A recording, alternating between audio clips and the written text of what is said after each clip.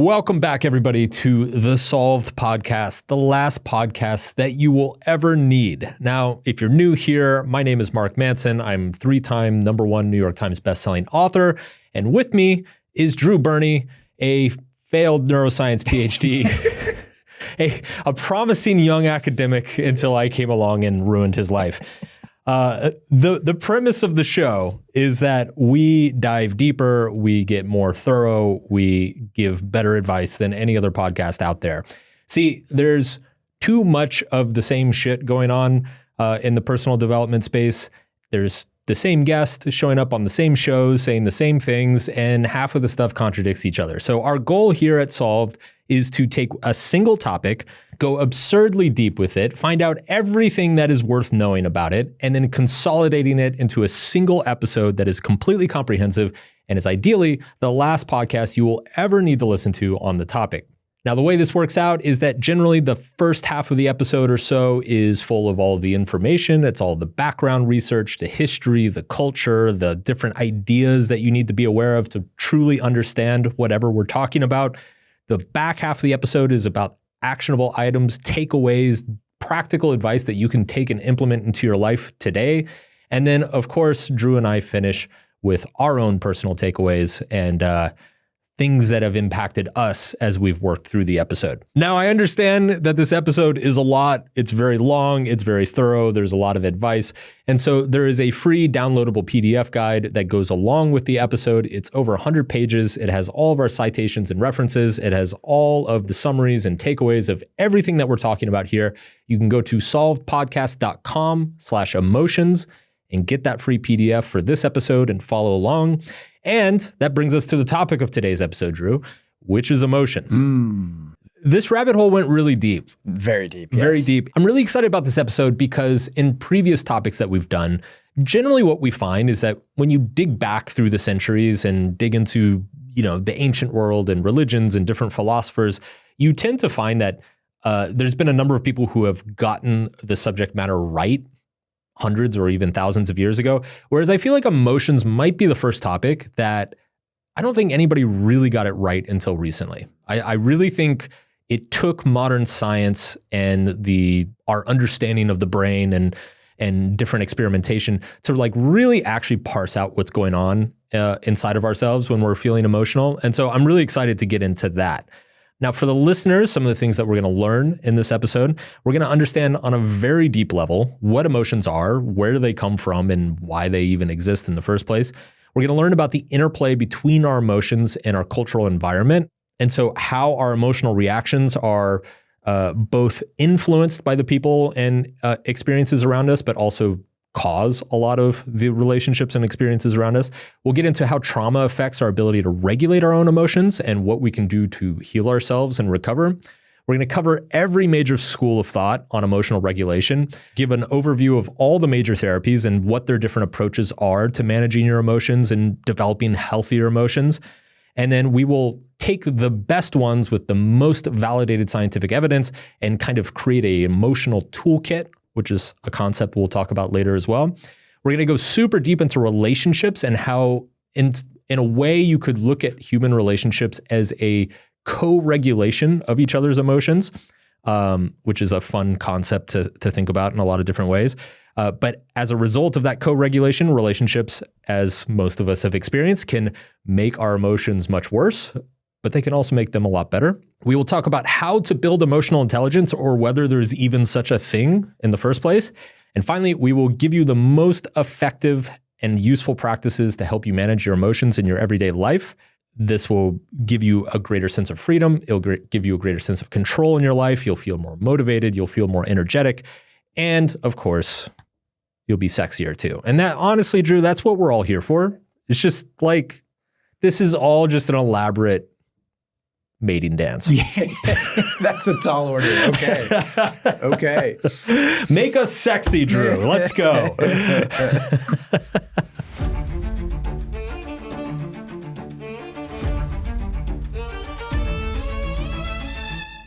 So why don't we start?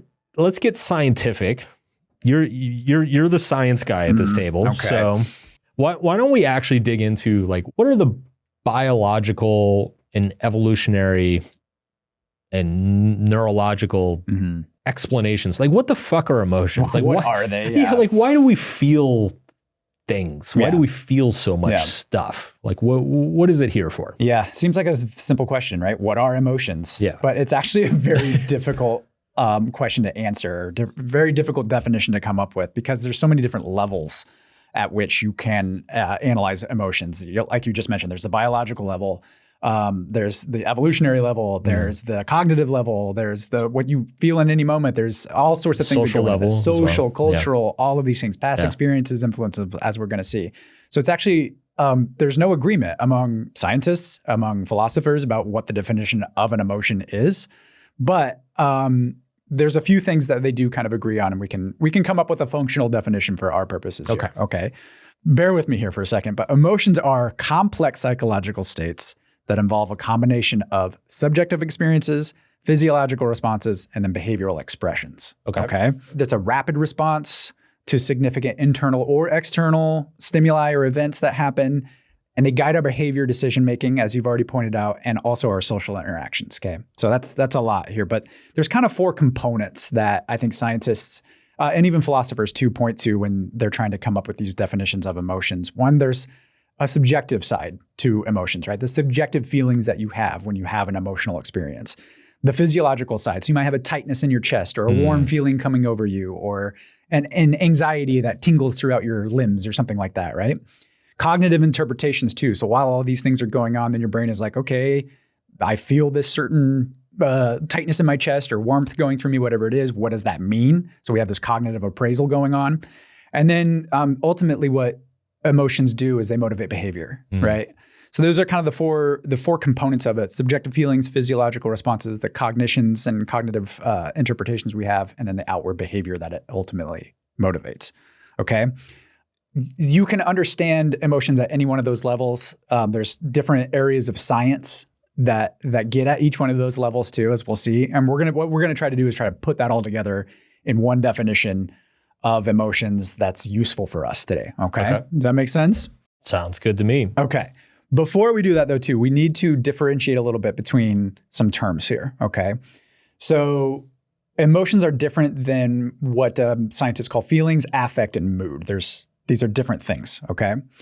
So the emotion part, what I just went over, is kind of a coordinated system response, right? It's a whole body, whole mind response to things. But you have feelings too. Okay, feelings from a scientific perspective, anyway, are kind of like the internal experiences you have and the vibe that's going on. It could be that tightness in your chest, or just like the overall kind of feeling is, but it's not necessarily an emotion. Okay. You have a mood, which is longer lasting state. You know, you're in a bad mood or you're in a good mood for the whole day or part of a day or an hour or whatever it is. It's longer lasting, and there's usually no kind of like, there's not an internal or external stimulus that happened. It's just happening, right? Okay.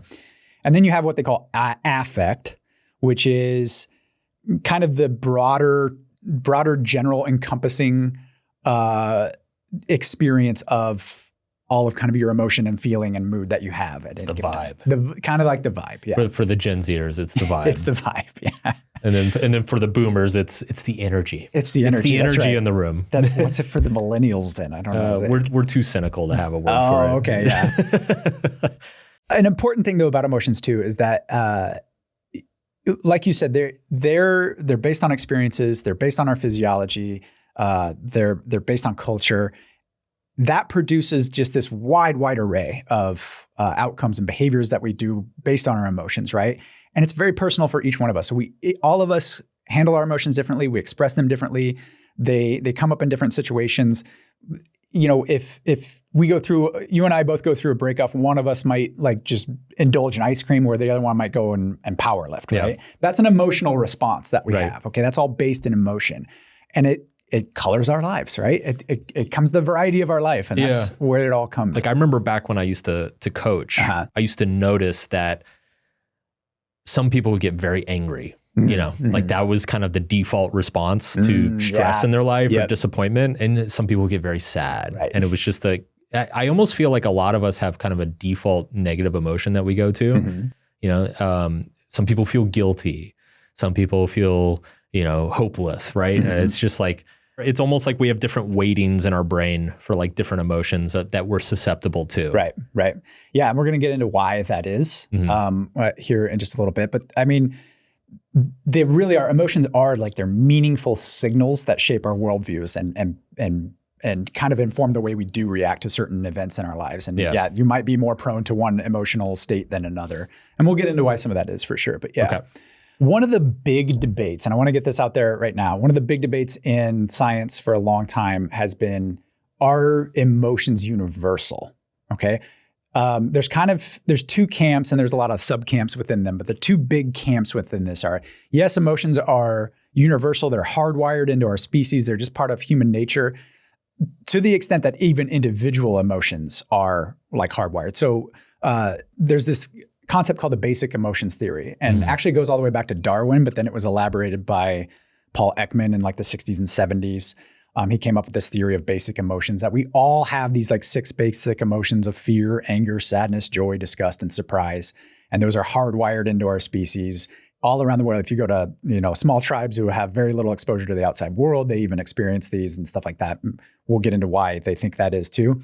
Then there's this other idea that no, actually, and this is more recent, and I think the science is starting to bear this out a little bit more, that no, actually emotions are constructed. We construct our emotional experiences. There's no circuit in the brain, say, for anger. There's no circuit in the brain for joy, or anything like that.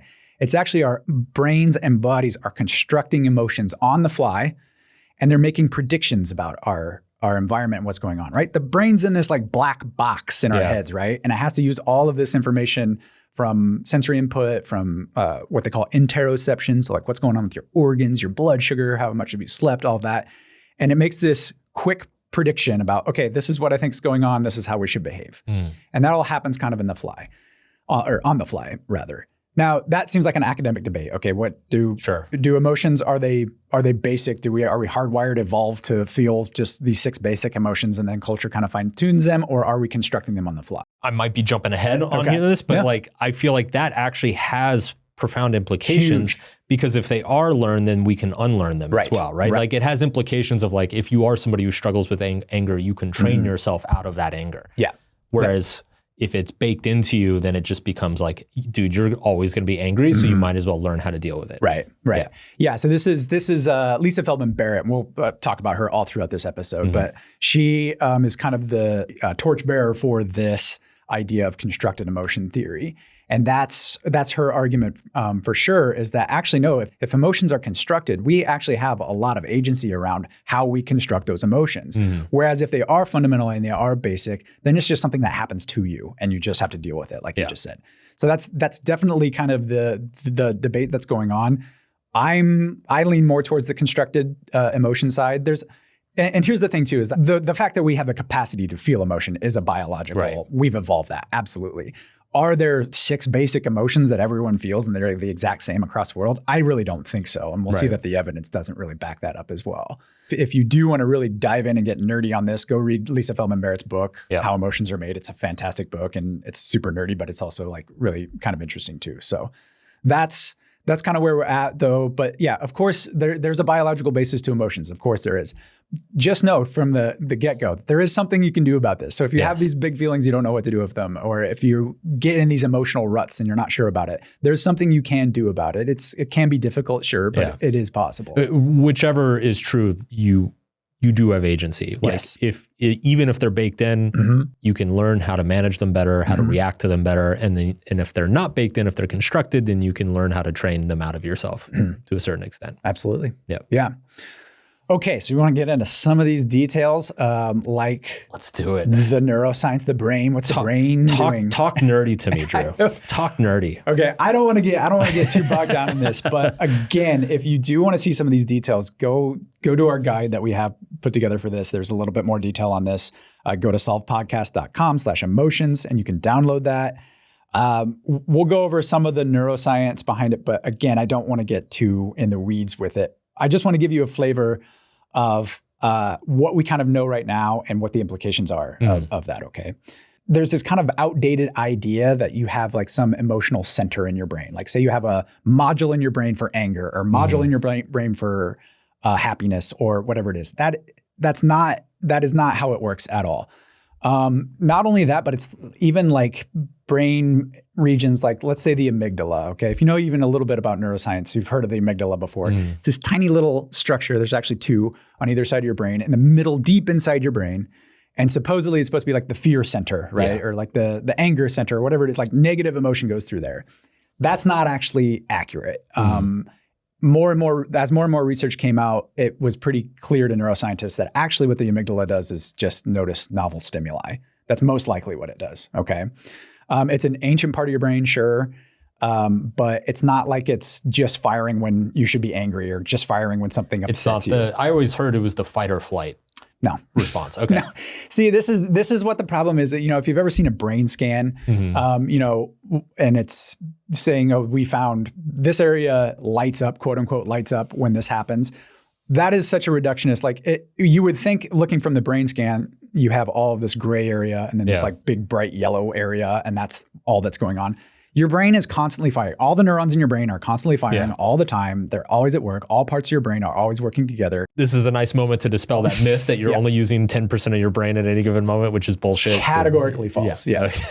But I mean, there are regions that we know of that do participate in emotional experiences, the amygdala being one of them. You have this thing in your brain called the insula, which kind of connects your bodily sensations to the emotions you're having and kind of tries to interpret those. It seems like your prefrontal cortex, that's the thinking part. Again, we go back to the cognition that we were talking about, cognitive appraisal. You feel something going on, you're making an assessment of what's the thinking brain. It's the thinking brain part, right? Other parts too, your hippocampus for memories, they bring in emotional memories. All these parts, sure, they're acting, but really what neuroscientists have figured out is it's more of a network of different areas of your brain that produce emotional experiences, emotional appraisals. All the things that we think of an emotion are usually different parts of your brain, different networks of your brain, scaling up or scaling down whenever they need to, okay? You have, for example, the salience network. And this is kind of like a network of brain regions that includes the insula and the amygdala and other parts that are like, okay, they're telling you, pay attention to this emotionally significant thing. Okay. The default mode network, that's active when you're thinking about yourself or daydreaming or anything like that. That's kind of the cognitive appraisal part. What does this emotion mean? It's networks, though. It's not just one part of your brain lighting up and making you angry or making you happy or whatever it is. Okay. So just to dispel some of those myths, that's kind of what I wanted to hopefully clear up right there. What we're finding actually is that, like with Lisa Feldman Barrett's constructed view, your brain is a prediction machine. Okay. It works as kind of a statistic. It's like a statistician, basically. It works on probabilities.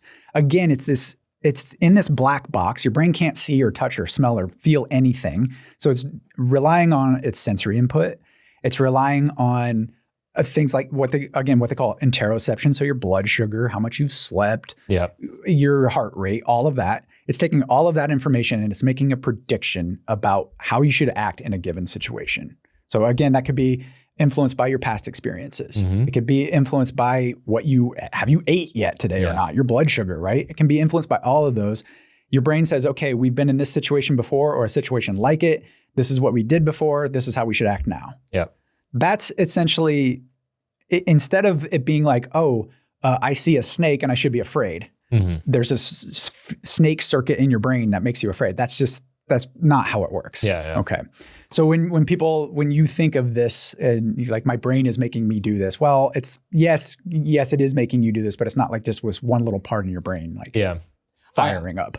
I love this model for a few reasons. One is, I think it just makes sense because, in psychology, we often run into the problem of like everything kind of interacts with everything. Right. And what the way you just described it, right? It's like emotion is part feedback, part prediction of taking all the information about your physical body, about your physical environment, about your social environment, about your conception of yourself. Yes. Like all of those things kind of get factored in and then the emotions are kind of emergent out of all that stimuli, right? And it's like, and the emotions are ultimately adaptive to ideally best prepare you for whatever your brain thinks is coming. Like that just feels very logical to me. The other reason I like this, and it was interesting when I was reading Feldman Barrett's work years ago, I had this like little aha moment when I was reading it. It was like, it suddenly made acting make sense to me, where it's like, because I always wondered, I was like, how do actors like make themselves cry? And at the time I was, when I found her stuff, I was working with Will Smith, and I would hang out with him. Like I would like watch him shoot a scene, and then he'd come off set and he'd be like a completely different person. And then it was like time to go shoot a scene again, and he'd become a completely different person, like on the spot. And I remember talking to him about it, like, how do you do that? And the prediction thing makes sense, because it's like, if you have a very vivid and powerful imagination, you can kind of like trick your I guess parts of your brain into like thinking that certain predictions are going to come true, right? So you can like imagine what an environment would be like, and then the emotion emerges as a result, as like a byproduct of you imagining that particular situation or environment or self-conception. So anyway, that was a little bit of a tangent. I always found like kind of the emotional mastery of acting to be like a really fascinating case study of a lot of this stuff that we're talking about. Yeah, absolutely. And that researchers, I mean, they've often used like actors in their research to convey different emotions. We'll get to some of the quirks around that. But what's interesting about that too is like when you see bad acting as well. Yes. Right? Like you're like, oh, you're not convincing me that you're actually feeling these emotions at all. And that's what it comes down to. Right. And it's probably because bad actors are bad at convincing themselves. Yeah. Yeah. That's a good point. Because that was one of the things that really stood out about Will, is that he is excellent at deluding himself about things. Yeah. And he like freely admits that that's just his whole life. He's like able to just conjure up some image of something of a fantasy or something that he could live in. And he said he's done that all of his life too. Like since he was a younger, kid. He was So fascinating. Okay, back to a little bit of the more brain stuff. Just to wrap it up. More brains. We need to talk a little bit about the neurotransmitters too. So the chemicals in your brain swirling around. Again, I think there's this misconception out there of like, for example, dopamine. I'm just like a dopamine fiend or something like that. Dopamine's excitement, and serotonin is joy, and it's complicated. Very, very complicated. These neurotransmitters for the most part are pretty diffuse throughout your body and brain. And it's not like one just like turns up all of a sudden and causes you to feel a certain way. That's not how it works either. But they do kind of, they'll modulate emotion quite a bit. Like dopamine, for example, is actually, people think of it as a pleasure chemical. It's actually kind of a seeking. Yeah. You're seeking out pleasure, seeking out reward of some kind. Okay, that's what it's actually motivating you to behave in a lot of ways. Whereas like, serotonin's more like the mood stabilization. You find more common peace and joy out of that. Then you have things like norepinephrine. That's like that's fight or flight, high arousal states. Then you have like GABA, glutamate. These are excitatory and inhibitory chemicals in your brain. The point isn't to get bogged down in these. The point is that these chemicals are present at varying levels in different individuals and at different times too, and those can modulate your emotional experiences as well. And so just all of this brain talk is trying to just set the stage for there's an immense amount of variability in the brain structures that you have and the chemicals floating around your brain, the genes that turn these things on and off. There's a tremendous amount of variability that can affect your emotional experience. Yeah. And so just to keep that in mind, like maybe be a little nicer to yourself sometimes when some of these things come up, because you might have a different wiring or a different set of chemicals that are acting on your brain at any given time.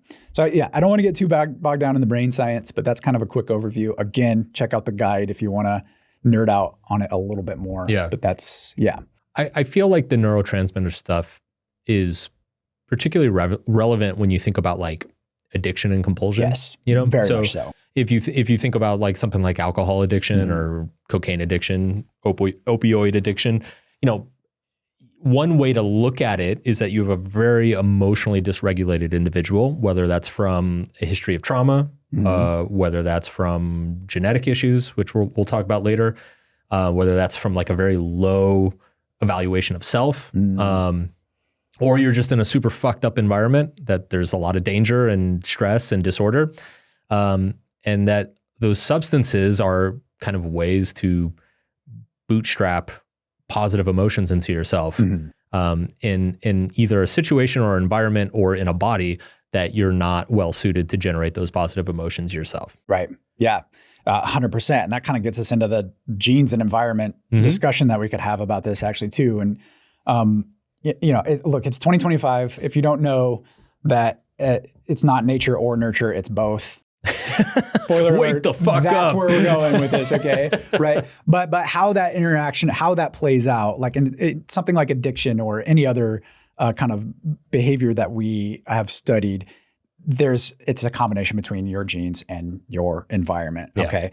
So, your genetics, there's good news and bad news, right? Like, so if one or both of your parents were miserable people or, highly anxious or any of these things, well, you're probably going to be tend towards more misery and anxiety as well. If they're happier, same type of thing. Maybe you're going to be a little bit happier and more joyous throughout your life.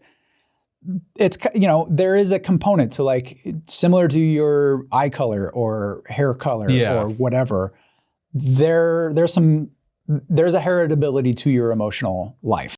Sorry, I want to jump in really quick here because this is a little pet topic of mine that comes up a lot. Like, and I think the reason this comes up is because in psychology and in self-help, like it is the over-analysis of your parents and their parenting and your childhood. Like I find it's a rabbit hole that people kind of get stuck in after a while. That's not to say that like your childhood and your parents' parenting doesn't matter. It does, but there's a whole wealth of fascinating research on twins that were separated at birth.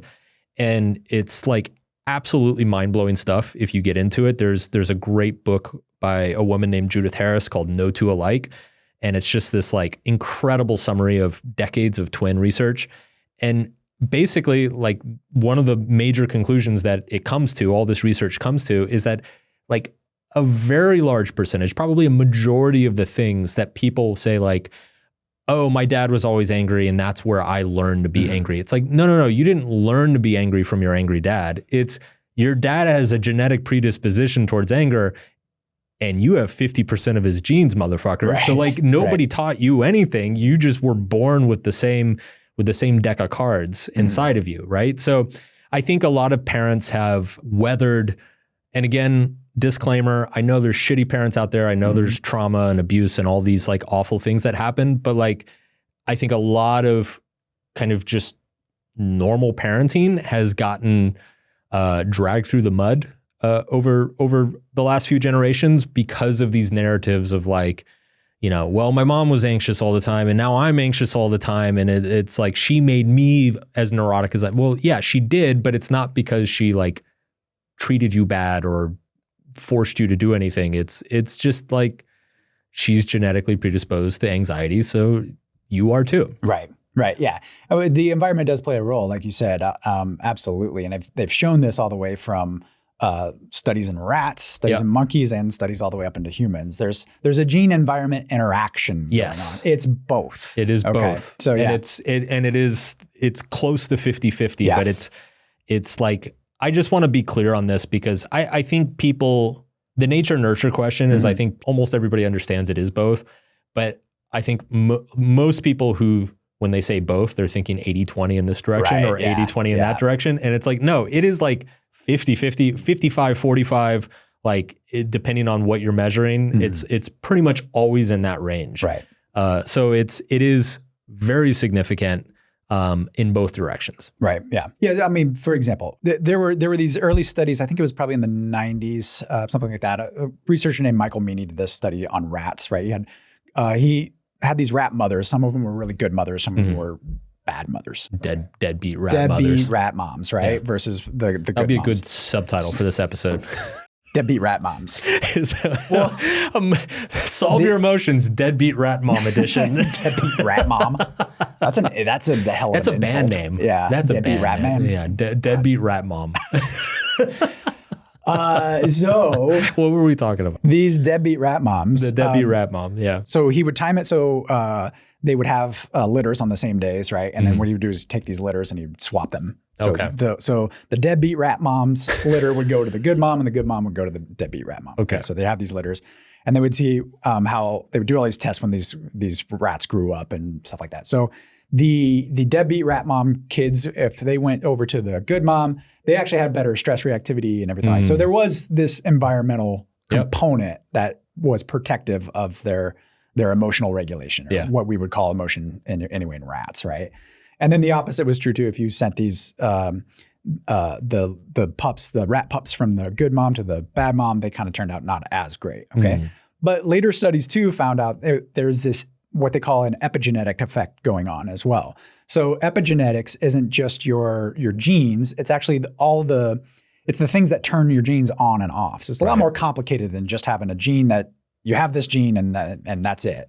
That gene can be turned on and off. The timing of when it can be turned on and off is that's regulated by a whole host of different things. One of those is your environment. Okay, so we have this idea of epigenetics, and they've shown this too in monkeys as well. And then there's pretty strong evidence in humans. We can't quite do those same type of studies in humans, but similar to it. And what they find is that if you have this genetic disposition from either an emotional style that seems conducive to your environment versus one that's not, there is a protective genetic effect. Like your genes can actually override some bad environments sometimes. Yeah. Right. Your environment can also cause things you can have better outcomes for your emotional experiences versus worse as well. So again, it is probably somewhere in that like 60-40 range, 50-50 range, somewhere in there. Yeah. But all of that is to say is that there are environmental things that we can manipulate and promote that will help with emotional regulation, just like any other trait that we have. But there is a genetic basis, and there's genetic limits to anything that we do too. So again, it kind of goes back to like accepting that's just part of the game. Yeah. It's just part of what happens is that you have a genetic predisposition. Quit beating yourself up over it. Accept it. Figure out how to deal with it.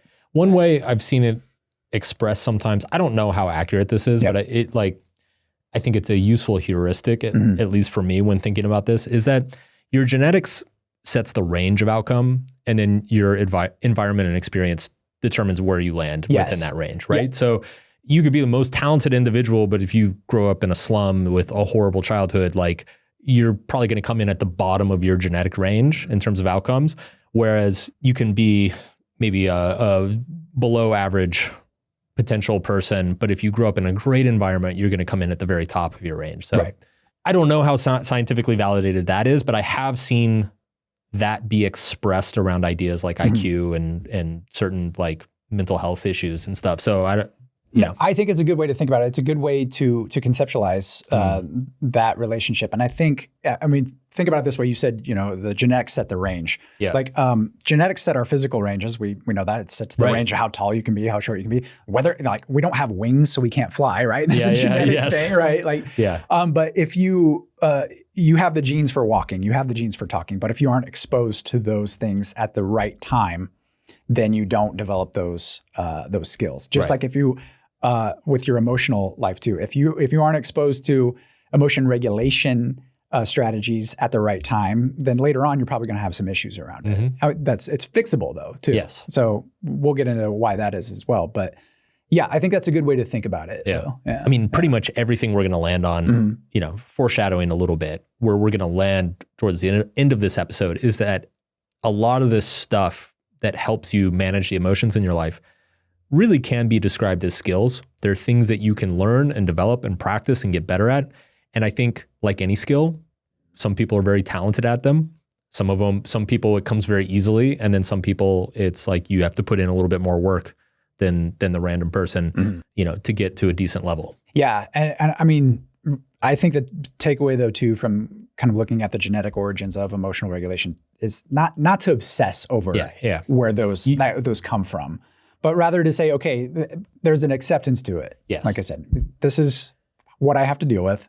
Yeah. How do I deal with it? So it's a skill issue. Yeah. Yeah. That kind of covers some of the biological basis, except for we could talk a little bit about the evolution of emotions, I think. Why do we have emotions to begin with? Why is it part of our nature? Again, this kind of this treads the line a little bit between kind of the classical basic emotions view that they're hardwired versus the more constructionist view. Nobody in either of those camps, though, would argue that obviously they're an evolutionary adaptation. Yeah. Emotions are. They are an adaptation. Obviously, then, if it's an adaptation, it's helped us survive in the past and pass on our genes. Yeah. I do think the evolutionary point is important for a couple reasons. One is it helps people understand that like emotions aren't destiny. Like they're not static. Like if you've been sad and depressed the last few years, you're not going to be sad and depressed forever. Right. That sadness and depression is a dysregulated adaptation to whatever's going on in your life or to certain things that have happened to you in the past. Right. And the key is not to stop being sad or to stop being depressed. It's to figure out what that feedback that you're being given constantly is trying to nudge you towards. Yep. And then alter your life or your environment in such a way that feedback is no longer getting triggered. I just find that's like a much, not only is it more realistic and scientifically true, but like it's also, I think, more hopeful. Like when people just recognize like emotions are feedback, they're not destiny. They're not just this like these things that happen to you that you can't control or adapt to. And then I think the other reason why this is important is, and I don't think we're going to talk a ton about this, although we could, the more emotional an experience is, the more meaning we tend to attach to it. This is kind of comes back to the salience network thing. Like if you think about what feels like the most important moments of your life, they are generally very, very highly emotional experiences. Part of that is by design, right? Like one of the emotions are partially evolved in us to like point us towards meaningful things. Yes. Like the more meaningful something is to our survival or replication, chances are the more emotional we're going to feel about it. But I think people often like develop kind of cosmic explanations for certain experiences in their life. And they assume that because something feels extremely meaningful, that it actually is very meaningful, when it's actually, and we'll get to this in a little bit here, but a lot of that is just the narrative that we've kind of wrapped around it. And again, coming from the self-help world, like there are a lot of kind of cosmic narratives around certain emotional experiences, telling people that it's like, oh, that's the universe telling your heart that this is your true path in life, and like all this shit. And it's like, okay, like that might be a useful narrative to adopt. It also might not. But whatever it is, it's definitely inflexible and it's inaccurate. And I tend to come from the school of thought that like generally the better we understand reality, the better the rest of our life gets. Yeah. So understanding that like something was very meaningful and impactful in my life was meaningful and impactful is fine, but also understanding that like that is kind of a evolutionary adaptation to something very significant. I know it sounds like so heartless and soulless and like no. but it's like, I don't know. There is something peaceful about it. Yeah, absolutely. Like, okay, so for example, anxiety, right? Yeah. A lot of us, there's a lot of anxiety. Everybody's anxious. We're all anxious. That's part of our DNA. It's part of our species, like we're just talking about, right? But oftentimes the way we interpret it in the modern world especially is, oh, this is a weakness of some kind. Yes. It's actually a survival mechanism. Absolutely. That is like, so yeah, cut yourself some slack here. It's like, there's hundreds of thousands of generations going back that survived because of their anxiety. Yes. And that's okay. It's an adaptation. Yes. You just need to learn to work with it a little bit better and use it to like manage it and point it in the right direction. The thing about emotions as well is that like the more you tell yourself an emotion is bad, the more you're going to struggle with it, right? Like the more you decide that you shouldn't be anxious in your life, the more anxiety is going to derail you anytime it pops up. So it's in subtle art, I called this the backwards law, but it is like really, there's something paradoxical of like leaning into the discomfort and being accepting of whether it's anxiety or sadness or depression, like when it emerges, being like, oh, okay, this is fine. This is my body trying to take care of me. This is millions of years of evolution looking out for me in this moment. How am I going to listen to it? What needs to change in my life? What actions do I need to take to properly adapt to it? instead of like just like resisting it and fighting it. Otherwise we'll get into all of the maladaptive ways to deal with emotions later. But yeah, sorry, I had to get on my soapbox for a minute. No, that was where I was heading with this anyway. So that's great. Cool. Before we get into the cultural stuff, which is fascinating stuff, and you're absolutely right, changes the emotions that we, or the way we experience them a lot, and we'll get into that. Well, let's first real quick though go over some of the way that your past life experiences can shape emotions and the way you regulate your emotions for sure. Obviously, like we've already said, the constructed emotion view is that our past experiences, our culture around us, those all have like a big influence actually on how we not only like regulate our emotions, but even experience them in the first place, right? So, for example, trauma. Okay, that's like a big one that I think a lot of people, we've heard about. It goes around a lot. Sure. Okay, sure. What trauma, like especially early in life, can do, there are physical changes to the brain that happen when you experience trauma early on. And for example, kids who grow up around violence or chaos or neglect, right? They often have these overreactive stress responses, and that can carry into your adulthood too. And so you're very reactive to things, basically because you're vigilant all the time, right? Yeah. You have this hypervigilant brain at this point, and it makes you very, very sensitive to anything in your environment that seems off or a little bit dangerous, so your anxiety it's a survival mechanism. Yes. Right. That's one big area that they know of your past experiences that can shape your emotions all throughout your life. Obviously, therapy is a good way to handle all of that. With a lot of these, we're going to talk about that, but that's one area. In conjunction with that is kind of like economic stress and poverty as well. If you think about that, if you grew up poor, if you do have financial struggles, that takes up a lot of your brain space. And so emotional regulation is kind of beside the point at that. When you're in survival mode, right? Emotional regulation is kind of beside the point. And so you can see why when you grow up in abject poverty, when you grow up around or you are subjected to that even throughout your life in adulthood, that causes you to focus more on just like basic survival needs.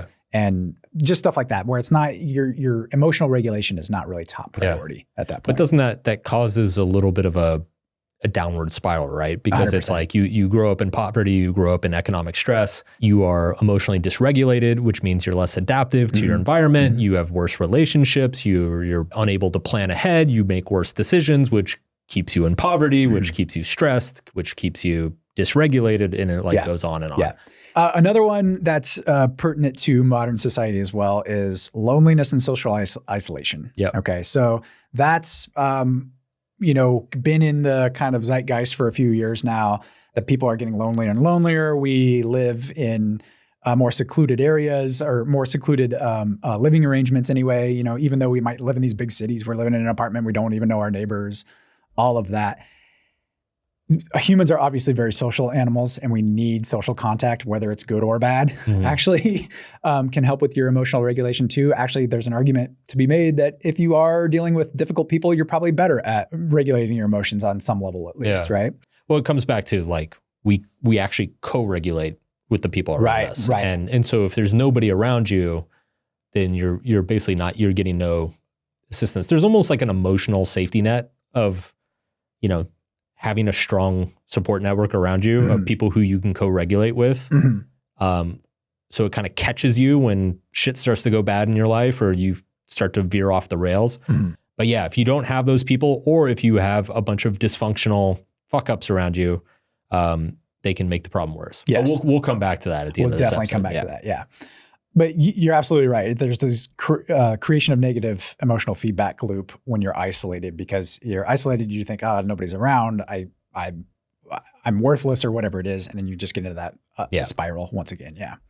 Related to that as well, chronic stress. We live in modern societies anyway. Developed societies are usually kind of this low grade chronic stress that we live in. And we're not really adapted to that. We're more adapted in our evolutionary past. We're more adapted to handle things in the moment, get stressed out really quick, and then you come back down and you're fine. Yeah. Where we live, sitting in traffic, dealing with difficult coworkers, low grade stress, that kind of. Are you referring to anybody specific? No. No. No. Okay. Yeah, no stress here. I have a great boss. Yeah. That's what I thought. But that's obviously going to set kind of an emotional tone that you have that is going to, you know, change based on your environment, but can also, you know, exposure, like stress hormones and everything like that obviously affect your brain in ways that are will change your emotions. I mean, obviously. that's a huge thing. When I lived in New York, like that's a huge thing in New York City. And I think everybody kind of intuitively feels it and understands it out there. Like you feel like you're in a very slow pressure cooker. Yeah. You definitely, like, if you don't get out of the city every 3 or 4 months, like, yeah, you start snapping. Like, you start kind of like losing it over stupid things and losing sleep and feeling anxious all the time, and you don't know why. And then, you know, suddenly you go on a quick weekend vacation out to the countryside or out in the mountains or something, and you're just like, yeah. Why do I live in New York? Yeah. Have you noticed that the movement out to Los Angeles, where it's, you know, is it slower paced out here? It's definitely slower paced out here. Yeah. It's less intense for sure. For sure. I mean, LA has its own stressors, but I would say life here in general is like it's very laid back. I definitely feel more emotionally regulated here. Yeah. It's actually funny, kind of coming back to the drugs and alcohol thing. Like everybody in New York drinks. Yeah. Everybody parties. Everybody stays up late. Everybody's like always doing stuff. And I think a lot of that is just the dysregulation that happens with the ambient stress in the city. Whereas, you know, you come out here or you know, I go like visit my parents in Texas where they live, which is pretty far outside the city, out in the boonies. And yeah, everybody's just kind of chilling out. Like, you know, life's easy and everybody's relaxed and, you know, not a whole lot of stress. Yeah. Well, I mean, it's not a surprise if you're stressed out. You're going to feel like shit. No shit, right? But let's, you know. Breaking news, everybody. You're only going to hear that on this podcast. Yeah. This is the hard hitting facts that our listeners come for. If you're stressed, you're going to feel like shit. Lastly, okay. Family dynamics and cultural norms. We'll get more into the cultural stuff, but definitely, you know, family dynamics outside of even your genetics, though, too. This can be a huge modulator of your emotional experiences that you have. Early experiences in your family obviously are going to shape how you deal with emotions, how you express them, how you even experience them as well. One of the big ones is kind of like restraint versus openness. You know, when you were younger, were you encouraged to express your emotions, or were you encouraged to oppress your emotions? Right? Yeah. And so we'll get into some more of that, but that's a huge factor in your experience, in your emotional experience as an adult.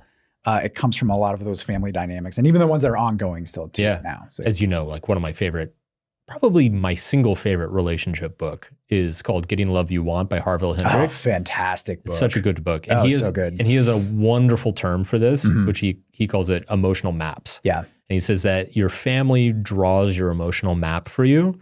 And it's essentially, it's like telling you where to be angry, when and where to be angry, when and where to be happy, when and where to be sad, when and where to be ashamed, when and where to be anxious. And he said that if your family draws a really terrible emotional map for you, then you're gonna get to adulthood and it's gonna lead you to all the wrong places, essentially. So it's a great metaphor. It's a fantastic book. It is a relationship book, but it does talk a lot about the impact that our family and romantic relationships have on our ability to like emotionally regulate everything. So highly recommended. Absolutely. Yeah. So, okay. To kind of wrap this section up then, we talked about what emotions are. I hope you have a good idea of that. I still don't think there's a satisfying single definition of emotions, but we just went through all the levels that you could kind of evaluate emotional experience through. The big point I want to drive home about this section, though, is that there's all these different factors that go into your day-to-day emotional, minute-to-minute emotional experiences even too. It's not about the willpower to overcome these emotions. It's not about suppressing the emotions or getting rid of emotions or whatever. It comes down to the skill issue again.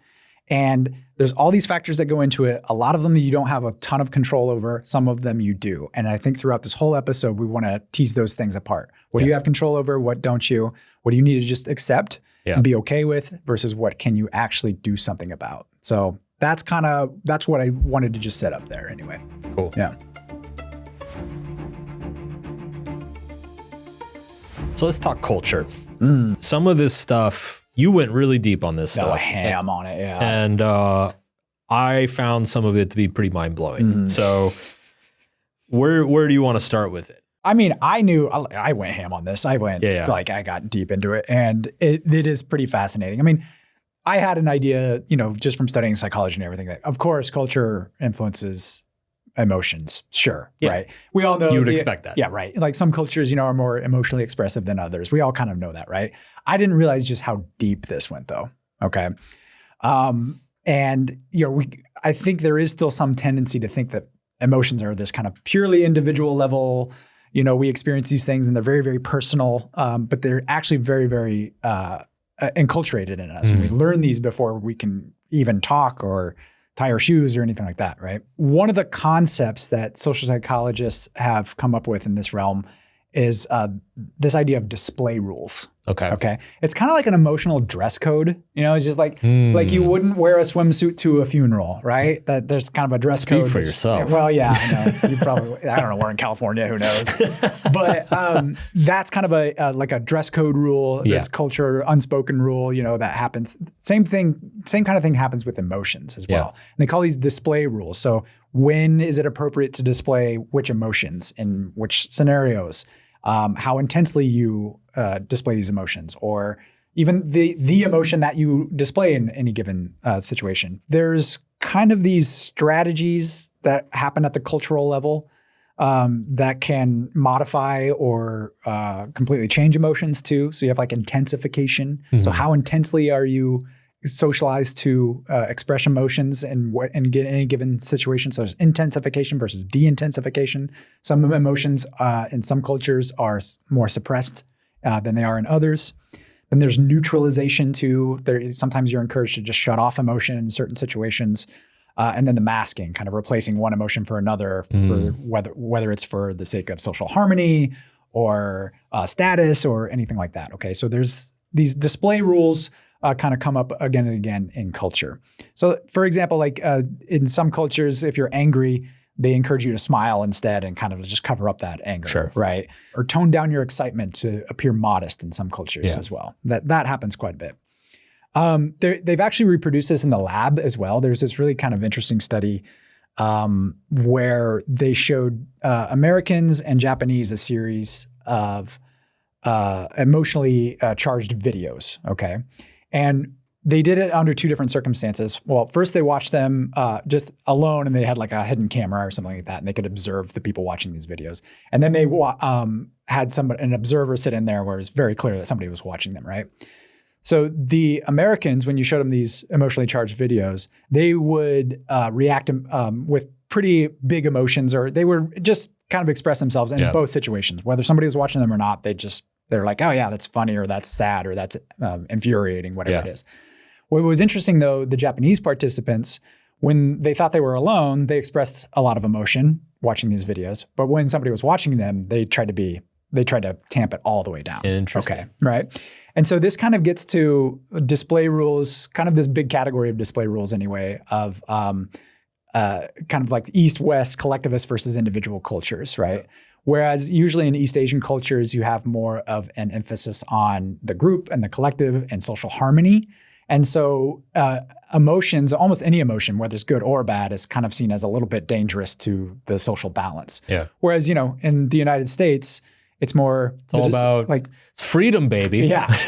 Express yourself, right? I'm angry, goddammit. The individual takes a much more center stage in a lot of Western cultures, especially in the United States. Yeah. So that's just one instance of display rules. And again, they've reproduced that in the lab, which I thought was kind of interesting. But this happens all the time. You'll see it everywhere. I'm just thinking about, because the culture I know best outside of the US is Brazil. Yeah. And it's funny, Brazilians have this thing where Brazilians are very extroverted. Yeah. And it's a very gregarious culture. People are talking, they're very loud, they're very excitable. But it's funny, I lived down there for a long time before I realized that actually if you're not extroverted, if you're not talking a lot and you're not excited, like people think something's wrong with you. Yeah.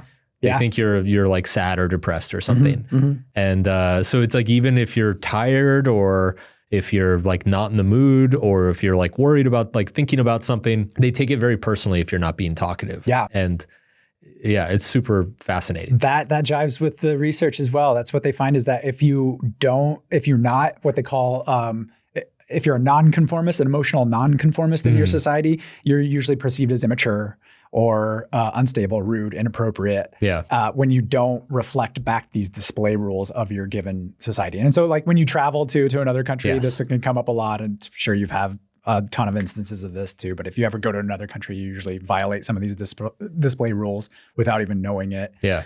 That's a powerful social cue for an incentive. conformity.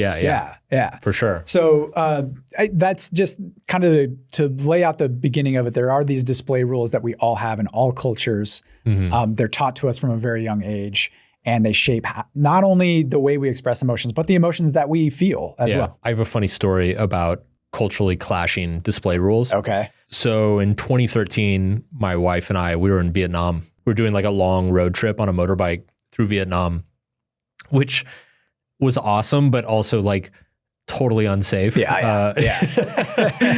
And so she and I were riding, and we ended up on this like back road that like it turned into a dirt road, and it was super unstable, and there was like potholes everywhere, and we were on this like shitty motorcycle. And sure enough, we hit like a big pothole, and both of us just went flying, over the handlebars. Oh, jeez, okay. And I landed on the ground, and then she landed on top of me. And so I broke her fall, fortunately. Yeah. She was a little dinged up, but like I got this entire left side of my body basically just got scraped, like all the skin got scraped off. And so I'm like, my left arm is just covered in blood. I still have scars here from it. I was like covered in blood, just scrapes everywhere, just intense amounts of pain. And we're in the middle of rural Vietnam, like in the middle of nowhere. And so we start walking, and the bike is destroyed. So like we can't drive anywhere. And so we start walking. And fortunately, we came across like a van or something. And somehow, miraculously, the passenger in the van like spoke English. And so we were able to eventually get ourselves to like this tiny town that maybe had 100 people total. Yeah. Barely had like electricity, barely had an indoor plumbing. And they take us to, the guy told us it was a clinic, but later figured out that it was like the local school. And it was, I think, the only building that had like running water or anything. So anyway, we get in there, and this woman who speaks no English starts like cleaning my wounds. And it hurt so far. I mean, there was like rocks and gravel like embedded into my arm and stuff. And so she's just like picking it all out. I'm like screaming in pain because it fucking like it hurt so bad. And I'm sitting there, and I look outside, and I start hearing laughter. and I look outside, and there's like dozens of school children watching us, and they're giggling the entire time. And I'm like, this is so fucked up. Like every time I scream in pain, like laughter erupts from the audience, essentially. And I was too upset and freaked out to kind of like be offended. But I was like, wow, that's like super fun. And even the woman who was like cleaning my arm, she was like giggling. And I'm like, what's wrong with this place? Like, what is wrong with these people? Anyway, long story short, I came to find out that in Vietnamese culture, they laugh when they're uncomfortable. It's like, it's like a way to like hide their discomfort, which is something that we all do a little bit, but apparently there it's like very common and like socially accepted. It was an awkward, uncomfortable situation. And so everybody kept laughing when I was screaming to like diffuse the discomfort. But of course, me coming from Western culture, that's considered like incredibly rude and insensitive to like laugh at somebody's pain. So anyway, it was super interesting. It was like it was really fascinating. Yeah. Yeah. In Western cultures too, like expressing dissatisfaction is kind of seen. There's an authentic kind of, that's authentic being if you're expressing your dissatisfaction with something, right? Yeah. Whereas in more collectivist cultures, that's a threat to the group. Right. Yeah. So kind of diffusing their discomfort through laughter. That's a common one. I mean, I do it, even too, but on a societal scale, when you're taught that, when you're enculturated in that, that becomes a whole different animal. It's the water you swim in, right? So you don't even realize that you do it. You think it's universal, but it's actually cultural. And that's what I want to emphasize through all this cultural stuff is that's, for me anyway, those were the biggest, it was always like, oh my God, this is the water I'm swimming in. And I didn't even realize it. So keep that in mind throughout all of this. Yeah. So not only are there the display rules, which are when and how you express your emotions, there's also your culture actually trains you to want certain feelings too. Okay. There's this theory in social psychology called affective valuation theory, AVT for short. And the core idea of AVT is the ideal versus your actual affect. Okay. So actual affect is like what you genuinely feel in your daily life. And then there's the ideal affect, what the emotions that your culture prizes and values over other emotions, right? So like in the West, we generally have what they call high arousal positive emotions. We like excitement. We like positivity, energy drinks, like all of that. That's the West, right? Yeah. But in a lot more collectivist cultures, for example, again, East Asia, you have low arousal positive emotions. So serenity and calm, peace, again, harmony, social balance and harmony within the group. That's much more prized. And so those emotions are reinforced more depending on which culture you're in. And so you will have over time, you have a propensity to gravitate towards one set of emotions over another, just based on your culture like that. And, this manifests in like the leisure activities you do, like, do like extreme sports in the United States. That's like a big thing, right? But so are like spa days and stuff like that, and treating yourself. You have music preferences, whether it's high energy versus low energy, your parenting styles too.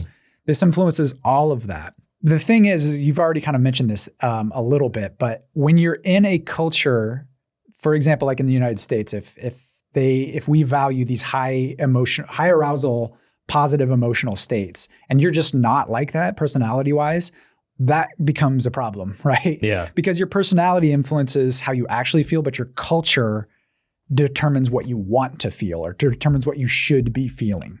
And then you get into this like, oh, I don't feel that way. There must be something wrong with me. Yeah. And I think we see a lot of that, especially like in the United States, where it's, we're supposed to be just positive all the time and look at the bright side and turn challenges into positive interpretations of whatever's going on in your life. When you don't feel that way and when you have such a mismatch, that can be very disorienting for your daily emotional life. And you start thinking something's wrong with you. Yes. I think that's something you really have to look out for. And there's this internal friction that goes on between your actual personality and the culture around you. Yeah.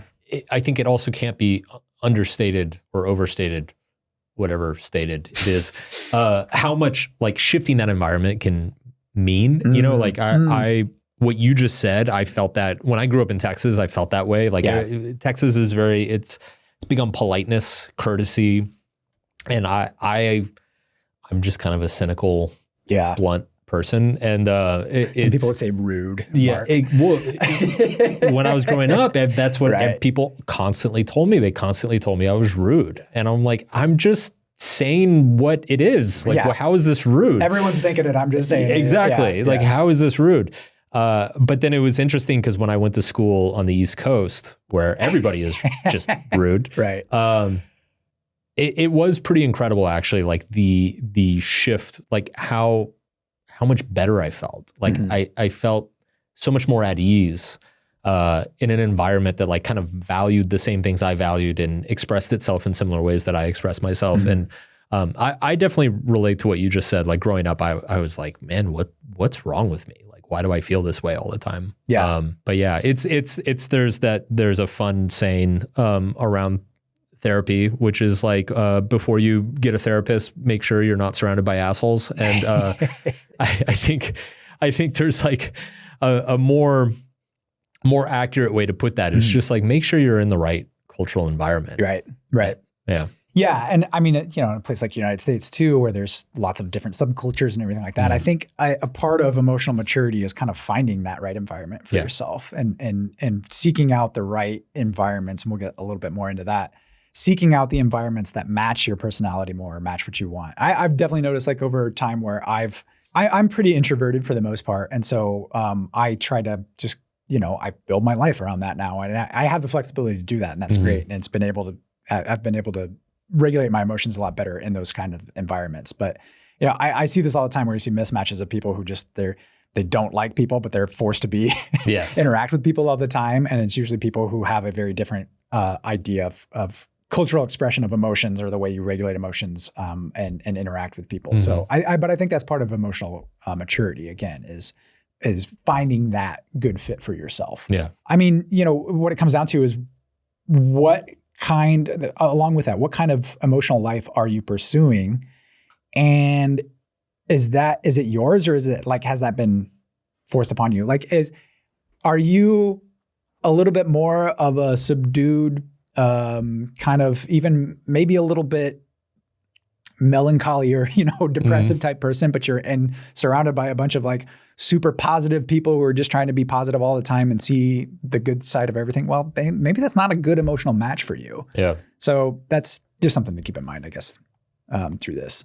Another thing we see that's very influenced by our culture too, when it comes to emotions is this idea of emotional suppression. I think in the United States, especially, and in more individualistic cultures in general, there's this idea that suppressing your emotions is bad, right? You should get it out. You should express yourself and you should be authentic in your expression. What's interesting is they've found some studies that in collectivist cultures, it's actually better for your mental health in some situations to suppress your emotions. So for example, there was one study done during the pandemic where they found that emotional suppression in collectivist cultures actually led to a lot more positive mental health outcomes than it did in individualistic cultures. Kind of another little instance of this that was pretty interesting, though, the Utku Inuit culture, actually. They have this cultural norm around anger. They really try to suppress it in the group because it's very, very destabilizing in these small groups that are very interdependent on one another. So they don't just tell people like, okay, don't be angry. That's not what they do. They have this whole cultural kind of set of expectations around it. Like I was just saying, like, choose the environment you want to be in. They actually set up their kind of social lives and even environments to just avoid situations in which people get angry with each other. And then they teach children to reinterpret frustration as more of a misunderstanding, right? And the emotion is actually shared between the people. It's not one person getting angry. It's that there's a conflict here and it's shared between people and we need to understand people better to do that. And so they teach them not just to like stifle their rage, but to reframe it as something more productive as well. Interesting. So there's good ways that culture can actually help you manage your emotions as well. Obviously, this kind of brings us to one of the most fascinating things I think I found about culture and emotions, which I'm calling it the paradox of emotional conformity. This blew my mind, Mark. Okay. So let's talk about emotional conformity first, okay? So we've kind of mentioned this a little bit already, but emotional conformity is when you align your emotional experience, your expression of emotions, the emotions you experience, the way you talk about emotions, you align that with societal expectations. So again, in the United States, positive emotions, high arousal, you're expected to kind of like be positive no matter what, right? That's emotional conformity, right? The paradox, though, is that in these individualistic cultures like the United States, like Western Europe, North America, individualistic societies are actually more emotionally conformist than collectivist societies. That's weird. That's kind of crazy if you think about it. So what I'm saying is that in individualist societies, people in societies that emphasize the individual as the core kind of unit, social unit, you would think that, there's this ideal of authenticity and authentic expression, right? Yeah. And there would be more variety in emotional expressions. But actually, this is not what they find in the research. This is a recent study that they found that in these individualistic societies, people actually display a narrower range of emotions, okay, compared to collectivist societies. And what's really interesting is that they found that in collectivist societies, the focus is more on behavior. Okay, it's conforming to the behavior in that society. We don't care how you feel as long as you do the right thing. Exactly. Yeah. It's beside the point how you feel, but as long as you do the right thing in the right situation. Whereas here, it's like you can do whatever you want as long as you feel the right way. Exactly. You want to signal that you're doing well in your culture, right? Yeah. And so the way you do that in an individualist society where emotions are kind of like the currency, how you feel is very much central to who you are. It's reflective of who you are. Right. Yeah. And so you try to display all of these positive emotions and all these positive emotional experiences in order to signal that, look, I'm doing fine. I'm doing great in this society. Yeah. It's kind of a status thing almost that they found. It's almost like a certain amount of conformity is unavoidable. It's just the society picks and chooses what it's going to conform on. Right. Yeah, exactly. And in individualistic societies, it's these emotional states that they emphasize. And so it's not just about feeling good. It's about showing others that you're in a good place. Like I said, it's kind of a status signaling in a way. Which makes sense because if everybody's doing their own thing, it's not clear to others whether you're doing well or not. Right. So the only way to signal it that you're doing well is to be super happy and positive and upbeat. It's your vibe. Yeah, exactly. Yeah, I saw this. So I went into the greatest grocery store chain of all time, which is Trader Joe's. And Trader Joe's it's like a microcosm for American emotional life, I think, if you think about it. Because all the employees there, they're like, it's funny because they emphasize, like positivity. All of our employees are positive, and it's like they're grocery store employees. Yeah. Why do we have to do that? But so I'm behind this guy, he's checking out, and they're having this like conversation, like, oh, bro, that's awesome, bro, sweet, oh, awesome, where you go? Oh man, you're here, you're off soon, like, and it's just going nuts, and I'm like, what the hell is going on? And then I get up there, and the guy tries to do the same conversation with me, and I'm just kind of in a shitty mood, and I just wasn't having it. Come on, Drew. And I know I could tell I was like getting pressured. Be a bro, Drew. I should have been like, be a bro. They were like, come on, get up here with me, like it's awesome. I'm working at the grocery store, and I'm like, I'm just buying groceries. I want to go home, dude. But it's like. That's the expectation that's been set there. And what's funny about that is like, oh, we have, you go into Trader Joe's and they have like, everybody's wearing like a like you were saying, something different. They have, or like they have a Hawaiian shirt on, or. It reminds me, remember in the movie Office Space, Jennifer Aniston's character works at a restaurant and like she gets like her apron. She doesn't have enough colorful pins on her apron. And so her manager like, pieces of flair. Yeah, but she called it. He's like, you need to show up with more flair tomorrow, or there's going to be problems. And it's like just these bullshit little pins on her apron. Yeah, right.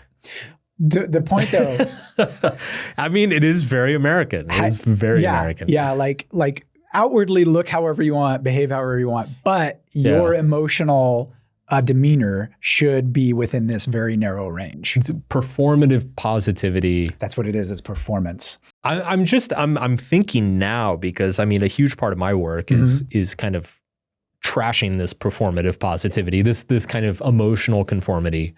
Is starting to make sense now, actually, like because the countries that my books didn't do well in are highly collectivist cultures. Japan, China.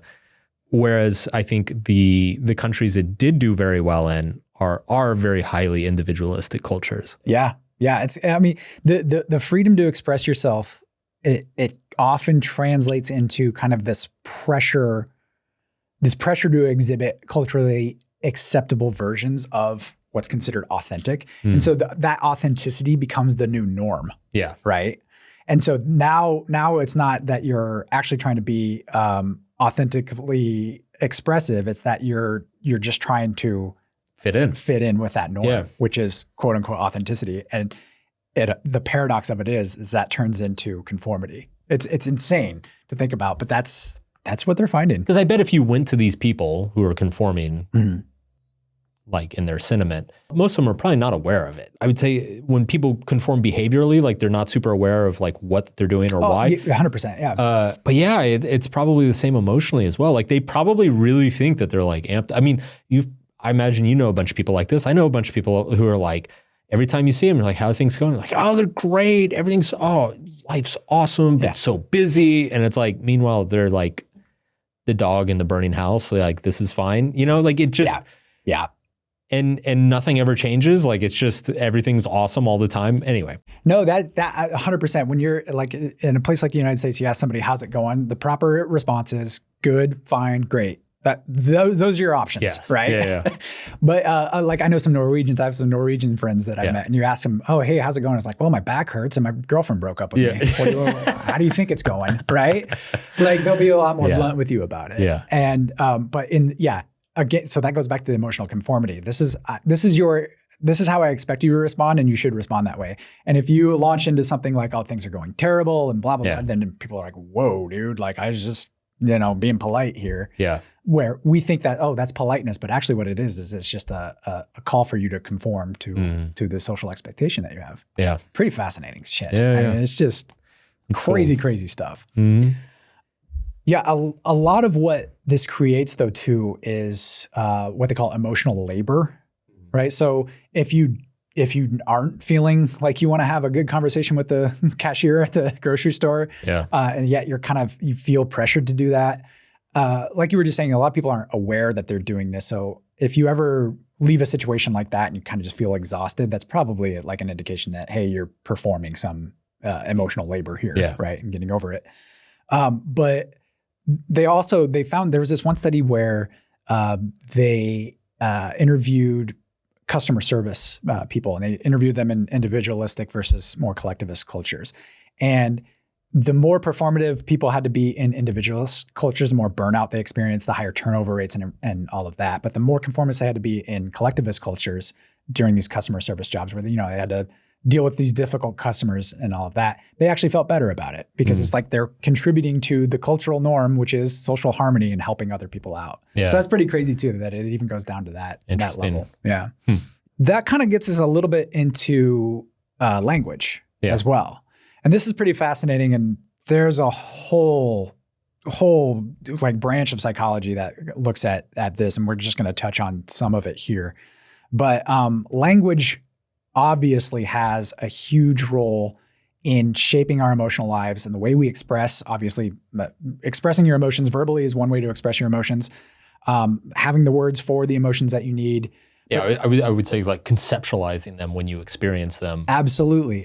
They can, even though, as we'll see here in just a minute, they can even kind of help you create emotions or at least modify them in different ways. So just to give you kind of a salient example, I think, a common example is the word Schadenfreude in German, right? Yep. Taking pleasure in someone else's failures or their misfortune, I guess, right? That's a pretty common one. Most people know that. We don't have a specific word for that in English. We just use Schadenfreude now. We actually just took it from the Germans. I just call it joy. You just call it joy? I just call it. Because you love seeing other people suffer. I just call it joy on a Tuesday afternoon. Okay, well, it's typically towards somebody that you don't like, but if you're, there's that. The Japanese also have a word called, I think it's ame. Is that right? It's this feeling you get when you are comfortably dependent on someone else. So I think of like a child and their parent. That's kind of like the feeling, but this can happen between adults as well. Right. And in Japanese culture, it's a desirable state to have. Whereas like, in more individualist cultures, we might think, there's a positive connotation to that. That's crazy. We would pathologize it probably. We would pathologize it more. Yeah. Whereas they have a word for it and there's a positive connotation for that word. Yeah. And so it's experienced more and in more positive settings in those cultures. I've got one for you. Saudade in Portuguese, which is the pleasure of missing something or someone. Of like, it's similar to nostalgia, but it's like there's almost like a romantic tinge to it. There's like almost this enjoyment of the lack of something that you like love or care about. Interesting. Yeah. Okay. And so, okay, that's interesting because I don't feel like I've been able to process that. I know the feeling you're talking about, but I haven't been able to process that up until just like these last few years when I'm like, oh, I miss this person. And I kind of like, oh, that's kind of nice to miss them. You kind of enjoy missing them. I kind of need to miss you sometimes, right? Like I've said that to some people. I need to miss you sometimes. So it's funny. It's like, it's actually, because in English we think of missing something or somebody as like a negative experience. Right. But in Brazilian and Portuguese culture, it's actually like a very like powerful, romantic kind of like subtly positive thing. Okay. Of like, Interesting. Oh, yeah, I have a lot of saudade for my grandmother, or whatever. Right. Interesting. Yeah. Okay. Well, I mean, but you also have, if you have certain words for certain emotions, you typically can experience those emotions more easily. But also if you don't have a word for it, there's this one instance I've come across anyway. It's in Tahitian culture. So in Tahiti, they actually don't have a word for sadness. They describe it more as like a physical ailment, basically, like an illness. Like you feel tired, or like maybe you have some pain somewhere in your body or something like that. They see it more as like a physical affliction than they do an emotional one. So they don't even really have a word for sadness or to describe that. And so I don't know. That's just interesting to me because having a specific word can enhance your recognition of an emotion, but also, or it can just completely blind you to it as well.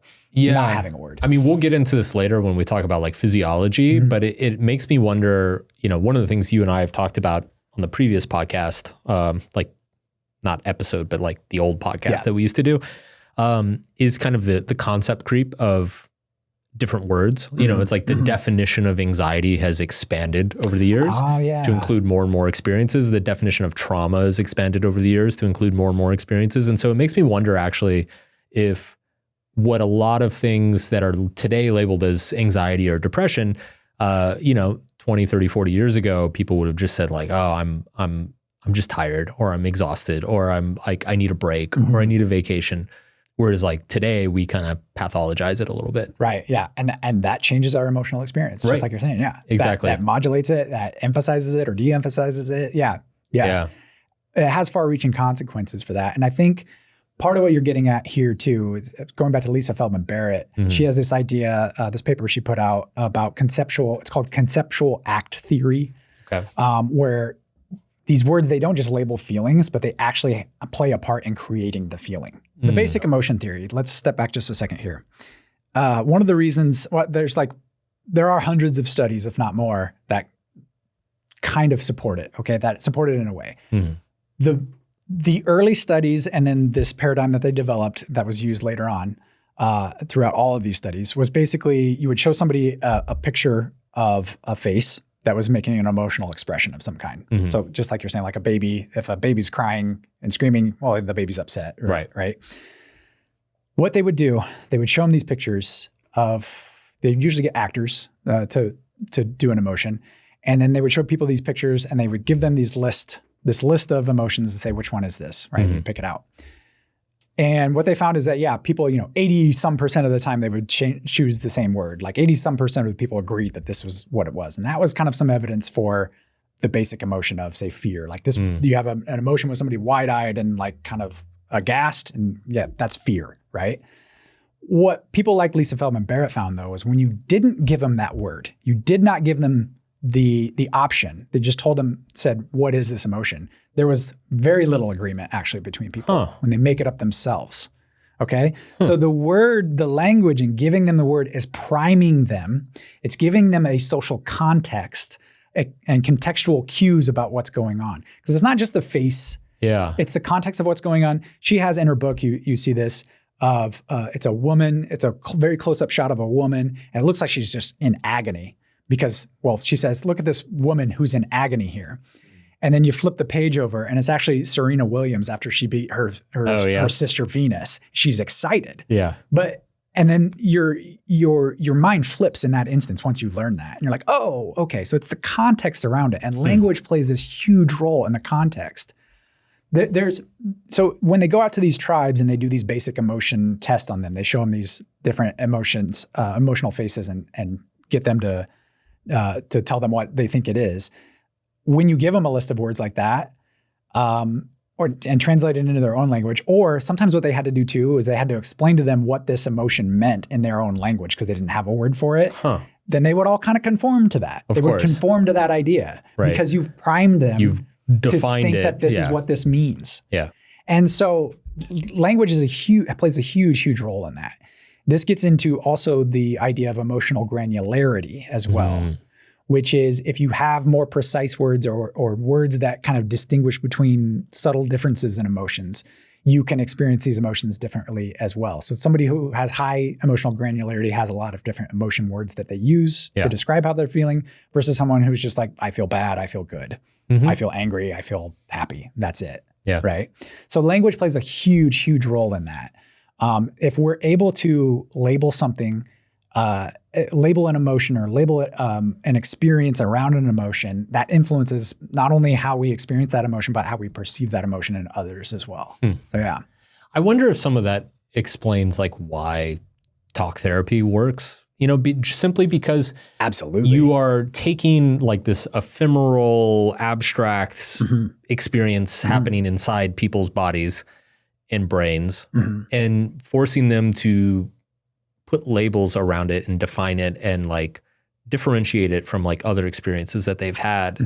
And there's like, I guess that like moderates the intensity of that feeling, or like, I guess it's like when you're not able to define something internally, then you feel powerless to it. But then it's simply in the act of talking about it or writing it down, your brain is like defining it and structuring it for yourself. And then once it's defined and structured, you feel like you can handle it. Yeah, 100%. Yeah. But like we'll take a kind of stereotypical therapy situation. Say you just have some ill feeling towards your parents, right? Just you don't know really what it is. And you sit down with a therapist and you kind of work through that and you find out, oh, I actually resent my parents. I harbor resentment for my parents for X, Y, and Z, right? For something they did or something, the way they approached things or whatever it was.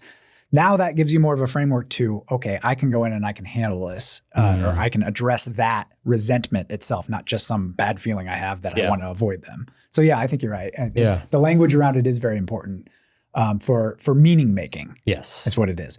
But again, that's just one component of experiencing emotion is the meaning part, the cognitive part that we have.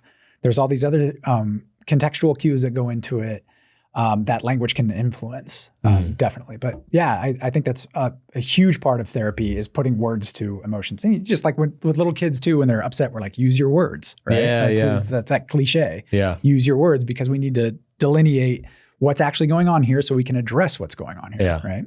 Again, the emotional granularity thing I think is pretty important. If you're somebody who does struggle with just even knowing how you feel. I know I definitely struggled with that for a long time. Just like sometimes I just felt like shit. I just felt bad and I didn't know why and I wasn't really inquisitive about it. But if you kind of dig into that and start putting emotions, okay, do I feel anxious? Do I feel depressed? Do I feel upset? Do I feel angry?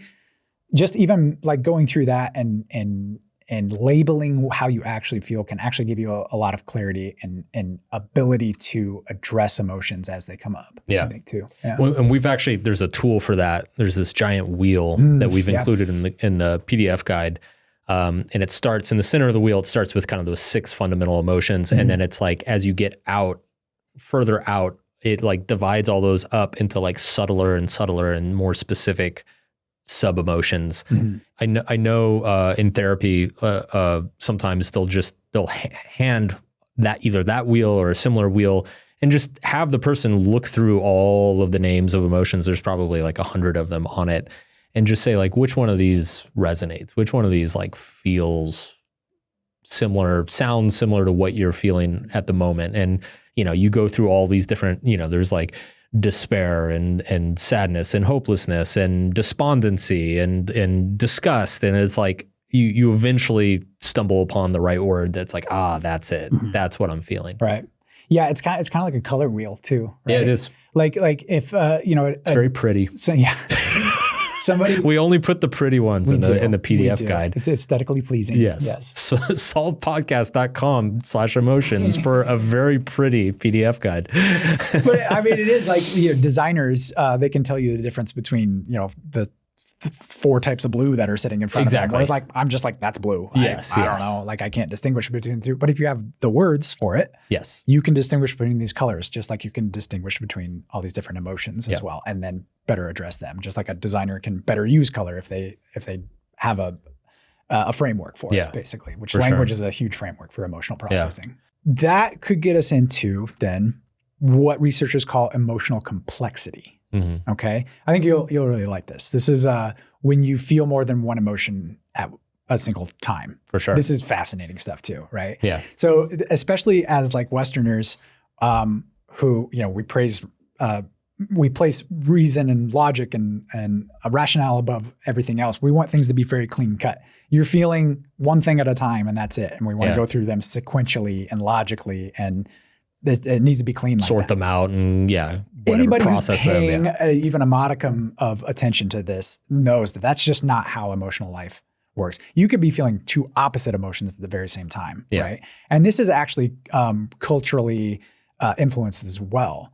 So in more collectivist cultures, there's what they call dialectical thinking, okay, which is basically an acknowledgement, not even an acknowledgement, but an expectation that 2 opposing things or 2 different things can be true at the same time. Yeah. They expect that. That's just part of life. Kind of the yin and the yang exist together, right? Mm-hmm. Lightness and darkness are 2 sides of the same coin. Whereas in more individualistic cultures, we want to see it as more clear cut and just one thing at a time. It's not out of the question in cultures that emphasize dialectical thinking that you can feel grateful and resentful towards your parents, like the example I was just using. Right. That's just to be expected. You're going to be grateful about some things, resentful, and you're going to feel those things at the same time. Mm-hmm.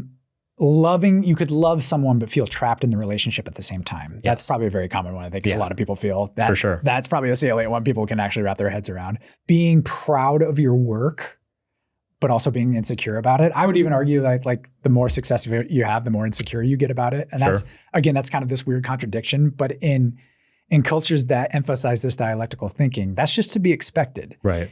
And to me, that's a better way of kind of navigating your emotions. In a culture like the United States and other individualist cultures, you find that when you don't feel a clean emotion, you think there's something wrong there too. Yeah. Or like going back to the job thing, you can be proud of your work but insecure about it. You think something's wrong there. No, that's just how it is. You think that you shouldn't be insecure, or you think that you shouldn't feel trapped in the relationship with the person you love, or you shouldn't love the person that you feel trapped by.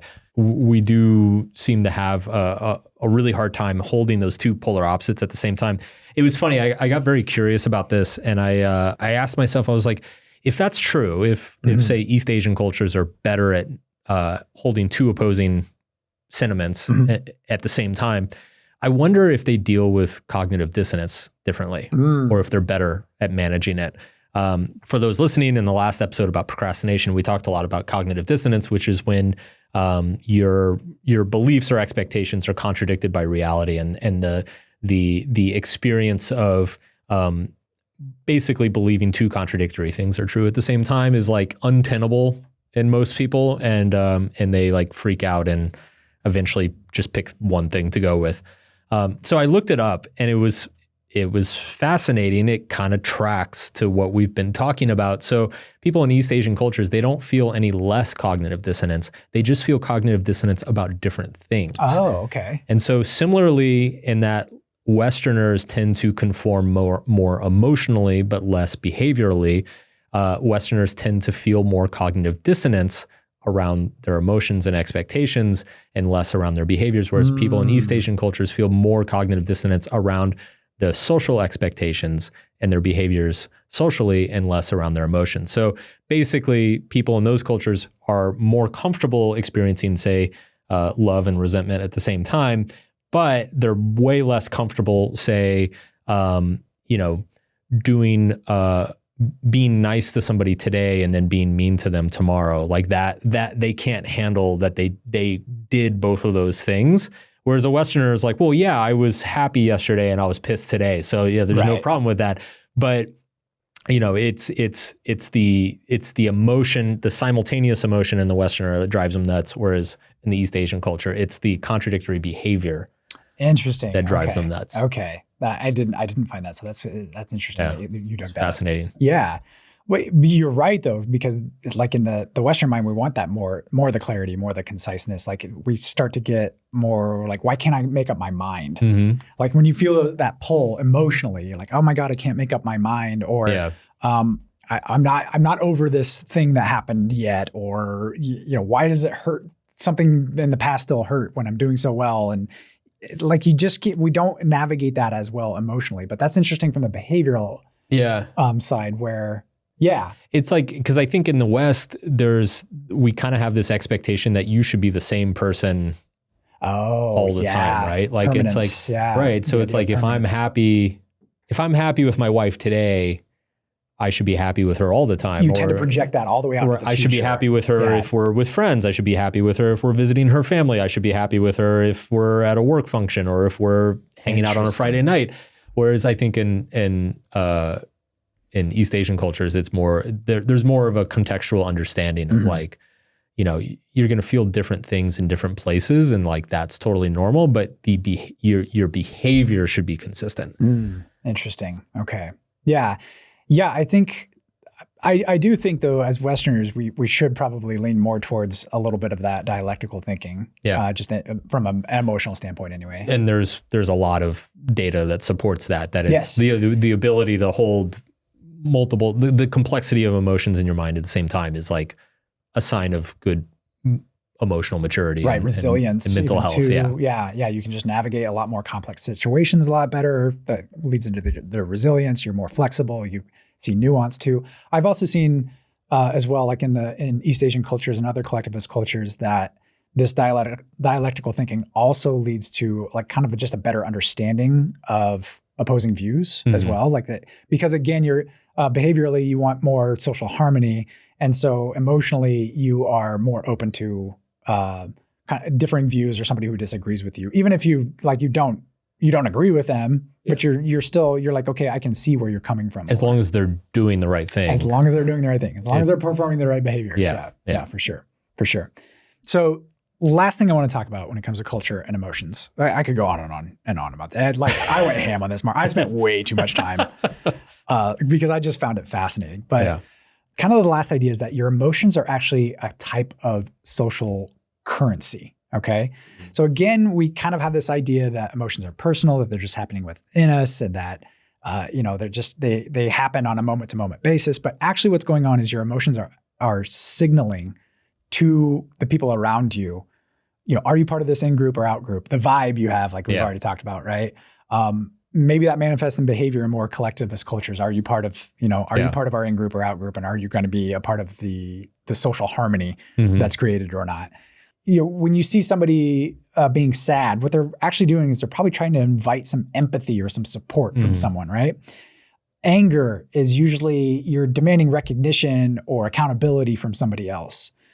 Laughter, for example, that you're trying to create a sense of ease, like we talked about earlier with the Vietnamese kids laughing at your pain. Well, they were actually trying to create a sense of calm and ease amongst themselves and inviting more of a closeness, a social closeness to each other. So emotions can be spent like that, like a currency. And to be aware of that, I think is a really important thing where you're going about, because some people don't value the same emotions that you do when you're trying to spend them. And that's where a lot of conflict comes as well.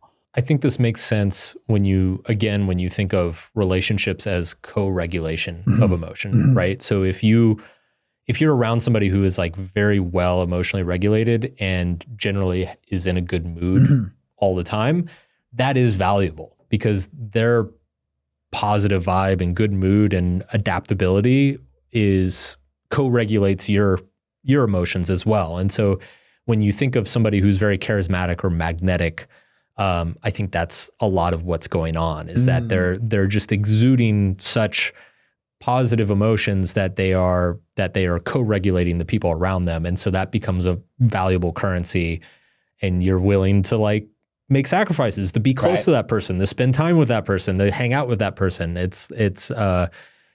You have incentives to be around them, like a social currency.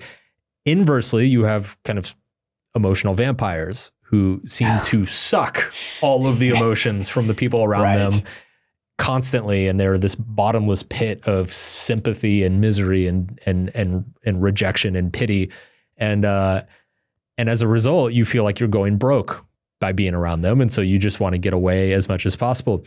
I had not heard this term social currency before we prepared for this episode, but I really like it. It's one of those things that like just intuitively makes sense to me, not just with the co-regulation thing, but like you see it show up in organizational behavior quite a bit.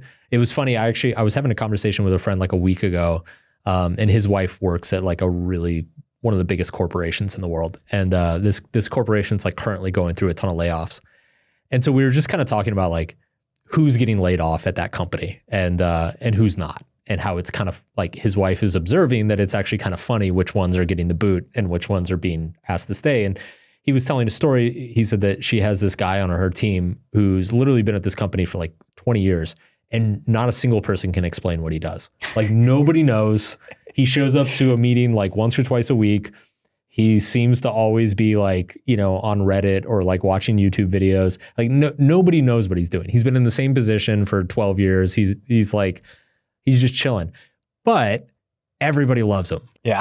He's totally the culture guy. Like everybody, he brings donuts and coffee in the morning, and he like invites people to parties, and he's like always got cool stuff going on, and he's really funny, and he like, he like brings the energy in the meetings up. And we were just talking about how it's funny how it's like this company, which has now gone through multiple rounds of layoffs in the last 5 years. And it's like this dude does nothing, yet he's still there. And he's still there. He's still there because obviously he's obviously bringing something. So question for you. Did your friend whose wife works for this big corporation, are the layoffs related in any way to AI? Oh, for sure. Okay. So which actually that's would interesting. Which would make sense why this guy, right? Because you can't automate. I was just gonna say you can't automate a good vibe. Maybe that's what we all have to like. That's our new skill set. Like they need to start teaching college courses with social currency of emotion. Pro career tip for everybody listening: start bringing donuts and coffee to work. I think you're right. I don't know if this is just me now too, but like I've gone pretty hard on like the content that I consume now online is a lot of comedians. And I think they've been having a moment, but they've been having a moment for several years now, especially across social media. And it's because of that, like there's social currency around making people laugh and making people feel good. Yeah. There's literal currency involved here too. You pay to go see this person tell jokes. Absolutely. It's insane, right? But that makes a whole lot of sense when you consider it in the context of social currency. So I don't know. Maybe that's why we all need to be just court gestures going forward, and that's going to be our job. Court jester, super supportive friend, hype man. Yeah. And then also, like I think what you said too, a calming presence. You could probably describe, what a really good therapist does. A really good therapist, it's like 10% intellectual, 90% emotional. Right. Like really what a good therapist is doing is like co-regulating with you extremely well, like listening well, sympathizing well, and then like just knowing some of the questions to ask and where to poke and prod. But like most of it is just being very emotionally present and attuned and calm. Like being a calming presence probably goes way further than like what school they went to or what certification they 100%. have. No, absolutely. I think that's the definition of a good therapist for sure. So yeah. Well, cool. Okay. That wraps up my culture deep dive here. I went real hard on it.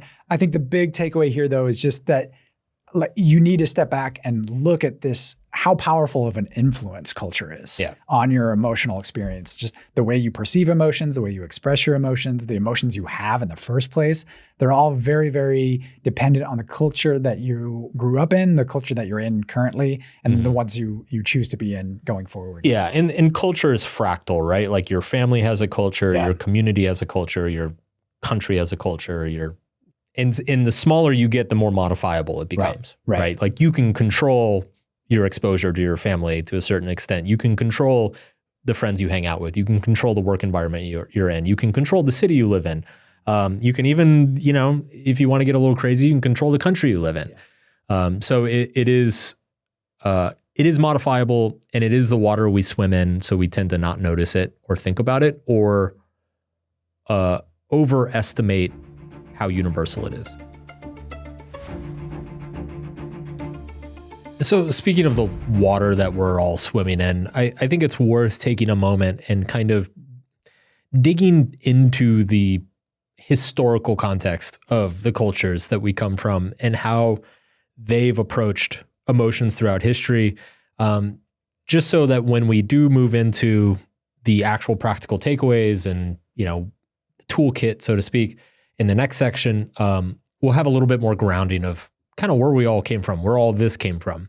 So in the West, we've already talked about how there's been this sense that people are seen as atomized individuals. It's, you are you and I am I, and we're responsible for ourselves. And ultimately our ability to control ourselves is kind of morally incumbent upon us. Like we covered that in the procrastination episode about how throughout Western history, it's if you couldn't control your own actions, if you succumbed to your emotional impulses, you were shamed and judged and seen as a bad person. All that stuff, as we covered in that episode, really went back to Plato. Plato had this analogy of a chariot and two horses. He really framed the human psyche in terms of having your kind of animalistic urges and then your emotional impulses, and then your rational thinking self was the chariot rider who it was their responsibility to guide and control the horses and make sure that they were running in the right direction. It's essentially the thinking brain is in the driver's seat, and it's their job to force the feeling brain to come along with it. Now, that point of view never really got challenged or changed up until recently. You see, Aristotle was correct in that he saw it as more of a skill issue, but he still ultimately saw reason and wisdom as the core virtue that all other virtues stem from. The Stoics really picked up where Plato left off. They saw living a good life is basically being able to detach from your emotions and act out rationally despite whatever you might be feeling or whatever impulses, cravings you might have. And this continued on through Christendom. And I think it's, talking through all of the examples, all the research, the cultural research that we went through in the last few sections, you see two themes show up over and over again. One is the individualism, which comes from the Platonic idea of the soul. We are each a unique soul that lives on in eternity, and it's the fundamental, immutable unit of an individual. And then you have this idea of rationality dominating the emotions, that a high-functioning, valuable human in the world is able to control what they feel, act despite what they feel, suppress what they feel, behave as a reasonable individual. And the result of this is that it generates a culture that sees negative emotion or emotional discomfort as weakness. It sees people who can't control their urges and their desires as morally failing in some way. And again, that's very much what the procrastination episode was about. On the Eastern side, Buddhism was all about witnessing your emotions without necessarily investing in them. And I would say out of all the ancient traditions, the Buddhists probably got this the most right in that, and we're going to come back to mindfulness techniques later because they are incredibly useful. It's basically what the Buddhists understood is that just because you feel something doesn't necessarily mean A, it's true, B, you have to act on it, and C, it means anything. They seem to really kind of be the only tradition that really nailed that. And while they definitely recommended a lot of practices to help people realize that, there wasn't a whole lot of where to go next after that. Buddhism does have the Four Noble Truths and the Eightfold Path, and it's got all these kind of rules or principles of these are the right things you should be doing. And there is a concept in Buddhism called upekkha, which means like equanimity or like harmony among all the aspects of the self. But let's just say the how-to is like beyond the mindfulness practice isn't really there. Hinduism really focuses on the idea of acting according to the Dharma or like a higher purpose. We'll come back to this a little bit later, but it is one thing that shows up, and I feel like this shows up at some point in every single episode, is that part of what makes any sort of struggle, emotional or otherwise, more bearable is when you feel as though that struggle is moving you towards something, or it's for some sort of worthy cause or higher purpose than yourself. And then, of course, Confucianism, we've talked quite a bit about it. Confucianism is where you really see this concept of social harmony through something called Li, which is collective rituals. And Confucianism really based the understanding of self not in the actual individual, but in the contribution and the harmony of the group. And as a result, you see in a lot of the Eastern cultures that they tend to be better at the dialectical thinking, the managing, the internal contradictions. But at the same time, you do get more emotional suppression. You do get more behavioral conformity. Mm-hmm. Ultimately, the flaw, I think, of all the ancient traditions is that they all place the thinking brain in the driver's seat. All of them see the thinking rational mind as kind of the one that should be in charge. I think this is the tricky thing about managing your emotions, is like that intuitively feels very true. Like your thinking brain is like, we've all had this experience a million times of like watching yourself do something stupid as you're doing it, and you're like, there's a part of your brain that's like, wait, no. it's just not loud enough. Yeah, it's like, come back. No, don't do it.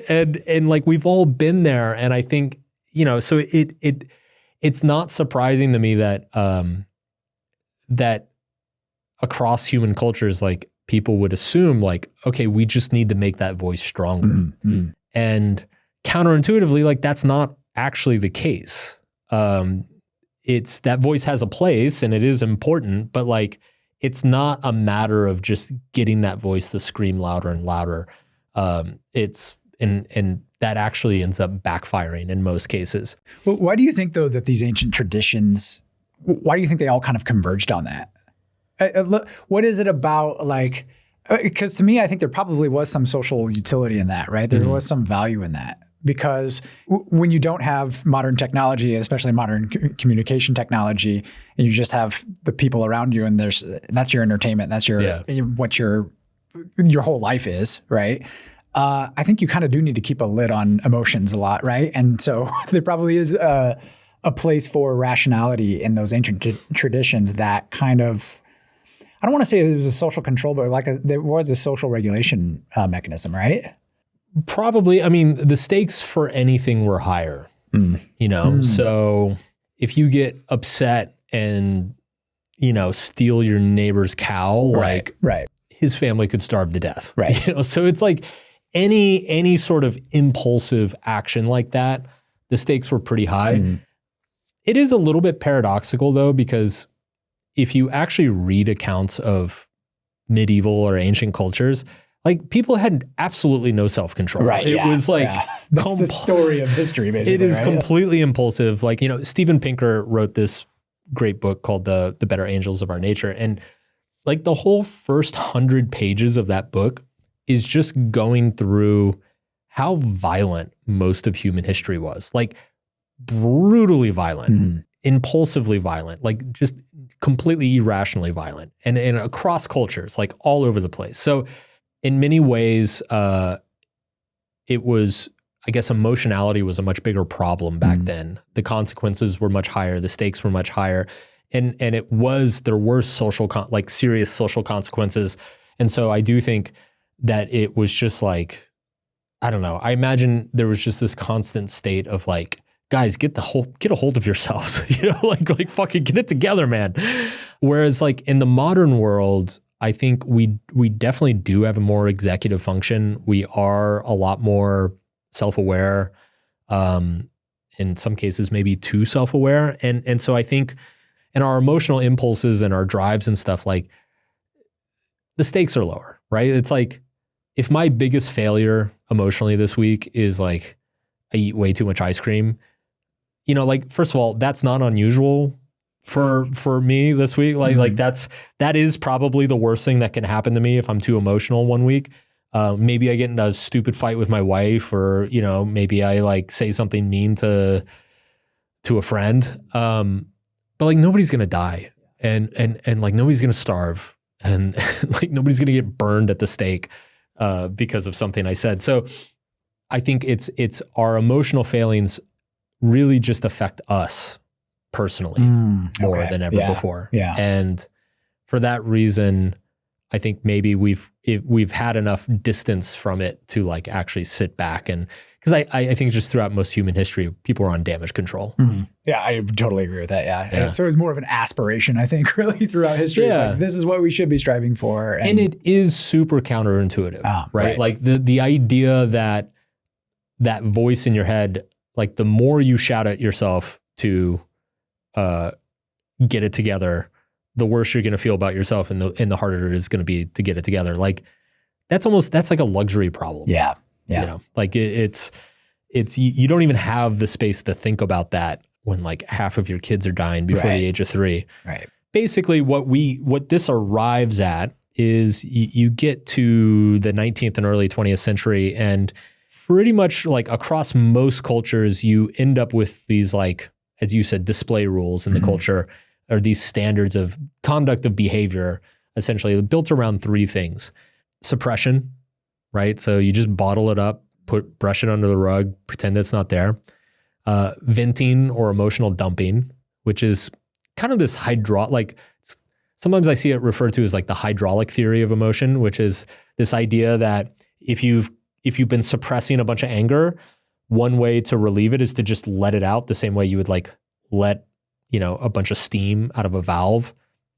And then once it comes out, like the pressure will drop. It turns out that's not true. Yeah. Turns out venting anger just leads to more anger. Like there's no steam inside of you that needs to be let out. It just, there's like, if you tell yourself that a behavior is healthy, you're just going to be like more likely to do more of that behavior in the future. And then of course there's like numbing and avoidance, right? So drinking, overwork, doom scrolling, et cetera, et cetera. These are generally the most like the default adaptive strategies that we all develop. And a lot of it depends on where we come from, right? Like some people's, like I grew up in a household where you did not talk about problems. It was like, everything's okay. Pretend like house is on fire. It's like, this is fine. You know, it's, you know, it's like the world could be collapsing and everybody's like pretending like nothing's happening.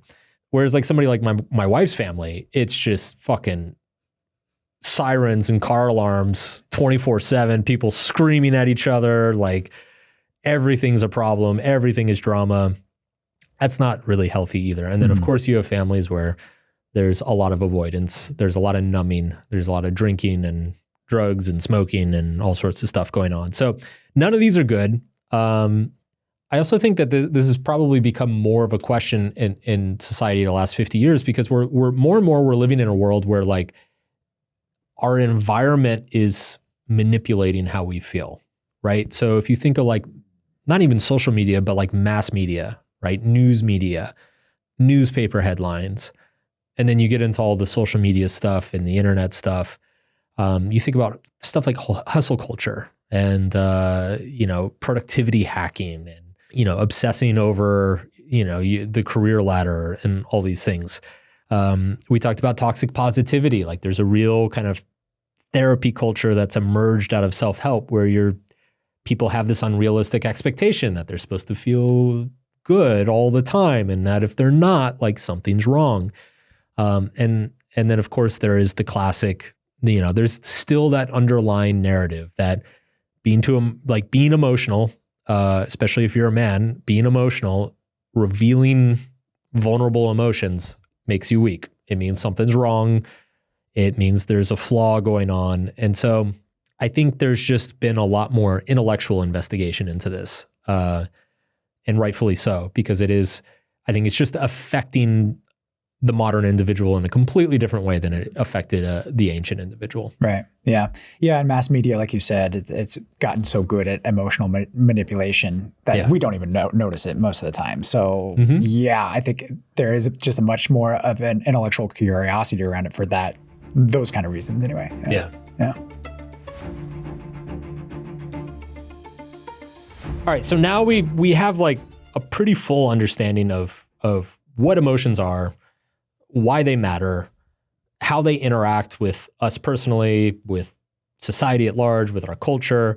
We have a decent understanding of where they came from, what affects them, what improves them. So now we want to talk about building that emotional toolkit. How do we develop the skills to better manage the emotions in our life? And so what I want to do is I'm going to go through kind of 4 schools of thought around emotional regulation or emotional mastery: the heart, the head, the soul, and the body. And we're just going to pick and choose the most evidence-based and validated stuff from each one. We'll talk about where each school of thought came from, what they contributed, what sort of ideas they had, and then also what we can take away from them. We got 4 schools of thought. I'm going to start with the heart. And this is simply because chronologically it came first. And as with seemingly everything, it starts with Freud. It's always Freud. Freud was the pioneer, the genius historical figure that figured out that much of our behavior is driven by the unconscious. I mean, you could probably argue that he was the first one to suggest that the feeling brain is driving the car and the thinking brain is just trying to figure out where they are on the map. This was completely unconventional at the time. It was seen as absurd. It was very contrarian. But really the other incredible thing that he figured out is talk therapy, as we discussed earlier. Freud really figured out that if you can get people to verbalize their inner world, their inner sentiments, those wisps of feelings and impulses, that they start to lose their control over them. That for some reason, verbalizing all this stuff, it starts to give the thinking brain a little bit more leverage, and it starts to build a bridge of communication between the two sides and bring more clarity into one's life. And it helps people to not feel so dominated by their emotions, but rather feel collaborative with their emotions.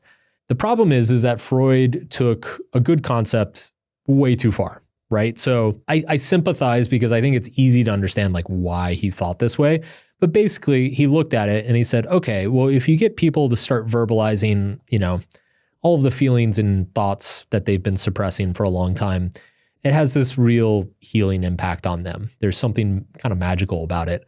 So what if we dig deeper? What if we dig, really into like the unconscious stuff that like they're really not aware of, right? Like let's start digging into dreams. Let's start digging into fantasies. Let's start digging into like free association between concepts and stories. And that's where you start getting into all Freud's weird shit, right? That's where you start getting into, the different complexes and, a lot of the mythology that Jung and Joseph Campbell carried the torch on, like came out of that.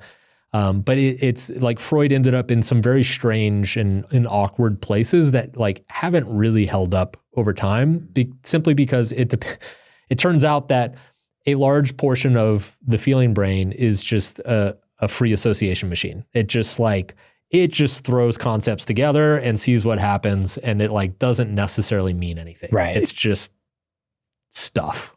Let me tell this story real quick, Sure. because I just heard this about Freud, and it illustrates how he would get something right, and then his interpretation would be so wrong.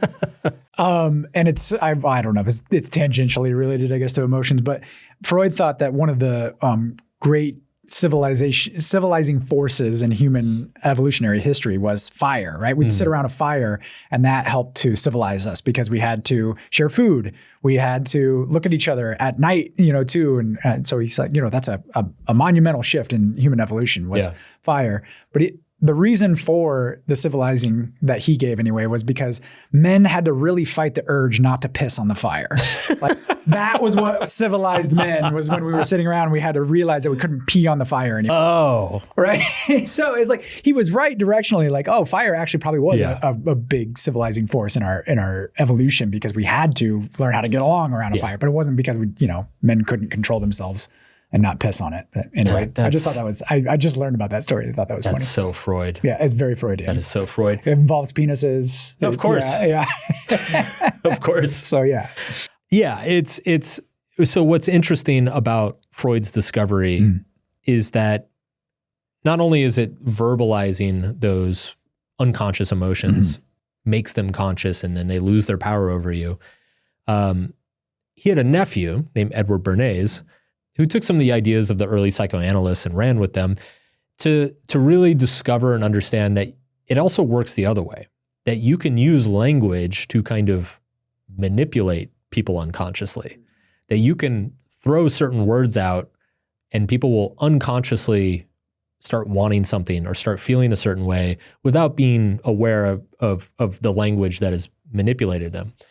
And just a fascinating twist of history, Edward Bernays went on to essentially found the fields of publicity and marketing. He was like the original massive New York marketer who was hired for millions of dollars by all these firms to like associate things like cigarettes with libido and to generate commercials that made housewives feel like, baking goods made them better mothers. And it's like all this marketing talk that goes on now around like brand and sentiment and all the free association that people make, between like Coca-Cola and childhood and McDonald's and, toys and all this stuff, which all started with Edward Bernays and then led back to Uncle Siggy, as he called him.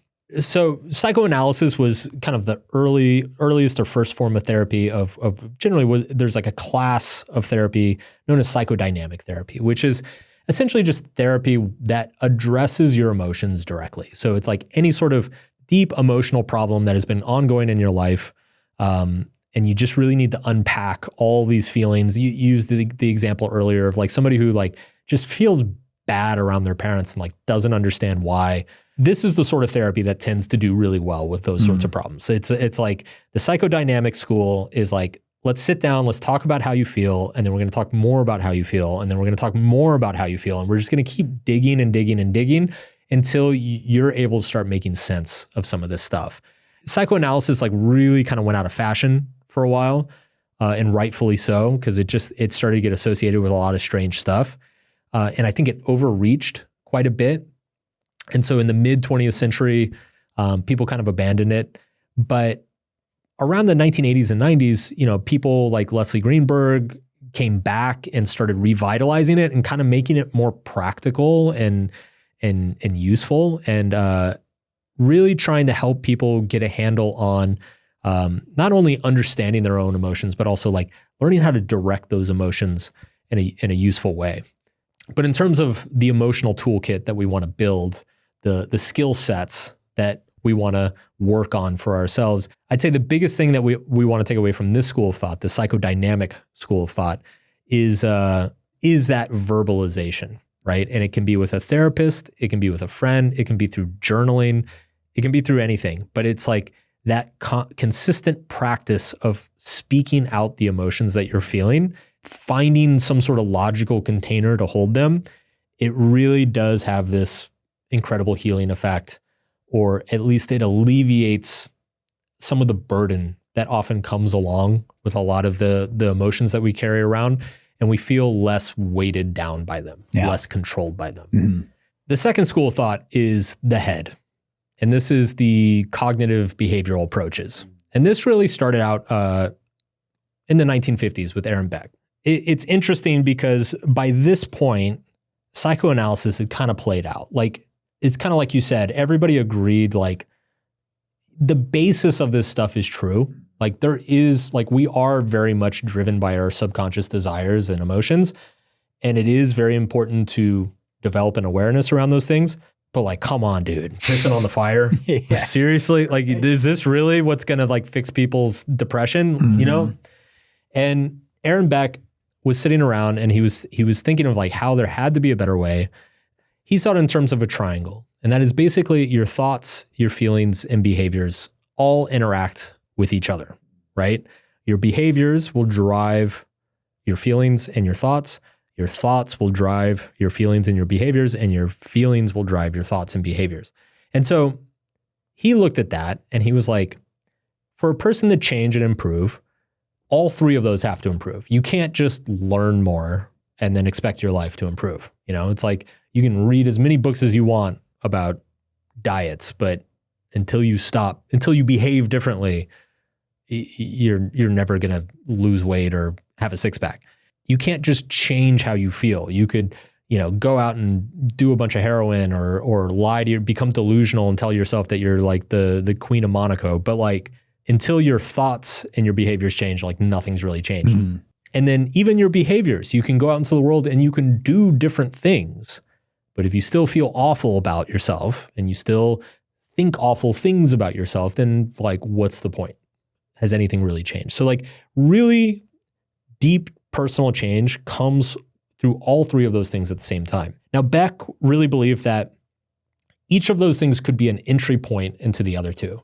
If you can get somebody to feel differently, which is the psychodynamic approach, you get them to feel differently, then they'll behave differently, and then they'll start thinking differently, or vice versa. They'll start thinking differently, and then maybe they'll behave differently. Beck looked at it and he said, probably the simplest entry point is actually through the thoughts. It's actually through looking at the narratives and stories that people say about themselves and their experiences, and looking at how those things could be rewritten or reframed in a way that's a little bit more healthy and a little bit more reasonable, and it like makes the desired behaviors more likely to happen and makes the feelings, the bad feelings, less likely to happen. And so this is where you start to get like cognitive reappraisal, as it's become known. And like a simple version is, somebody says, wow, I'm I'm failing at this. I tried this thing 3 times and I failed all 3 times. Like, God, I'm such a loser. Whereas you can go back and rewrite that script and say, I'm learning 3 times. I've done the thing 3 times. I failed 3 times. But each time I learn something different, therefore I'm getting better. And that simple cognitive reappraisal of the same exact experience can result in different feelings, and then ideally, ultimately result in different behaviors. Now, CBT has this like whole structure that they've built out over the decades around these cognitive reappraisals. One of the things that they do that is super useful is pointing stuff out called cognitive distortions, which are basically fucked up and inaccurate stories that we all tend to tell ourselves. Like they're like patterns that seem to emerge a lot. So one of them is like catastrophization. It's like when something small goes wrong, assuming that it's the end of the world, or that like, oh my God, I embarrassed myself once, so like nobody's ever going to like me ever again. Like they're basically irrational stories that are over indexed on our negative feelings and that don't actually reflect reality. And so learning and understanding the cognitive distortions can be really useful to understand like where our stories can get screwed up and where we can kind of reappraise them and find better ones. There's this whole school of cognitive behavioral approaches. I personally think it emerged as the most successful simply because of its consistency and its how systematic it was. Like it really is a framework that is easily teachable and transferable from therapist to therapist. And it's the sort of thing that like 2 completely different therapists can kind of run through it and get very similar results, which is something that's not true about psychodynamic therapy. Psychodynamic therapy is so emotional laden that like so much of it depends on the therapist's particular like emotional abilities or ability to sympathize or recognize certain tendencies or ask the right questions. Whereas CBT, it's like, I don't want to call it cookie cutter, but like it is a system and a framework that like you can run through with anybody theoretically. Right. There was another framework around this time that came out called Rational Emotive Behavioral Therapy, REBT, from Albert Ellis. He had a little framework called the ABC framework. So you have the A is the activating event. It's the thing that happens to you. B is your belief about that event. And then C is the emotional consequences, how you end up feeling about that event. And his point was that you can kind of train yourself to have a relatively large gap between those three steps, right? Like a thing can happen to you and you don't necessarily have to have a belief about it. You don't have to decide anything about it necessarily. And then even if you do have a belief about it, you don't necessarily have to decide whether it's good or bad or upsetting or horrible. Every time I see REBT, it reminds me of this, I guess it's a Chinese proverb. I don't know. It's like one of these little anecdotes that you see all these places and it's like, seems very profound and everything. But I always think of it because I really like it. So there's like a Chinese farmer. He's super poor, like dirt poor. And he only owns one horse. And one day the horse becomes untied and like walks away. And so his only horse is gone. And the son is like, oh my God, Dad, this is a disaster. Our only horse, like we're so screwed. And the father looks at him and he says, good luck, bad luck, I don't know. So the son goes looking for the horse and eventually finds the horse, and he finds the horse and like half a dozen other horses. And he manages to bring all the horses back. And so now they have 7 horses on the farm. And he goes to his dad. He's like, I can't believe it. Look at this. We have 7 horses now. Like we're so rich. And his dad goes, good luck, bad luck, who knows? And then sure enough, the boy is training the horses and trying to like tame them and everything. And one of the horses is like really wild and he's like bucking around and everything. And he throws the kid off the horse and he breaks his leg. And the kid is like, oh my God, this is horrible. I can't work now. And his dad says, well, good luck, bad luck, who knows? And then the army comes, and the army is conscripting for a war. And they come and they look at the son and they say, well, it's too bad his leg is broken. Otherwise, he could be a good soldier. And the son's like, oh my God, Dad, I can't believe it. I don't have to go to war now. Dad says, good luck, bad luck, who knows? Anyway, the story goes on and on and on. And the point is that like, you don't have to necessarily ascribe what is good or bad. Like deciding what is good or bad, it's a decision you're making, however subtle it is, without noticing. And I think the cognitive reappraisal piece is the thing that the Stoics got at, that I think is accurate. I don't love the way they describe it, but I do think it is what they got at, is that like you can kind of rewrite the narrative around, you know, what happens to you in a way that is adaptive and promotes, you know, good behavior or self-belief. Seneca has this great quote where he says, you know, we suffer more in imagination than reality. And I've always taken that quote to mean that most of what we are upset about is not the thing that happened. It is the story and all the meaning that we like ascribe to the thing that happened. And so this whole school of thought is still super relevant, incredibly useful. I think CBT kind of has the highest batting average in terms of therapeutic modalities go. It's particularly useful for anxiety and light depression, which everybody has anxiety and light depression these days. So I think that's why it's become so popular as well. And I think this is another tool for the toolkit, right? Is this cognitive reappraisal, is this development of the ability to look at something that's happened to you and then ask yourself, you know, if you're upset about it, ask yourself like, well, is that true? What else could it be? You know, what would this mean if it wasn't true? What if this was actually a good thing that was happening to me? What would that mean? What would need to be true for that to be true? And it's a useful exercise. It's a useful skill that I think we should all have in our toolkit. Yeah. But this brings us to our third school of thought, which is the soul. CBT was taking off, REBT, psychodynamic therapy was still around. You get to the 80s and 90s, you have all these different modalities of therapy. Therapy's starting to become mainstream. It's starting to become it's not just for crazy people anymore. And something really interesting started to happen around this time as well, which is Eastern spirituality and religion arrived in the Western world. So there are a couple therapeutic modalities that emerge kind of in this later period. It's sometimes called like the third wave of therapy. So the first wave is kind of this psychoanalysis and psychodynamic school. The second one is the cognitive behavioral school. And this is the third wave starts integrating some of these mindfulness practices and more kind of Eastern sensibility into the work. And the first one is one called DBT, which is dialectical behavioral therapy. Now, we just had a whole conversation about thinking dialectically, and that's very much what dialectical behavioral therapy is based on. It's basically CBT plus sitting with contradictions and paradoxes and getting comfortable with them, right? Very Zen, yes. Super Zen. So dialectical therapy is all about holding two opposites in your mind at the same time. It's the dialectical thinking. And as I said earlier, like it turns out that there's a lot of great data showing that this is very healthy for people. So just to give you an example is that you should both accept yourself as you are, and you should want to get better. That is a seeming paradoxical thing, but both of those two things are true, and they are in tension with one another. Another one is you want to be vulnerable and open to experiences, but you also want to protect yourself and be safe. Both of those two things are true.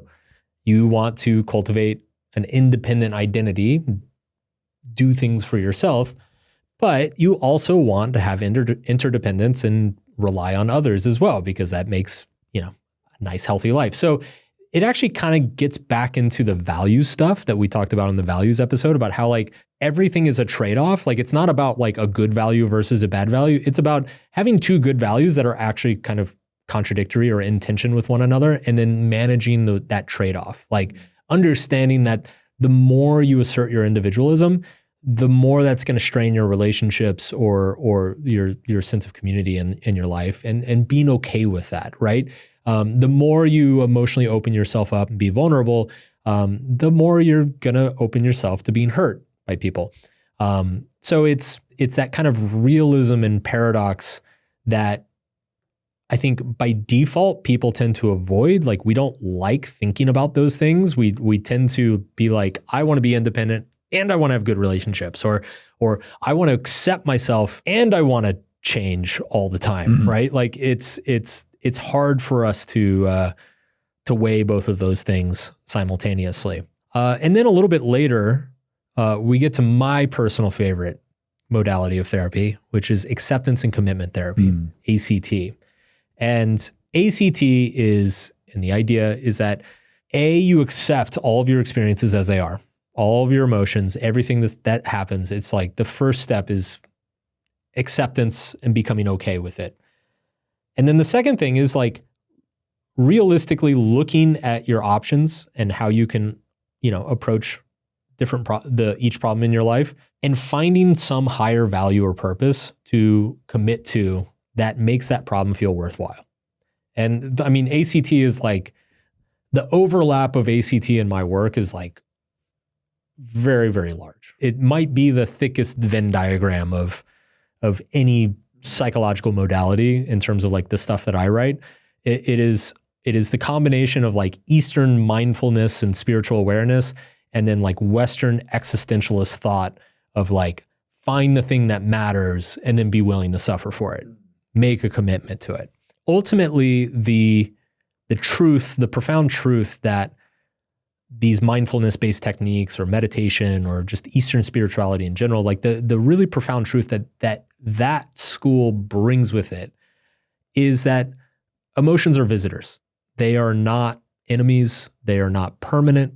You're not broken. There's nothing wrong with you. Like emotions are they're like the weather. They come, they go. Sometimes they're good. Sometimes they're bad. They don't necessarily mean anything. You get to decide what they mean, and you get to decide how to act in response to them. Do you think that's specifically that there? Is that one of the biggest benefits of meditation when it's done successfully, I think, is you notice the thoughts and emotions that come and go, and then you notice them go. You notice them come in, you notice them go out, and you see that impermanence. Do you think you've meditated a lot more than I have, I guess? So where is the benefit there? Absolutely. So I before I was aware of like rational emotive behavioral therapy, I remember my Zen master back in Boston describing it as a widening gap. He was like, what, the more you meditate. So it's like, if you take somebody who has basically no self-awareness, right? They instinctively respond to whatever happens to them. It's like a person with zero self-awareness is going to be like, well, it's not my fault I punched the wall. Like I stubbed my toe, right? It's just like impulse reaction. And generally, like what happens, the more we develop an understanding of ourselves and our feelings and our internal world, a small gap starts to open up between impulse and action, right? And it's like impulse happens, you're like, okay, this annoying thing happened. Oh, I really want to punch that wall. And then it's like, if the gap gets wide enough, you can stop yourself. Right. You're like, oh, wait, no, don't do that. Right. Right. And I remember my Zen master saying, he was like, one of the benefits of meditation is he used to call it widening the gap. He was like, watch the gap get wider to the point where it's like something happens to you and eventually the gap is so wide that you're just like, you can just play in the empty space in between. You can sit there, you can be the Chinese farmer. You can be like, is this a good thing? Is it a bad thing? Should I decide? Does it mean anything? Yeah. Am I going to do something about it? It's like you're just playing in that gap. And, when I did come across REBT and I saw that, I was like, oh yeah. The ABCs, That's like exactly, okay. Like I think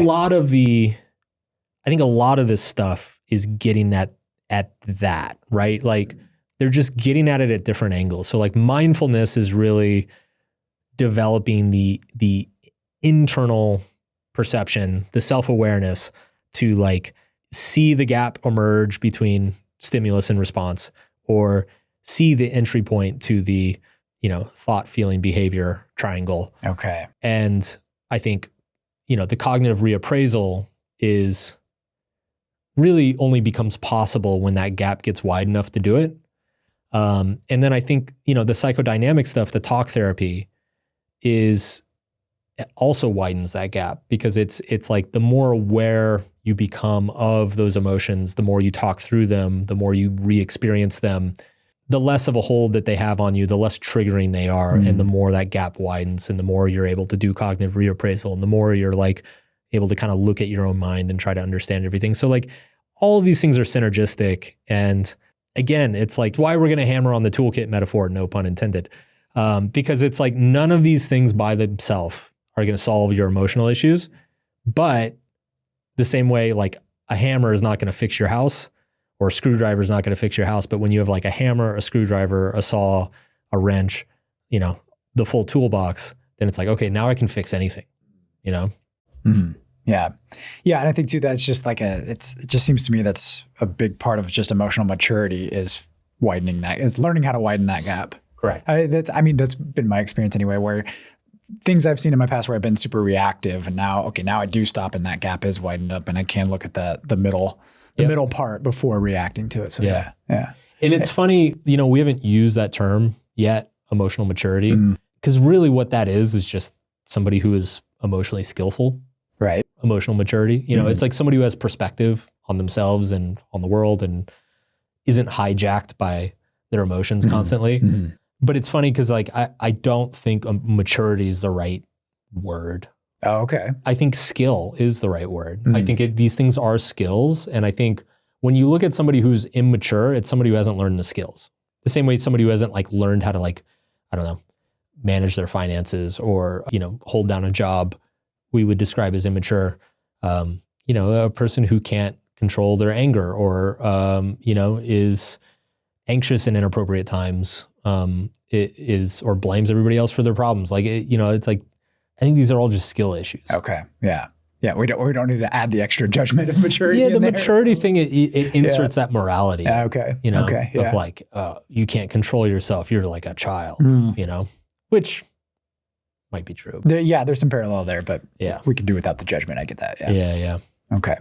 That brings us to the last school of thought, which is the most recent, which is kind of funny because you would think this would be maybe the most ancient, but anyway, the body, somatic approaches.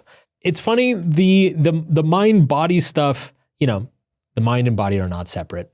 Even though neuroscience has known that, psychologists have known that for multiple decades now, it feels like we're just now actually getting to the point of doing some really frontier research on how those interactions actually happen. And it's funny because this is all the kind of touchy-feely woo-woo stuff that I grew up hearing about that I was like, that's ridiculous.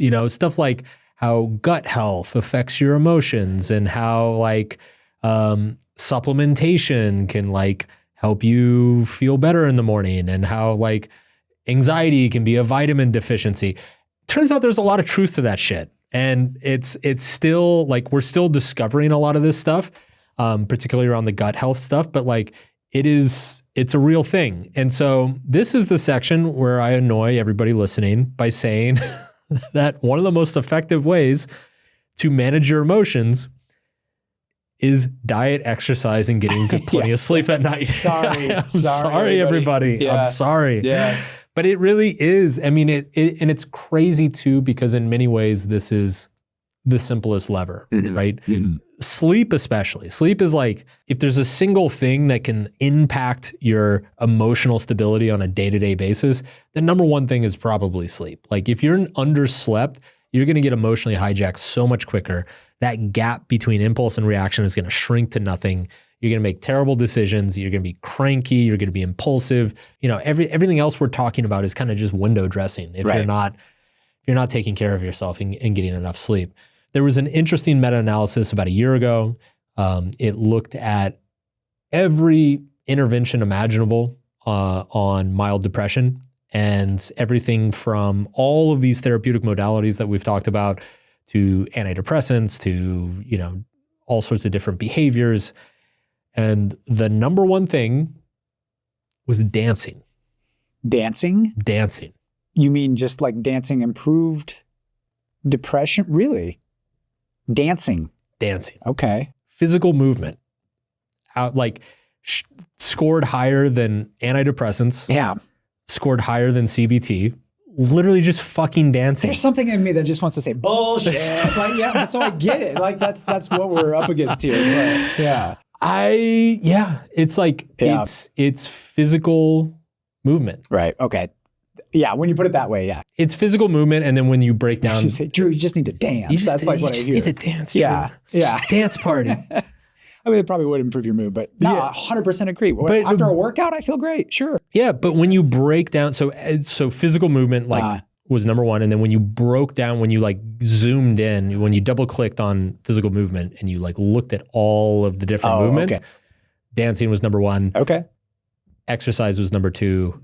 Walking was number three, and all of them shot at a higher percentage than all the popular interventions, all the CBTs and the REBTs and the antidepressants and all that stuff. I guess the way I've always looked at it though too is those they're not going to solve, say, depression, or they're not going to, fix your emotions, but they're going to prepare you a lot better to handle your emotions, right?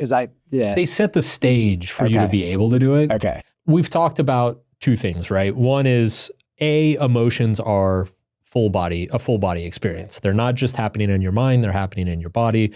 And B, they are a biological feedback mechanism to promote adaptive behavior. And so the goal of emotions is not to get rid of them or get more of them. The goal is to simply adapt to them as effectively as possible. It makes sense that if your emotions are a biological feedback mechanism that happen across your body, across systems, across the nervous system and the cardiovascular system and all the systems, then it makes sense that maintaining those systems, those physical systems, is going to make you more adaptive to your emotions, right? If your cardiovascular system is all fucked up and your nervous system is all fucked up and your digestive system is all fucked up and then a bunch of anxiety shows up, you're probably not going to get the right signals, and then you're not going to react to those signals, and then it's just going to be, it's going to make, and then your inability to react to those signals are going to cause all sorts of cognitive, narratives and stuff that promote even more anxiety, and you just get lost in this spiral. So it's obnoxiously simple, but I would say it's equally as important. Makes a lot of sense though too. I mean, but Lisa Feldman Barrett in her book, How Emotions Are Made, which we've referenced several times now, she talks about the body budget and how that influences emotions and how constructed emotions are a part of that. So your body has a budget for the limited resources that it has, the energy, glucose, whatever.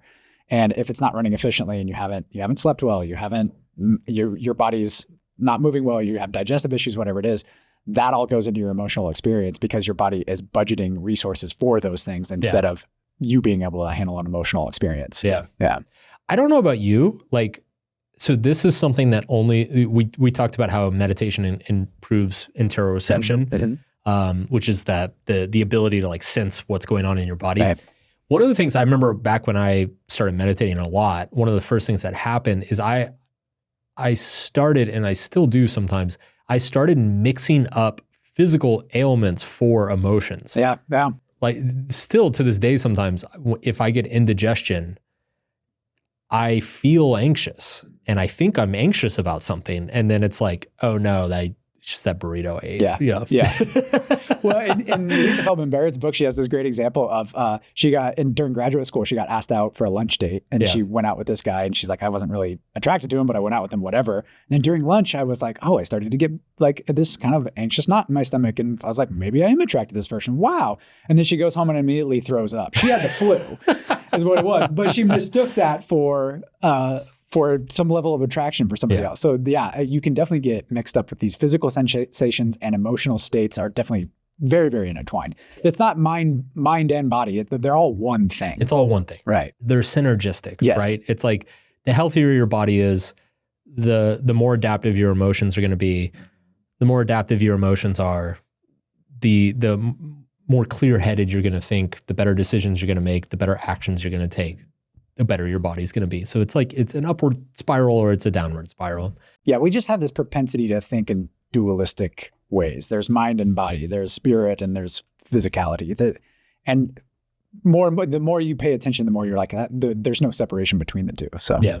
That I think is kind of the last major tool in the tool chest. We've talked about a lot of different stuff. One of the things, when talking about integrating all these things, I think, the goal isn't to necessarily like, I know we've said this a few times, but it's not necessarily to like overcome an emotion. Like a lot of times that language gets used, like overcome your anxiety or deal with your anger. Really it's more, I think adaptation is probably the most accurate word. It's like, don't deal with your anger, leverage your anger, right? If you're angry about something, like turn that into something productive. Use that energy and harness it in a productive direction. If you're feeling sad, like use that to evaluate the things that you need to evaluate. If you're feeling anxious, like use that to motivate you to move and take action. Ultimately, emotions, the whole purpose is for them to generate a new behavior. Like you are supposed to, they are a signal that change needs to happen in some shape or another. Just the whole mentality of emotions that you need to defeat, overcome, master, dominate, like whatever, add whatever verb you want to add is probably misguided. But yeah, I think frankly, like this is, to me, this is the most distilled usefulness of these kind of 4 different clusters of schools of thought. Like obviously all these modalities have different individual techniques. I think the cognitive distortions in CBT are like super useful. I think the defense mechanisms and psychoanalysis are also super useful. Understanding like how your emotions can, how you protect your emotions and your beliefs and your predispositions with irrational thoughts. There's a lot of tools to go around, but like ultimately at the end of the day, I feel like the most important things are verbalizing what you're feeling, like really bring what's unconscious into the conscious, cognitive reappraisal, rewrite the story, figure out, what's the meaning that you're attaching to this thing, and does it mean something differently potentially? Third one is mindfulness, self-awareness, getting a grip on like, what you're experiencing in the moment, widening the gap between impulse, stimulus, and response. And then finally, just a basic physiological health. Move your body, get enough sleep. We didn't talk about substances. We talked briefly at the top of the show about the neurotransmitters and dopamine, serotonin, and everything. I think the physiological side is where this comes in as well, right? Like you can use something like alcohol or, even an antidepressant to temporarily lift your mood or change your emotional state, but you are introducing a new physical substance into your physical system, and so it is going to change the balance of adaptation within your system. And in the case of something like drugs or alcohol, like that's going to have second and third order effects. It's going to have long-term consequences.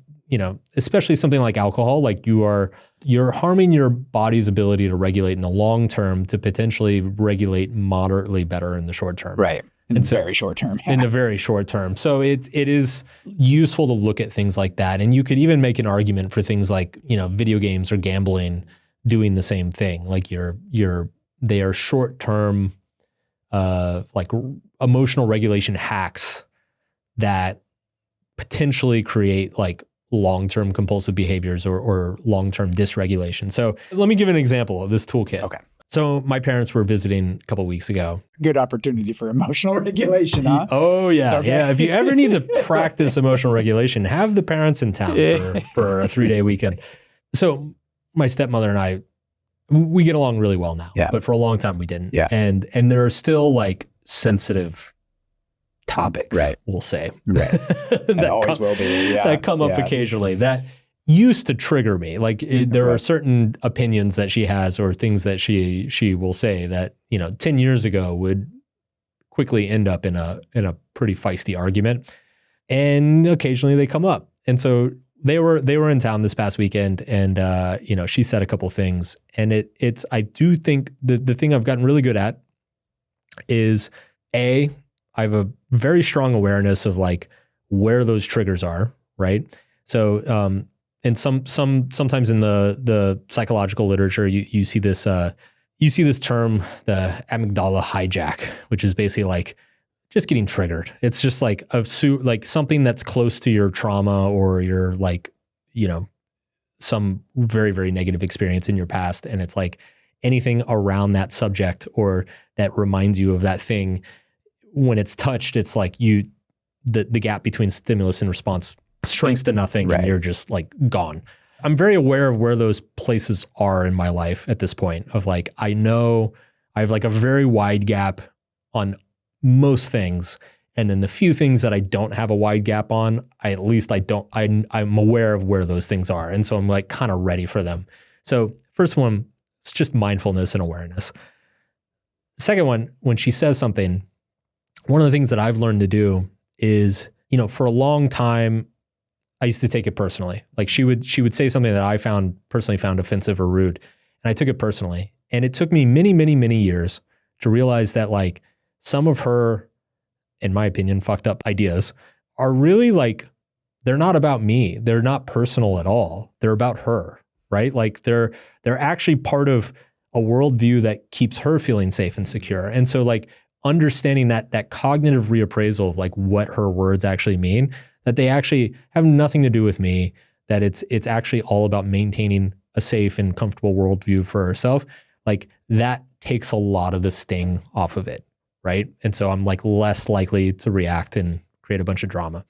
The other thing I've learned, since I have widened that gap enough and developed enough of an awareness around what's going on, it's given me the space to enact a better behavior. So whenever she brings up one of these topics, I just artfully change the subject. You gently redirect. Yeah. I'm like, oh, that's really interesting. Hey, you know what the crazy thing I saw on TV last week was, and then it's just like, we're off to the races.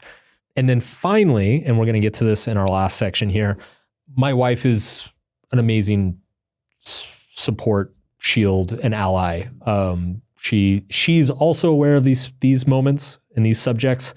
She knows how to deflect them. She knows how to stick up for me in my stead in a way that's not going to cause drama.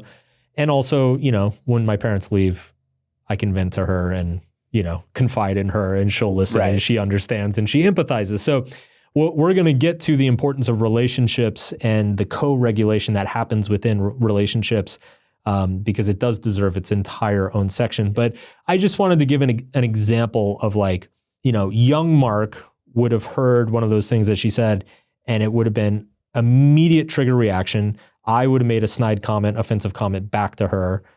It would have started an argument.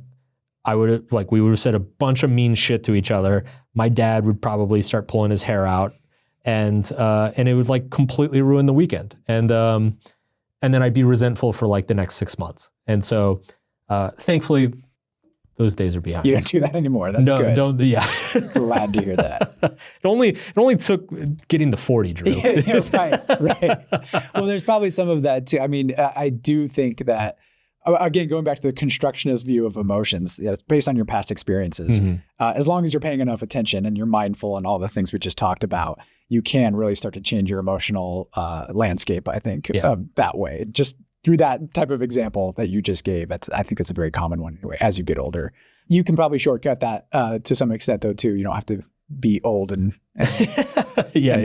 ideally, it doesn't take as long as it took me. Right. I do think there is an age component to this. Well, I think people, as you get older, you become more secure in who you are, and you understand who you are. I think once you, ideally at least, you kind of learn where the traps and pitfalls are in your own mind.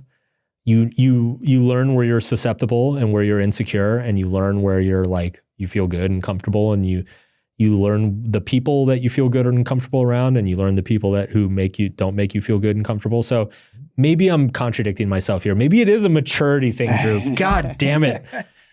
I don't know. It is like, some of it is skill, but like, I don't know, I guess skill comes from experience, I suppose. It does, but I think there is some skill around it. Again, going back to the constructionist view of emotions, if you have these past experiences that are helping you to construct an emotional reaction in any given circumstance and a specific situation when an emotion comes up,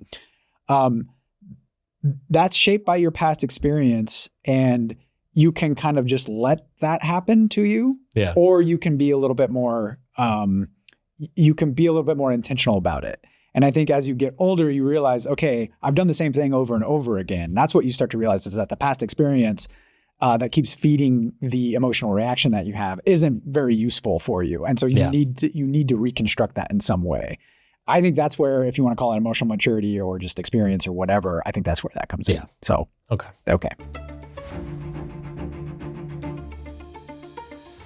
It feels impossible to do a full solved episode on emotions without addressing emotional intelligence. Ah, yes. It's such a popular concept. It's in the lexicon. I think probably a lot of people listening to this have either read about it or heard about it at some point or another. And I think it's a great candidate. Back on the Subtle Art of Not Giving a Fuck podcast, we used to have a segment called Brilliant or Bullshit. I think emotional intelligence is a wonderful brilliant or bullshit topic. Yeah.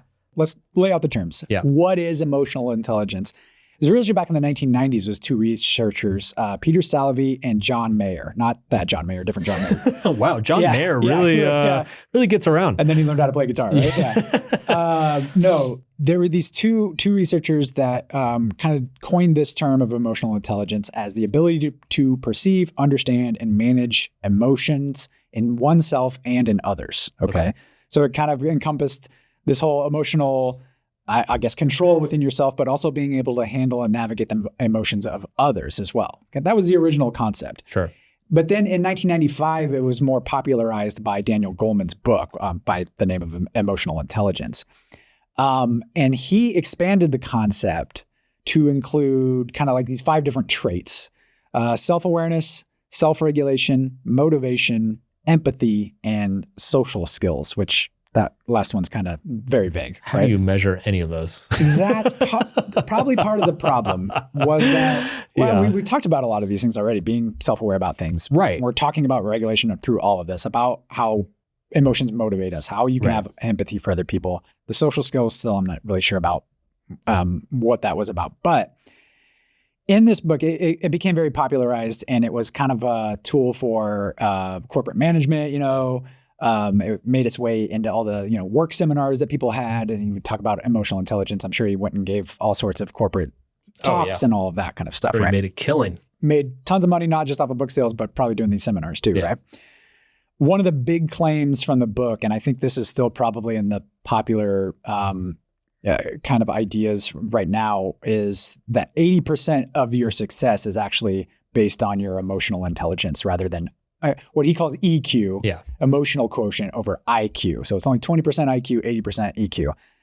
There is absolutely no bullshit. There's not. That is bullshit. Okay? Total bullshit. Okay, that part is definitely bullshit. Yeah. There's nothing. But isn't it funny that is the stickiest idea in that entire book? Because I read that book, I think, when I was in college, and that was the number one thing I took away from it, is that your emotions matter more than your IQ. Yeah, and it's one of those things that is believable. It's a combination of it's believable. I think it's you kind of want to believe it. Yeah. And but it's also contrarian and kind of sexy. Mm-hmm. And then also it's oh, well, this book can teach you how to be better at your emotions. My radar is very far on the bullshit side at the moment. So, but continue. Well, I mean, there were a lot of claims like that, but you're right. That one was the stickiest one. The problem was, and this was pointed out pretty early too, but of course, once it makes its way into the popular, kind of the popular culture, then it's kind of hard to get rid of, as we have seen before. But some of the early criticisms, and they still hold up today, was that there was just so much overlap with personality traits that it's it wasn't actually a separate kind of intelligence that we're describing here. It's just that there was all this overlap with the personality traits of agreeableness, neuroticism, and conscientiousness. So people who were highly agreeable, those are the people who are pretty attuned to other people's emotions too. They're going to agree with you because they want to please you. Low in neuroticism too. They're not emitting all these crazy emotions and causing everybody else to kind of lose their minds around them. And then highly conscientious too. So they can take care of shit. They need to get shit done. They'll do it, right? Early researchers, other researchers who were critical of this idea pointed that out. But of course, they were being all nerdy about it and didn't have a book and seminars behind it, right? Okay. Of course. There's just there's a big lack of measurement too. Like you just said, how do you measure any of those things? Yeah. So here's the thing, other than the stickiness of the EQ is more important than IQ, which is bullshit. But the other thing that bothers me about the emotional intelligence thing is that EQ, or emotional intelligence, implies that it is a fixed metric, that people either have it or they don't. But then if you actually go read the book, he's well, if you do these 5 things and listen to me, you can improve your EQ. Anybody can. And then it's okay, well then those are skills. That's not intelligence. It's not intelligence, right? Yeah. So it's a misnomer on top of. It's almost and this is where I start getting very cynical. It is titled in the most salacious way possible. He named the concept in the most salacious way possible to get the most attention. And then he defined the actual metrics and traits in a way to get as much attention as possible. It's to be as profitable as possible. So it just it doesn't, the simple definitions of it don't make sense to me. If he had said, if he had called it emotional skills or emotional techniques or something like that, I'd be okay. Methods, emotional methods, cool, I'm in. Even emotional maturity, I'd be sure, I'm in. Right? Here's how to improve your emotional maturity. Here's how to improve your emotional skill. These are the 5 most important emotional skills. But it's no, it's emotional intelligence. Mm-hmm. And this determines 80% of your professional success. So hire me for a low price of, $50,000 to come to your corporation and train all of your team on how to have a higher EQ. Right. And there's a whole cottage industry that you see pop up in psychology over and over and over again. MBTI is another huge offender of this, in that you take a very sexy concept or framework that has no empirical validity or very little empirical validity, but it markets really well. Yeah. It's a sticky concept. People like it. They want to talk about it. They want to know their score. They want to know their friend's score. They want to know their coworker's score. And then you take it to the business world, and you can make a killing. You make a fucking killing, in corporate training, like Microsoft, pay me this much over the next 3 years, and me and my team, we're going to increase the EQ of all of your staffers by this much. And it's all made up. Yeah. It's made up numbers. It's made up measurements. It's all fucking made up. That's my soapbox.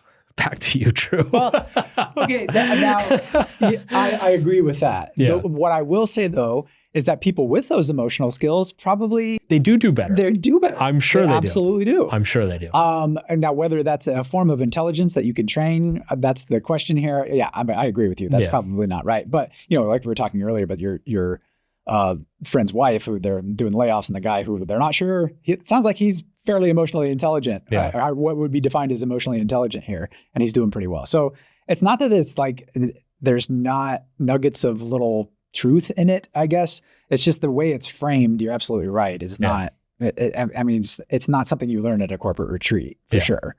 What they're really finding is that it's more just a set of personality traits that people have that are conducive to having good emotional skills. Yeah, and that's what it is. And sure, you can do very well with those skills. That's great, but don't call it emotional intelligence. A separate form of intelligence that is lurking in our brains or something like that. Yeah. That's bullshit. Yes, I agree with you on that. So we're coming down hard on the bullshit side on this. For the most part, bullshit, yes. Yeah. There are some. So as you said, the 5 skills as skills, they are important. Yes. And they're very much the same skills we talked about in this episode. So it's, I'm on board with that. But the framing, the labeling, the definition, and the marketing of it, right. I'm like, oh, I hope you enjoy your yacht, Daniel Goleman. yeah. And I think most contemporary researchers too will agree with that as well. They're like, they're the skills. Yeah. That then this is what we're trying to get at. And all these different areas of research that we do are based on these skills, sure. But it's not a separate form of intelligence. All right. So I think it's actually pretty appropriate to kind of end the episode or wrap up the main content of the episode talking about relationships, both because I think fundamentally people tend to struggle with emotions the most around their relationships. I think we tend to get the most triggered by our relationships. And also, like, ultimately, I think like our emotional health is so tied to the quality of our relationships. Mm-hmm. It makes sense that like most of the applications or the most urgent or important applications of managing your emotions well are going to be around your relationship. Mm-hmm. So I think if we could almost do like a fractal episode within an episode, I think it's worth taking a little bit of time going through some of the models and frameworks of how emotions function within relationships, and then pull out all the takeaways and the advice, and like just talk about like what healthy co-regulation looks like in a relationship and what unhealthy co-regulation looks like. Yeah, because ultimately I think you're right. I mean, emotional regulation really does come down to improving your relationships. That's like kind of the end goal, the biggest benefit you get out of learning how to manage your emotions better, which is just better relationships. Yeah. Yeah. If we look at kind of the function of emotions in relationships, really emotions come up in relationships. They're going to happen. And I think there's this, people get this idea that they can like have these awesome relationships without any negative emotions that come up or any difficulties whatsoever. And that's just obviously not realistic, but also not really the goal. The goal is to manage your those kinds of difficult emotions within relationships. The thing is that we all kind of go about this in different ways, right? And that's where the real problems start, is when we are trying to use one emotional strategy and somebody else in the relationship is using another one, or we don't recognize somebody else's emotional strategy. We take it personally, all of those kind of things, right? Okay. So some of those strategies, or some of just the basic strategies we use to regulate emotions in our relationships, I have a list of 6 here that are the most common ones. So first of all, there's people who just openly express their feelings, right? They share them openly. That can usually be healthy, but sometimes it's not, right? You have the suppressors then too, the people who just avoid feelings at all costs. They hide them, they cover them up. They don't even acknowledge them themselves. They might not even know they're having these emotions. You have distraction, redirecting attention away from your emotions.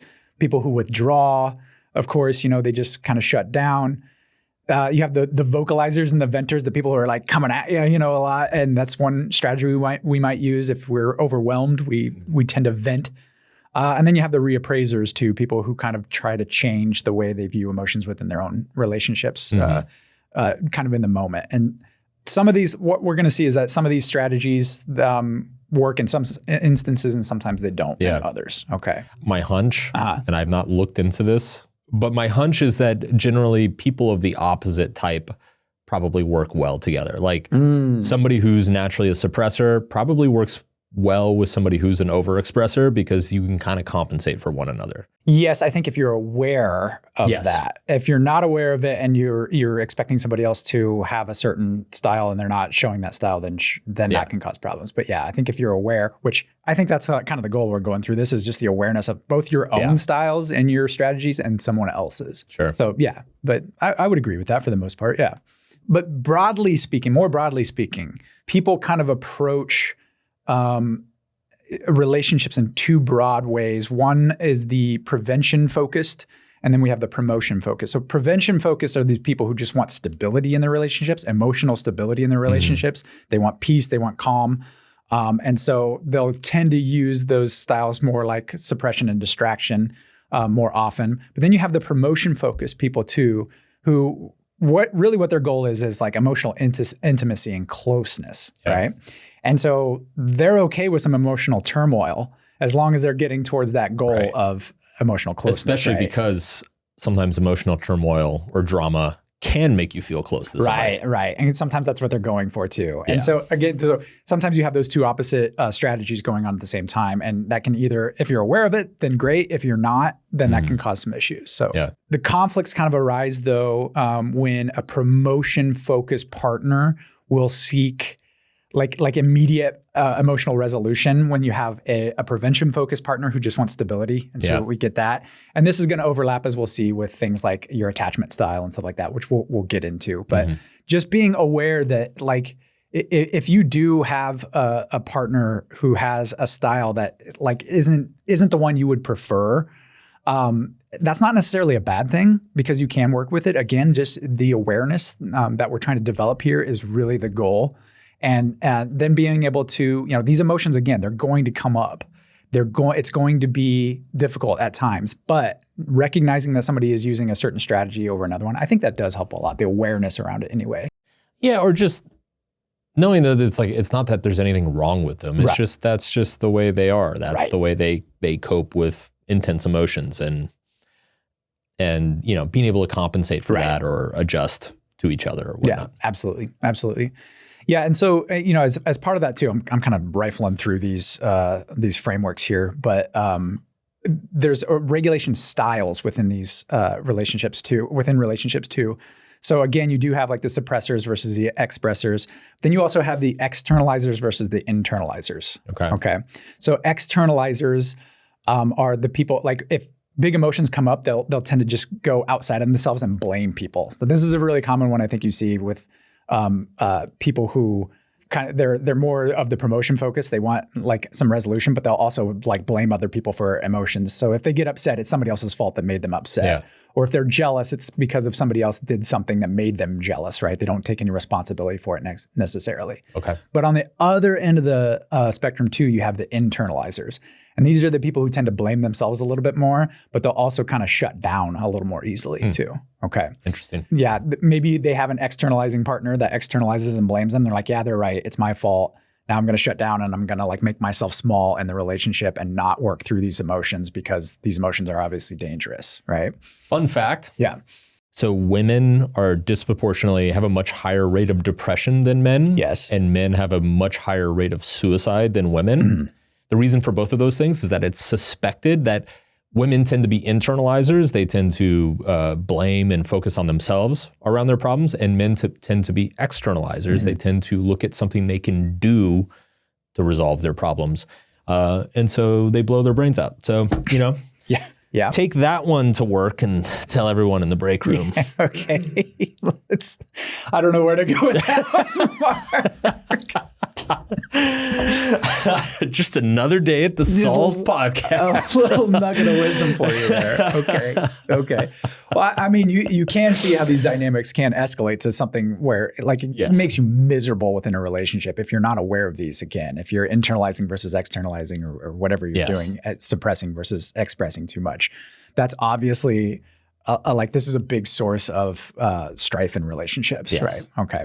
So but the goal here is to be able to, again, I think a big goal of this section is to just get you aware. I think the awareness around this is going to get you like at least half the way there, if not more. I mean, there's obviously going to be some regulation strategies we go through, but just being aware of your own style versus your partner's style, and how they express or suppress their emotions within the relationship, that gets you a long way because you can understand somebody, and that creates, again, that gap we were talking about where you can navigate these emotions together and co-regulate.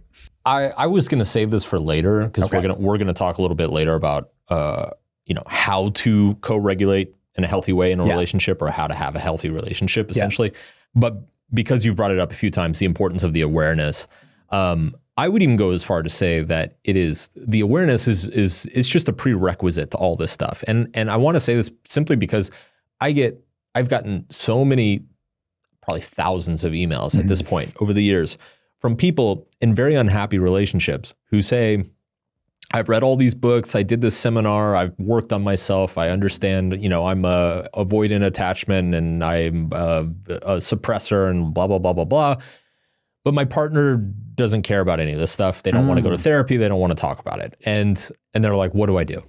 And the fact of the matter is that the thing that's so hard about relationships is that you can do all the work on this stuff, but if your partner is not doing shit, like nothing's going to change. You have to have both people on board and at least doing the work, and the work, it may not work out. Like it may not go anywhere. Right. But at least you need both people trying. And so if one person's just checked out and is like, I'm fine, I don't know what your problem is, then you're kind of stuck. So the awareness piece, it's not only is it, probably the 80%, it is a prerequisite. Like you can't really do anything with any of this unless both you and your partner, or you and the other person, whoever the other person in the relationship is, are at least like thinking about some of this stuff or care about some of this stuff. Right. Yeah. Yeah. And that's why we're going to talk about co-regulation. It has to be like it takes two to tango. Takes two. Right. Yeah. And have a relationship and all of that, obviously. Yeah. Okay, cool. And by the way, snide, distasteful suicide jokes aside, it probably is worth mentioning that there is a lot of data showing that the two genders process emotions or deal with emotions differently within relationships. Men tend to be more suppressors. They tend to push things aside and ignore. I mean, it's like, think of all the stereotypes. They're stereotypes for a reason. There's a lot of data backing them up. And I know that's not like super PC to say, but it's a thing and it's important to know that. And it comes back to understanding that people are just different. Like you have to work with them where they are and not expect them to completely change and reinvent themselves for this reason or that.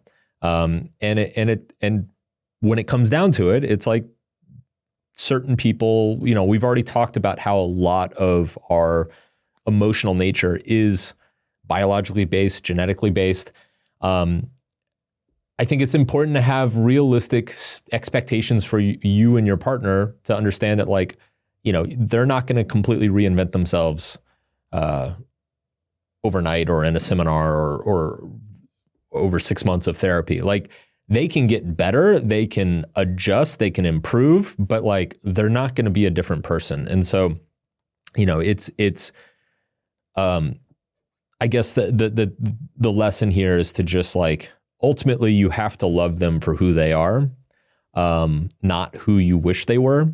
And if that's not the case, then, none of this stuff is going to make much of a difference. Right. Another prerequisite, I think, too. Yeah, yes. Definitely. Okay. Yeah. Well, I think with that, though, we can get into a little bit of the attachment stuff. Okay. We don't got to go too deep on this. I think at some point we're going to do a relationships episode, right? Oh, for sure. Attachment's going to be very, very central to that. And for sure.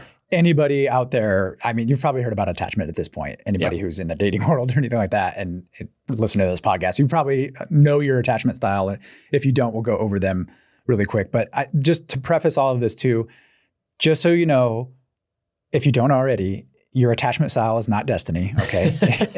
There are things you can do with it. You can work with it. Maybe you can't completely change it, but you can definitely work with it. Again, going back to the awareness part, being aware of some of this stuff is a first step, but then also working within the relationship, within the bounds of your attachment style. We'll go over how to do that. But just to preface all of that with that. So give us like the 5-minute summary and explanation of like where attachment styles came from. Talk about Bowlby and Ainsworth and all that stuff. Yeah. So Bowlby and Ainsworth, they were these two researchers back in the like 60s, 70s, 80s. They formulated this idea of attachment styles, and where it kind of starts and originally comes from is the attachment you have to your primary caregivers growing up. Okay. So you learn from them, you learn emotional regulation styles from your parents or whoever was your primary caregivers as a young, as a baby, even as the moment you're born to probably 7 or 8 years old or more, you know? One way to think about it is like when you're a young infant, like your parents' emotional regulation style will kind of like, it's almost like making a key. Right? Like you, as an infant, you kind of shape yourself into the key that unlocks your parents' affection and attention. And then as you grow up, that key is like solidified. And so then you kind of go out into the world looking for somebody in the world that has a key that you can unlock. Right. I like that. Yeah. Man, I should be an author. No, that's a good explanation for that because it really I just came up with that, by the way. No, I like that. It does. It like the relationship, your parents, when you're like a baby, they're kind of showing you this is what the world is like. You're defenseless. You're completely dependent on them. And so you're looking to them for every single cue as to what's going on in your environment. What kind of environment are we in? How do I need to prepare myself emotionally? So you have parents, if your parents were, when you cried, if they came to you and they comforted you and were responsive to your needs and stuff like that, that usually leads to what they call a secure attachment, where you're able to handle those big emotions because you're like, okay, it's okay to have these emotions. My parents responded to them in a way that made me feel like it was okay to have these emotions and that I could regulate these emotions as well. Okay. And then they were held out. They were there to help me soothe my big emotions at any time that I had and help me regulate them. And that's how you learned how to regulate your emotions. There's other parenting styles though too that will produce what they call insecure attachments. Okay. One of those is the anxious attachment, right? Which is if you had a parent that they weren't comfortable with your emotions necessarily, and it became clear to you that they weren't comfortable, and you learned that having any sort of emotional reaction when you had some emotional need that wasn't being met, they weren't very responsive to that, and so the theory goes is that you will be highly sensitive to rejection as you grow up as well. You kind of need more reassurance that you're not going to be abandoned. So you kind of get afraid that you're going to be left alone and not be able to deal with your emotions. You don't learn to deal with those big emotions in a very healthy way. And you kind of, instead you develop a style that you end up spiraling a lot with your emotional reactions, especially within close relationships as well. And that's the anxious type. The anxious type, right? Yeah. Then another insecure type is also the avoidant type, okay? And this is usually when you learn that having, again, it's another reaction to your caregivers showing that, having these big emotions isn't appropriate. And they usually in some way, they kind of encourage you to kind of shut your emotions down and not express them at all. Okay. So as you grow into adulthood and you come to form your own relationships, that emotional kind of strategy solidifies, and you are more likely to be like the withdrawer or the suppressor in the relationship, and you avoid those emotions because you're like, oh, this is a big emotion coming up, I'm just going to shove it down, right? And so you keep people at a distance because you think close relationships are dangerous, or those emotions that are related to those closer relationships are dangerous, and they can be harmful and hurtful to you. Yeah, those are kind of the two big insecure types. But then there's another insecure type too, called the disorganized, and they're kind of like the worst of all worlds, basically, right? They're both anxious and avoidant. They want closeness, but then when they get it, they pull away. Yeah. And this is a pretty small minority of people who exhibit this attachment style. But it is kind of like these people they tend to be just kind of a mess. Yeah. So they'll be both emotionally explosive and they'll withdraw when at different times. And it just seems to be unpredictable, really. And that's why they call it disorganized.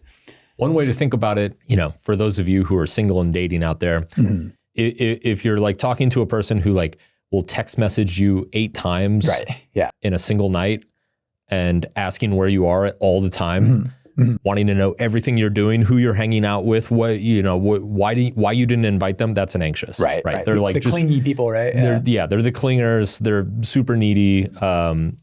And part of it is that they, as you pointed out, they never learned how to regulate their emotions alone. And so they are like constantly seeking somebody to co-regulate them at all times. The avoidants, on the other hand, are the people who you might text 5 times over the course of a week and not get a single response, because they are just so kind of detached, withdrawn, almost uncomfortable with intimacy. Right. And they have the opposite problem. They've become very comfortable regulating their own emotions, but they never learned how to co-regulate. So introducing another person into their emotional regulation system introduces unpredictability and chaos. And so like that freaks them out. And so they like try to keep you at arm's length all the time. And of course, in pure cosmic humor, anxious types tend to spend most of their lives chasing avoidance, and avoidants tend to spend most of their lives running away from anxious people. Because the truth is that secure types don't really have time for any of this bullshit. A secure type will look at an anxious and be like, dude, stop texting me. What is your problem? And a secure type will look at an avoidant and be like, dude, return a text message. What is your problem? And just not have time for any of this. So the anxious and the avoidance usually end up in a shit spiral together. Yeah. And I think the modern dating market is full of that's, everybody thinks, dating is trash, and it's because you have the anxious and the avoidance constantly getting together and nobody's aware of what's going on half the time. I almost wonder if because dating apps in a way like actually increase the ability to sort people together. So I almost wonder if like that's a byproduct of the increased sorting ability. Because maybe anxious and avoidance are no longer being exposed to secure types. They're only being exposed to each other. And so you get all this frustration because and it's been a while since I've read up on attachment theory. So correct me if I'm wrong here, but like my understanding is that generally speaking, the insecure types, one of the ways that they kind of get over their insecurity is they like run into and have relationships with secure types. Right? Like it's the anxious type spends time with a secure type, and the secure type's like, hey, relax. Like you don't have to text me 8 times. Like I'm going to hang out with you again. I promise. Right. And it's like, it helps the anxious person chill out. And similarly, the avoidant spends time with a secure person, and the secure person's like, hey man, like make this easier. You actually like took the time to respond to me occasionally. Like that would be really nice. No pressure, by the way. Right. And then the avoidance like, oh, okay, cool. Like I can open myself up. But it's like if they're just never getting that exposure, then they end up in their own little spin cycle and they never get out. So I don't know. That's like a harebrained theory. Yeah, no, I think it makes a lot of sense though. If you're creating a dating market that's full of people who have had trouble dating, probably because they are insecurely attached, then you're gonna. It's a sorting mechanism in the worst possible configuration. And I do think that happens. So that's kind of the standard advice to insecurely attached people is to go find somebody who's secure, right? And like you already mentioned, or a lot of the time at least, secure people are just not going to put up with the bullshit, right? They have boundaries, and they're just like, oh, this person's like they're over the top and coming at me. No, I'm walking away. feel secure enough that I can walk away and find somebody else who's not going to cause me the problems. Yeah. Same thing with the avoidance is like, oh, they're not even trying, then fine, I'm done.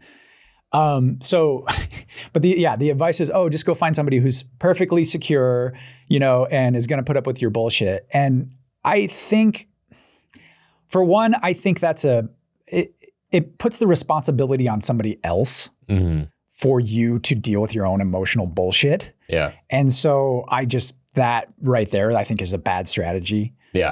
I think you need to have what they call earned security. Which is one, like we've already mentioned, the awareness around your attachment style and how you regulate emotionally, and the awareness of the other person as well. But also, like, there's all sorts of different ways. You don't have to. There's low risk ways you can kind of wade into being more secure as well. Yeah. Right. So I know for me anyway. So I was a pretty hardcore avoidant for a long time. Same. Yeah. You and I both. I was actually a little bit more anxious. We can talk about this. Yeah, I gotta go. I'll see you later. Were you ever that avoidant? Do you think? You ever just like, I never ghosted people. Okay. Like that. Okay. That I could never. I have too much integrity to ghost somebody. Right. Yeah. I would always try to be like, oh, okay, sorry, this isn't working out. Yeah, it would exactly. be short and like just get out. I'd be blunt, but I'd at least let the person know. Yeah. But there are, though, I know for me anyway, one of the ways I slowly got over this, and I didn't really realize it until after it had happened, but I decided, I was like, okay, even in friendships and stuff like that, I would be a little bit avoidant, keep people at arm's length and all that. But I think actually friendships are a good way to start, or family members or whatever, to at least open up a little bit and be a little bit more expressive. And that kind of can set the emotional, it's a low risk way. It's not like you're going to be rejected, by a friend, like romantically rejected by a friend or family member. So there's a lower risk way of I think that gets into an important point, which is that you don't have to date a secure person. You can be friends with a secure person. You can find a secure coworker and work with them. Like it's really like all a secure attachment type is just somebody who is like, has a healthy form of emotional regulation and can set boundaries, as you said. Right.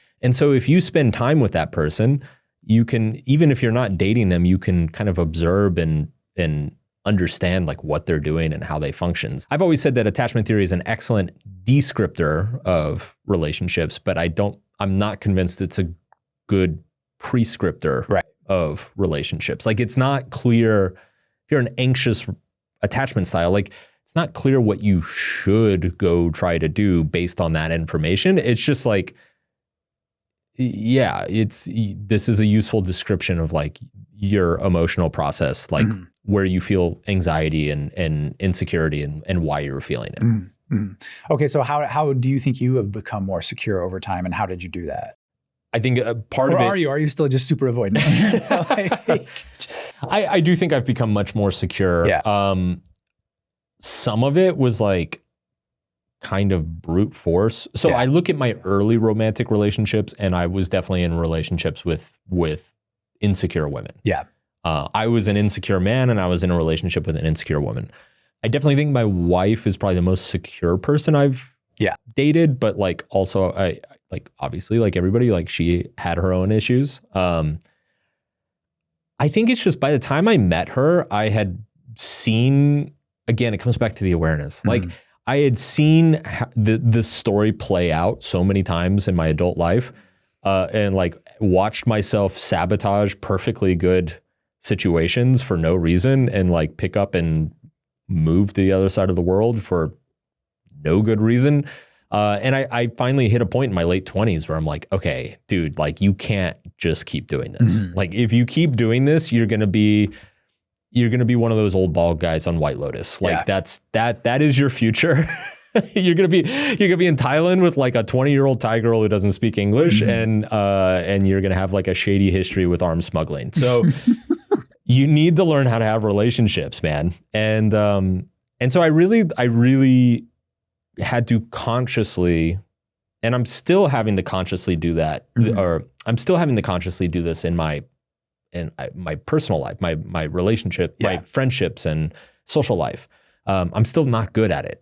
as an avoidant, I never learned like good social hygiene of like following up with people and inviting people, like, you know, if I'm going to go for a walk on the beach, like inviting a friend to come with me. Like I never learned how to do that shit. So I'm still trying to figure that out. But on the relationship side, it really was just more of a brute force thing. I definitely had a lot of avoidant type insecurity in my relationship with my wife, but I just remember checking in with myself frequently and being like, okay, is there actually a problem?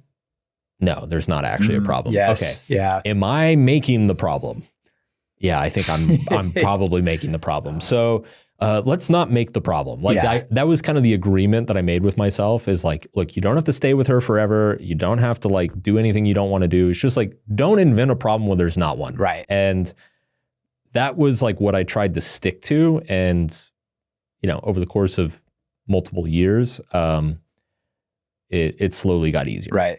Yeah. And that's one of the issues I think I have with the relatively bad prescriptive advice that comes out of attachment theory, I think, is that a lot of times is especially with avoidance, first of all, there's not a whole lot of advice they give to avoidance. It's usually, they're usually targeting anxious people. Yes.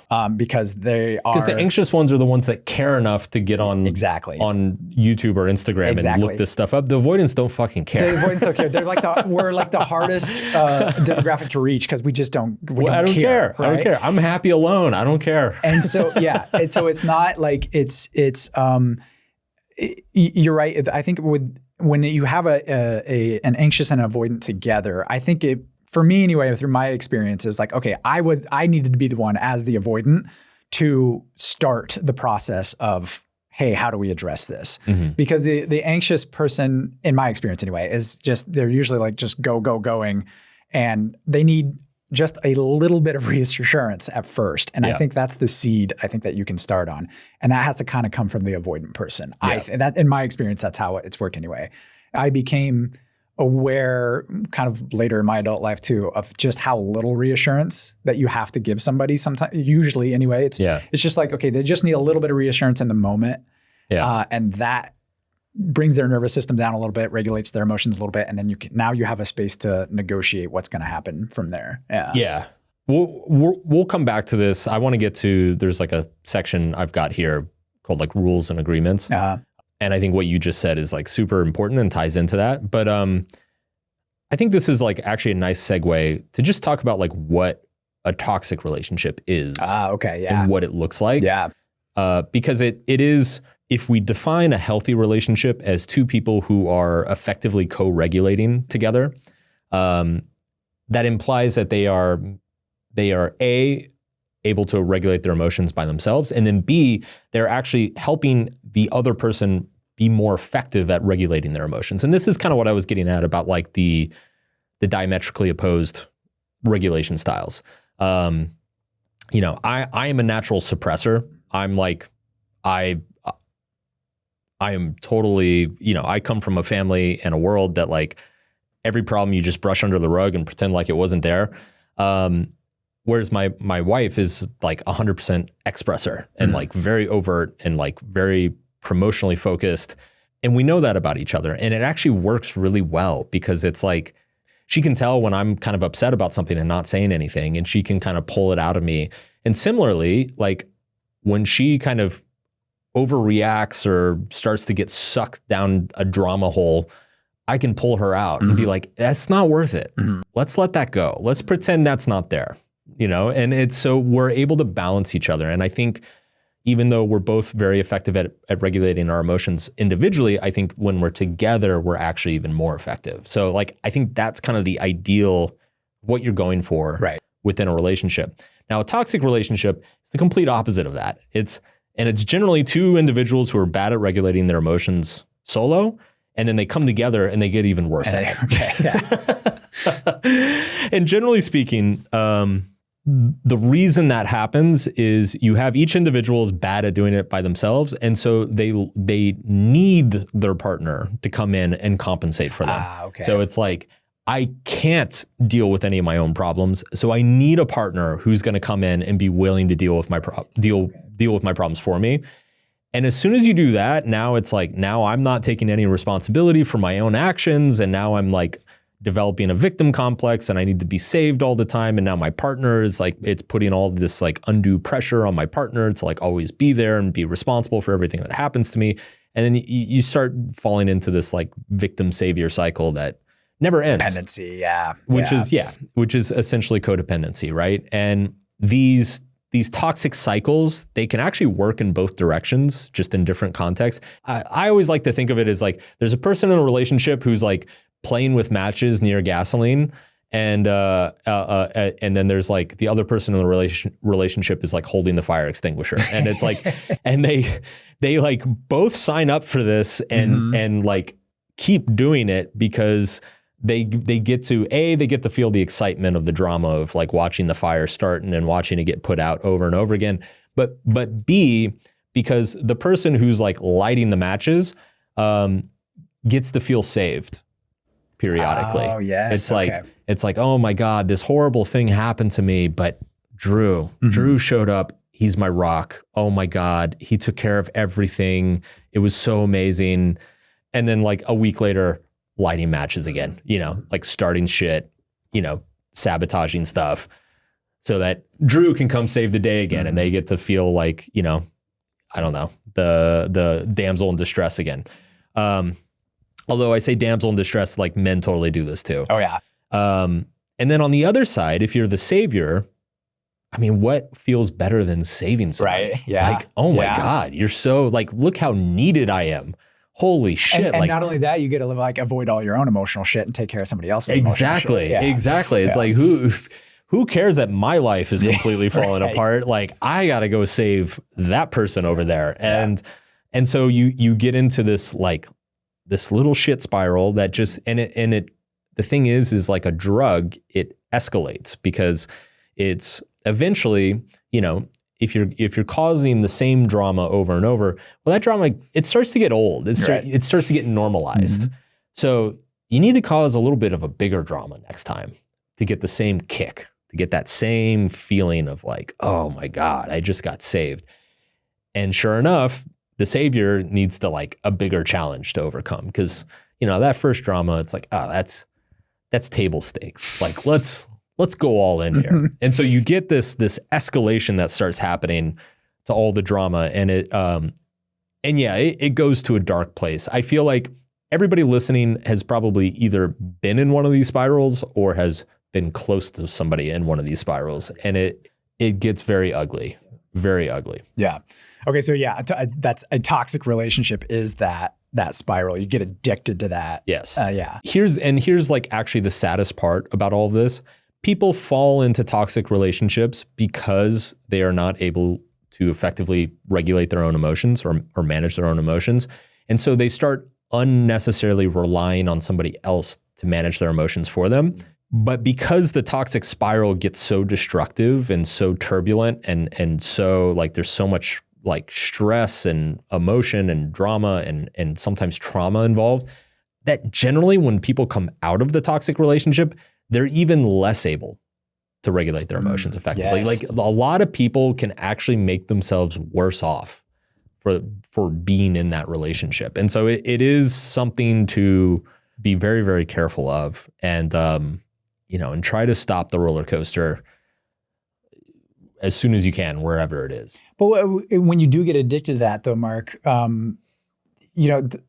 normal healthy relationship looks very boring. Yes. To those people too. Like, you need like going to rehab and do a detox? Like, where's the reset for that? Yeah. I mean, this gets into a little bit, I could pull out my soapbox again here. And this ties in a little bit to what we were talking about earlier about culture, and how, Westerners tend to associate like happiness with excitement. Right. High arousal states. Yeah. Right. Like people mistakenly associate romance with excitement, with intensity of emotion, and especially young people. And it's actually not like a healthy relationship. Yeah, it is dull it is, from the outside, it is definitely boring, but on the inside, it's peaceful. It's like very harmonious.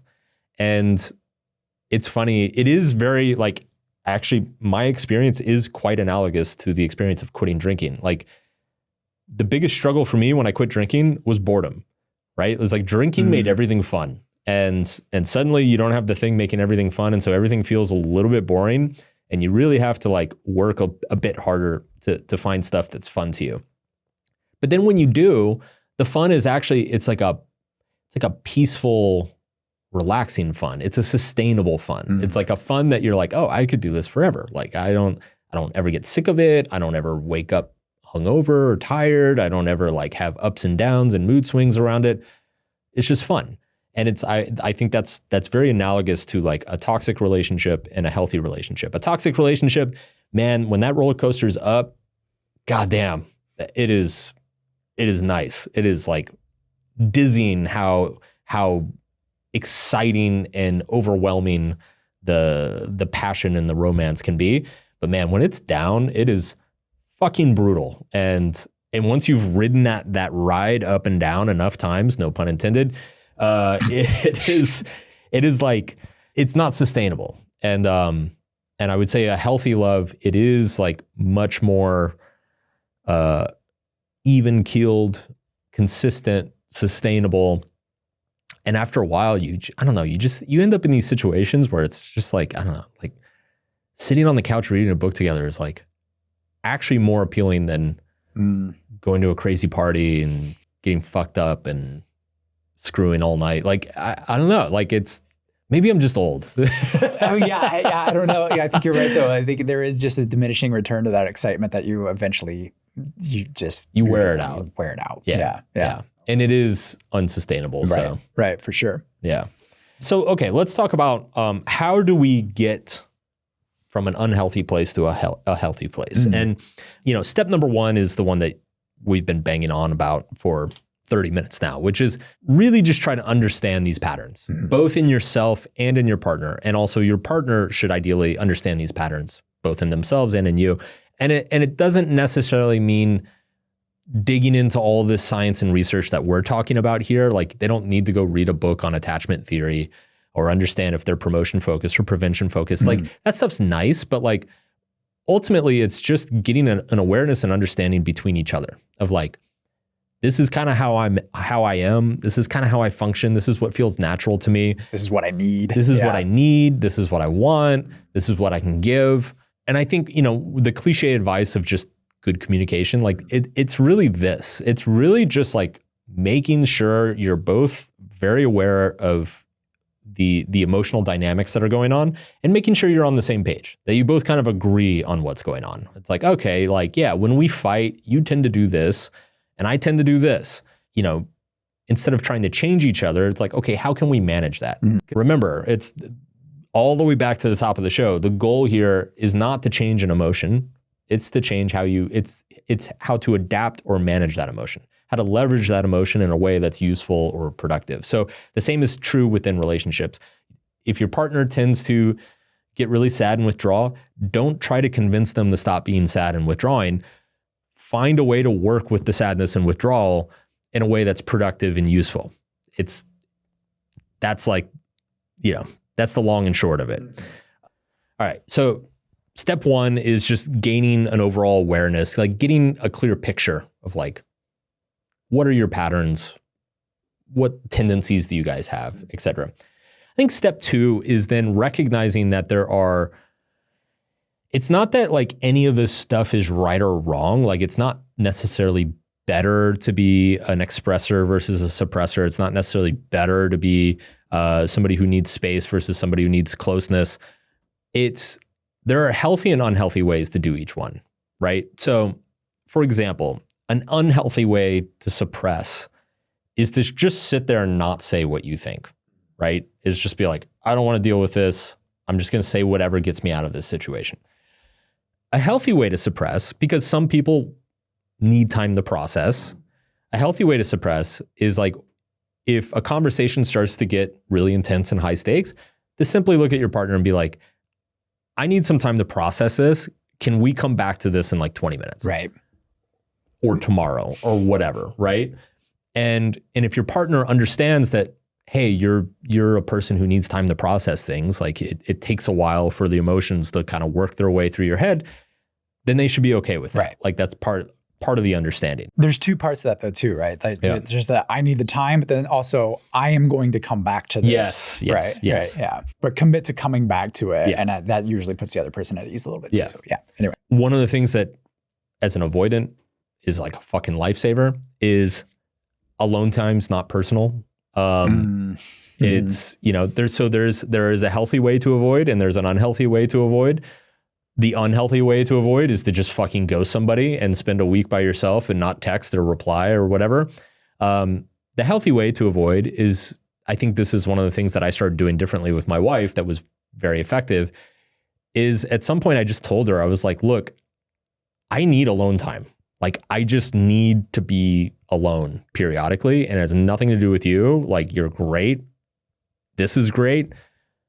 But like, I'm going to go to this place for 4 days. Yeah. And the first couple times it made her really uncomfortable, but like she trusted me. We did it. It was fine. It went great. And throughout our relationship, there's like pretty frequent times where I'm like, I kind of want to just like take a trip by myself. Yeah. Like go somewhere by myself. And she's cool with it. So again, it's that awareness, the communication of it. I would say there's also, we talked about cognitive reappraisal. I think one of the benefits of a close relationship is that you can leverage each other's reappraisal of situations, right? So it's like, if you're really good at reappraising, say like failures in your career and your partner's not, they can rely on you to help them reappraise that situation. You can be like, no, you didn't screw up. Like, this is what happened. Think of it this way. It's just a lesson. You're going to get better. Similarly, it's like if you have a deep insecurity around, I don't know, something in your family and they're actually very good at reappraising their family problems, they can come to you and say, no, don't, it's not about you. She just needs to be this way because of this. And like, just realize it's that, right? So it's like, when done correctly, reappraisals can be very, very effective. Like if your partner is better at reappraising certain areas of their life than you are, you can like lean on that and vice versa. But it also works the other way. If your partner is reappraises things in like very fucked up ways and has like very negative, destructive beliefs about things, that can also influence you. So you need to be very careful and make sure that you're not like reappraising your partner's situation in a really destructive and spiteful way, and then B, not accepting their reappraisals in a destructive way either. And it's hard because generally speaking, like if we're bad at our own cognitive reappraisals, like if we're bad at regulating ourselves, we are going to have a vested interest in like making sure other people agree with us. Like this is the other thing about security and insecurity is like, secure people don't care what you believe. Insecure people really need you to believe what they believe. Be on your side, yeah. And so if somebody's very insecure about something in their life and they're in a relationship with you and that situation comes up in your life, man, they're going to push their views very hard onto you. And so it's just something to be aware of and make sure. And so for this reason, to make sure you keep like the healthy co-regulation going, this brings us to step 3, which is what I call rules, principles, agreements. I talked to a friend once who said that like him and his wife have a marriage constitution, which I thought was really cool. Actually, it's like super nerdy, but like he's gonna say, but it was basically like they sat down after like all of these conversations about each other, and they kind of just wrote down like, who they are, what they need, what they like, and then some of these rules and principles that they've created for themselves. And so when I say rules and principles, I mean you should make up your rules and principles together of like what your relationship needs. And it's going to be different for every single relationship. And these rules and principles, there's nothing moralistic about them. They're completely practical. I'll give you some examples. So in my marriage, the word fine is like a 4-letter word. Okay. And there's a reason for that. And that is that it's, my wife has a lot of negative associations with it, I guess, from her family and her upbringing. And then B, I am absolutely a prevention focused. I'm a suppressor, and I'm also very easygoing. And so one of my, like, we caught very early on in our relationship that, like, one of my favorite ways to avoid anything, oh, it's fine. No, it's fine. Keep doing that. And it's like, meanwhile, I'm like inside, I'm like fucking seething. And I'm like, no, it's fine. Yeah, don't worry about it. Yeah. So it's, the word fine is a 4-letter word. Okay. It's like anything important, any topic that's important, any debate, argument, discussion, fight, the word fine's not allowed. Okay. It's, what do you feel? Mm-hmm. Do you like it or dislike it? No, there's no fine. You either like it or hate it. Tell me now. And it's so, like, that's actually been incredibly useful because it kicks me out of my defense mechanism, and it, like, prevents her from getting triggered. All right. So another example from my relationship, I am definitely, like I said, I'm a suppressor. I need time to process emotions. I get angry very slowly, very seldom, but when I do, it's like a very slow, intense experience for me. And so my default as a suppressor, as an avoidant, sometimes I just storm out of the fucking house. Mm-hmm. I'm like, peace, I'm out of here. I've been there too. Yeah. I'm like, don't fucking talk to me. Yep. And I go outside and I'll like walk around the block or something. And, in previous relationships, and the first couple times it happened in this relationship, they'd call me, they'd come out, run after me. And of course, that just makes me even angrier. Mm-hmm. At some point along the way, my wife learned, like, just let me go. I'll be back in an hour and I'll be like way calmer, and I will like process things, and I'll like have the right thing to say. Whereas if you just like pressure me in that moment, I'm probably going to say something that I regret, or that is like not actually reflective of how I feel overall. So that's another one. Similarly, it takes me a long time to get upset, but then once I get upset, I get over it pretty quickly. Whereas my wife, like, she is a slower processing on the backside of a fight. Mm. So I used to, early in the relationship, I used to like always try to make things okay. I'm like, hey, we're okay, right? Like, it's okay. And she'd be like, blah, blah, blah, blah, blah. Now I just know, I'm like, okay, just leave her alone. Like, when she feels better, she'll come to me. Yeah. Like, she'll come say she's sorry when she's gotten to that point, but it's like, she just needs a few hours and like, I'm going to go in the garage or something and, find something to do. So those are some examples from my own personal relationship of like recognizing each other's patterns, creating like little rules and principles, agreeing on certain things. There are plenty more examples. I'm curious if you've had any rules or principles like that in relationships in the past. Yeah, that have been effective. I mean, for me anyway, it was definitely like I was more quick to anger or quick to get emotionally charged up, and I would also take a while to get over it as well. What I've gotten better at, though, is when those emotions do come up, is I've gotten a lot better at pausing and being like, okay, what's the actual best way to do this? Again, it goes back to that gap we've talked about. You know, you have the emotional reaction and the behavior, and then you have that interpretation within between. And I've gotten better at expanding that gap in there. And that has helped tremendously in all sorts of relationships that I've had. Whereas before, if somebody would say something that I found like insulting, or I'd take it very personally, then I would just immediately react and lash back out and, do the avoidant thing and be like, I'm putting up a barrier here. And now I've been way better at just kind of like stopping. And then again, this kind of goes back to the avoidant thing, avoidant versus anxious thing, and the avoidant kind of taking the lead here is I stop and I'm like, okay, what does this person need right now? And I can like kind of stop and let's address that. Yeah. So like just an example, like I just remember like when I was younger, somebody would like a romantic partner or somebody would snap at me for something. I was doing something stupid or something that annoyed them. It'd snap at me and I would just go right back at them and be like, okay, put up my defenses and I'm going to fight back. More recently, in the last few years, I've learned to, okay, stop, apologize to them. Like, I'm sorry that like upset you, obviously. Can we talk about why that was? Yeah. And I've gotten a lot better at that anyway. So that's kind of like one of my rules right now anyway, is just like, if you're feeling big emotions, just stop. and that takes a lot of practice, obviously. But if you're feeling like even upset or something like that, I've just noticed that in the past, when I've reacted in those moments, that's almost always led to just a worse relationship just from that point forward even. So for sure. Yeah, there's that.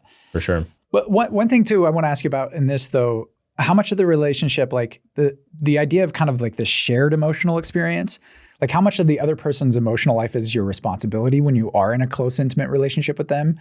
Because I think there's people who are like, well, but your emotions aren't my responsibility, right? Sure. And it's true, they're not ultimately, but at the same time too, you're in a relationship with somebody at the same time. So where do you think the boundary is for that?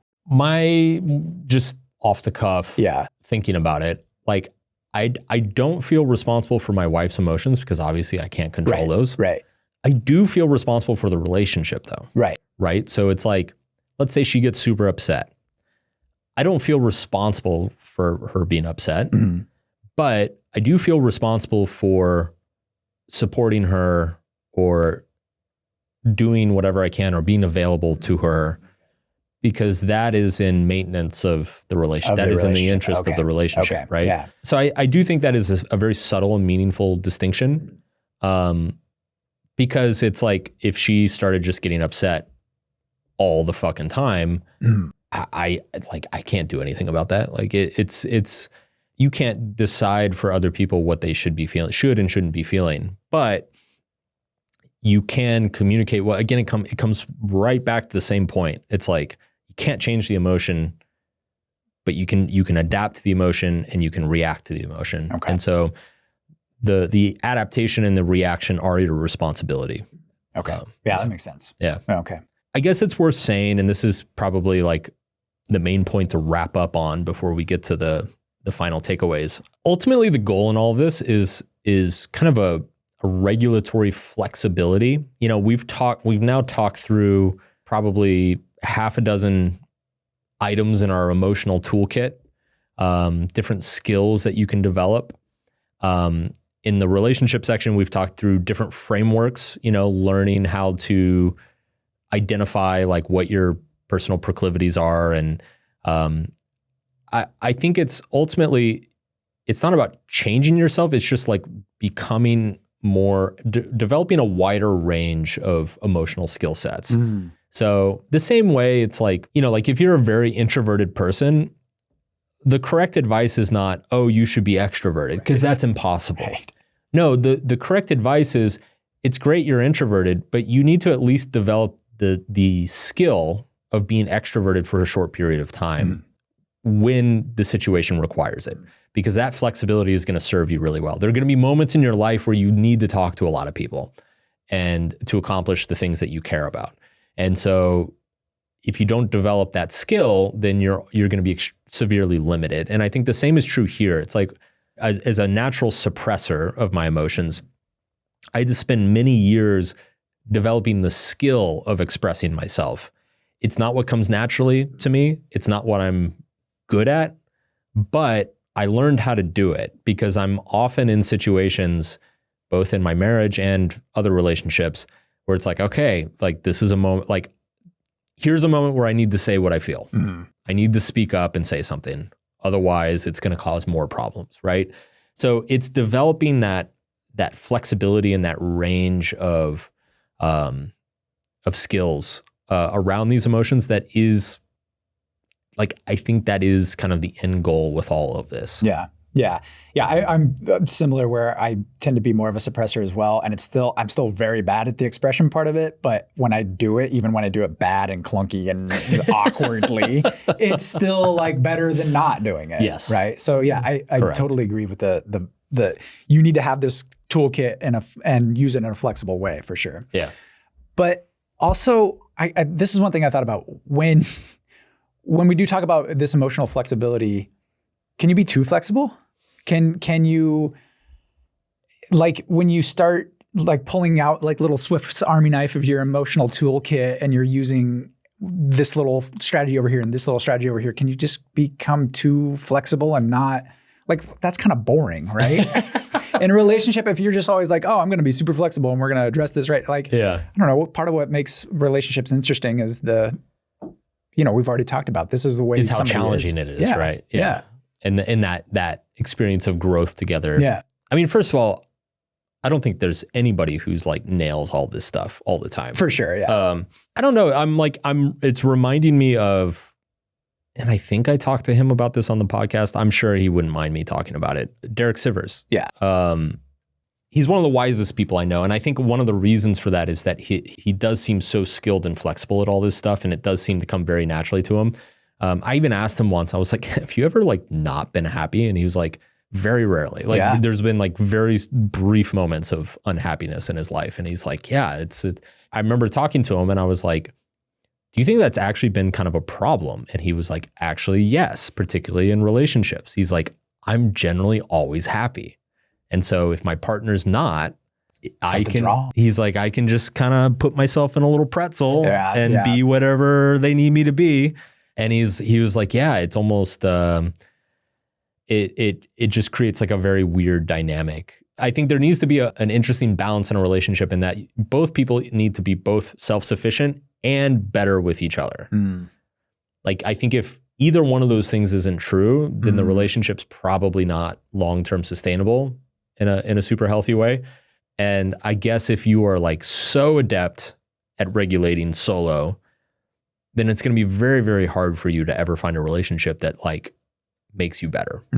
You're always going to be the one giving and they're going to be the ones receiving. And you're probably also going to attract people that need a lot of help with regulation. So I don't know. That's like a spitball answer, but when you said that, the first person that came to mind was Derek. Yeah. I do remember him talking about that. Yeah. Interesting. Okay. Yeah.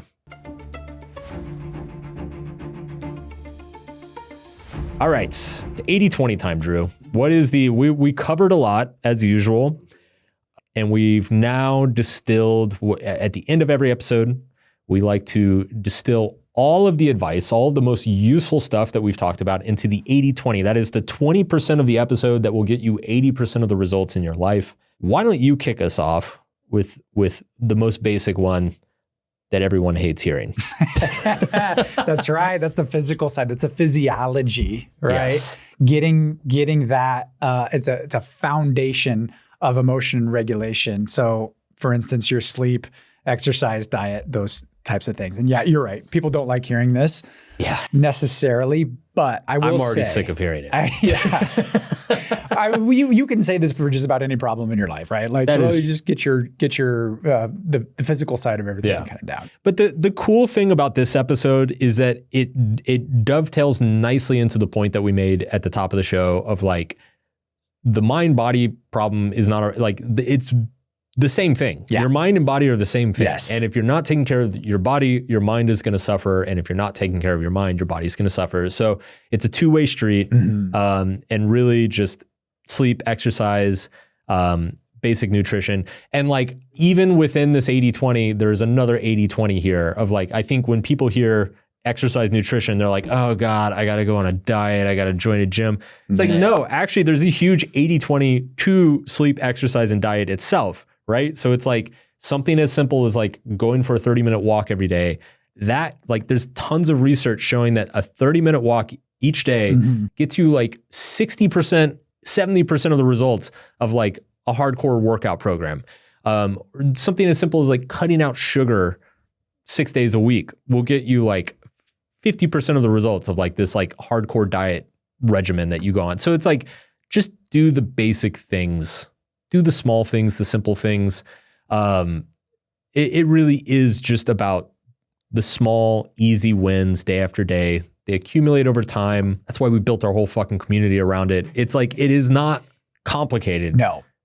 It just requires consistency. Right. The consistency is key there. And it's also like, I don't want to overstate it necessarily, but it's foundational in that, you get these things right, you get your sleep right, you get your diet, you get some exercise. They don't have to be crazy, like you said. And it's not that like these are going to fix your emotions. I think what it does is it gives you like the space to manage your emotions a lot better. You're better able to handle emotional ups and downs when you have these things right. Okay. Yeah. So all the other things we're going to talk about come easier if you get this right first. So that's why we're starting with it. For sure. Yeah. For sure. But yeah, with that, so like your sleep, as we all know, I'm terrible at this sometimes.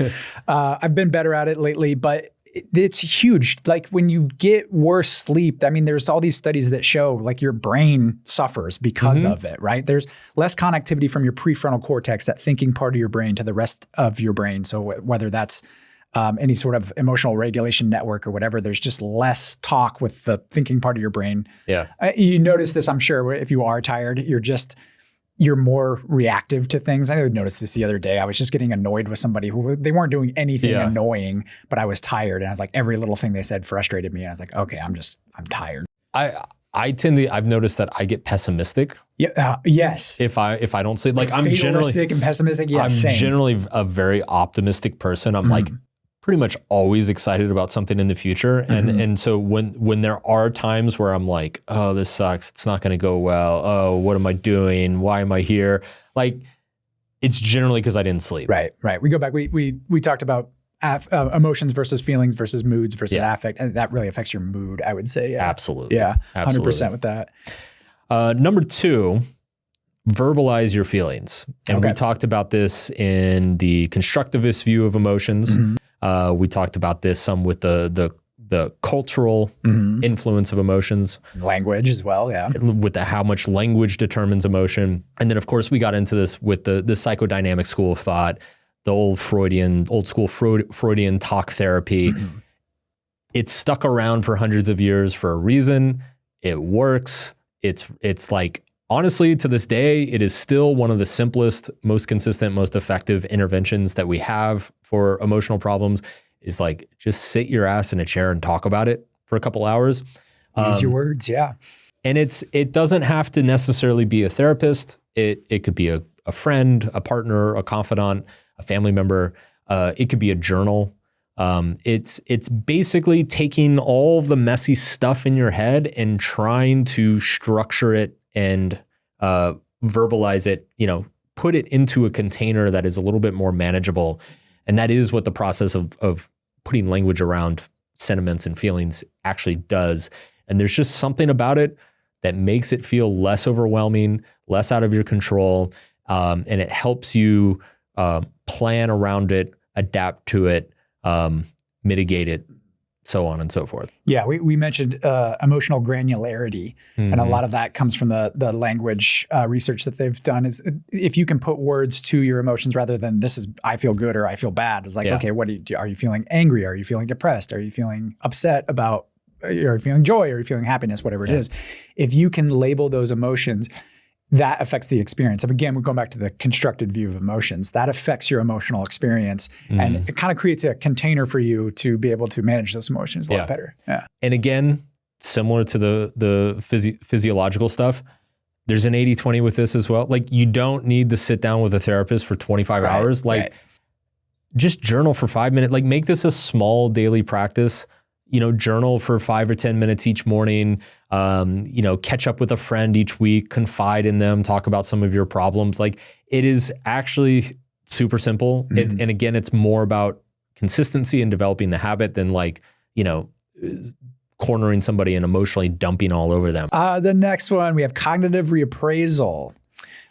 So we talked a lot about this, especially like in the context of like the CBT therapy, right? The cognitive behavioral therapy. This kind of where this comes from. And we talked about, Aaron Beck as well. Yeah.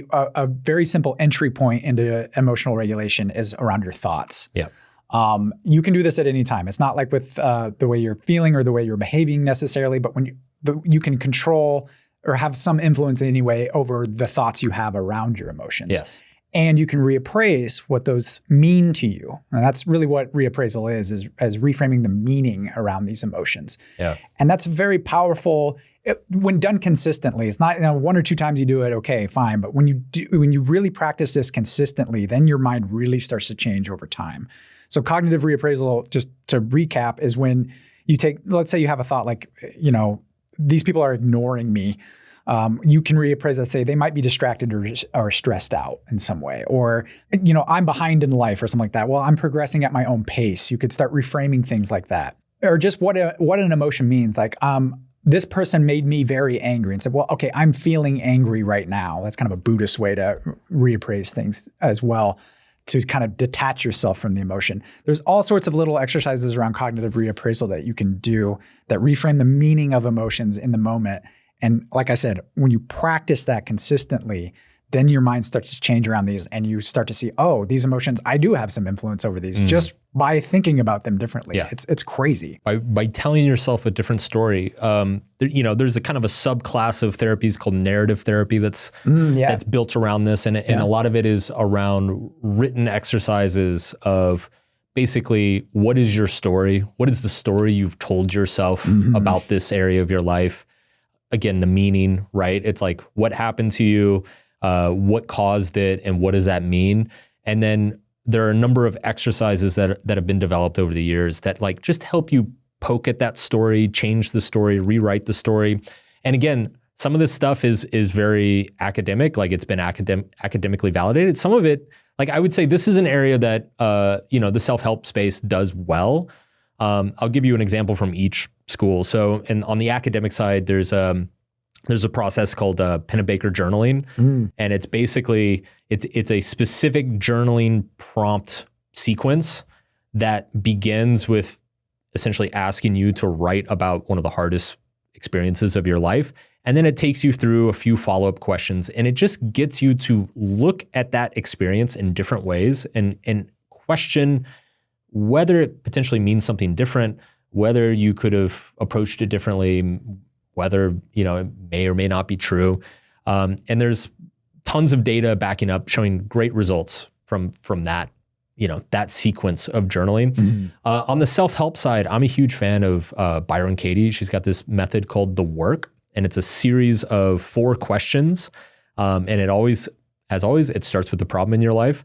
And it says the first question that you have to ask yourself is, you write out the problem or the story around the problem. And the first question is this true? And the second question is, yeah, but are you sure it's true? How do you know it's true?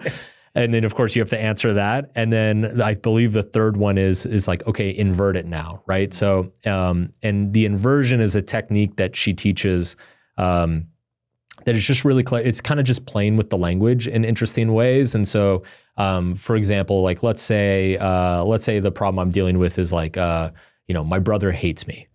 And you get to the third question and it's like, okay, now invert it. And what you do is you play with the language and you take my brother hates me and you turn it into I hate my brother.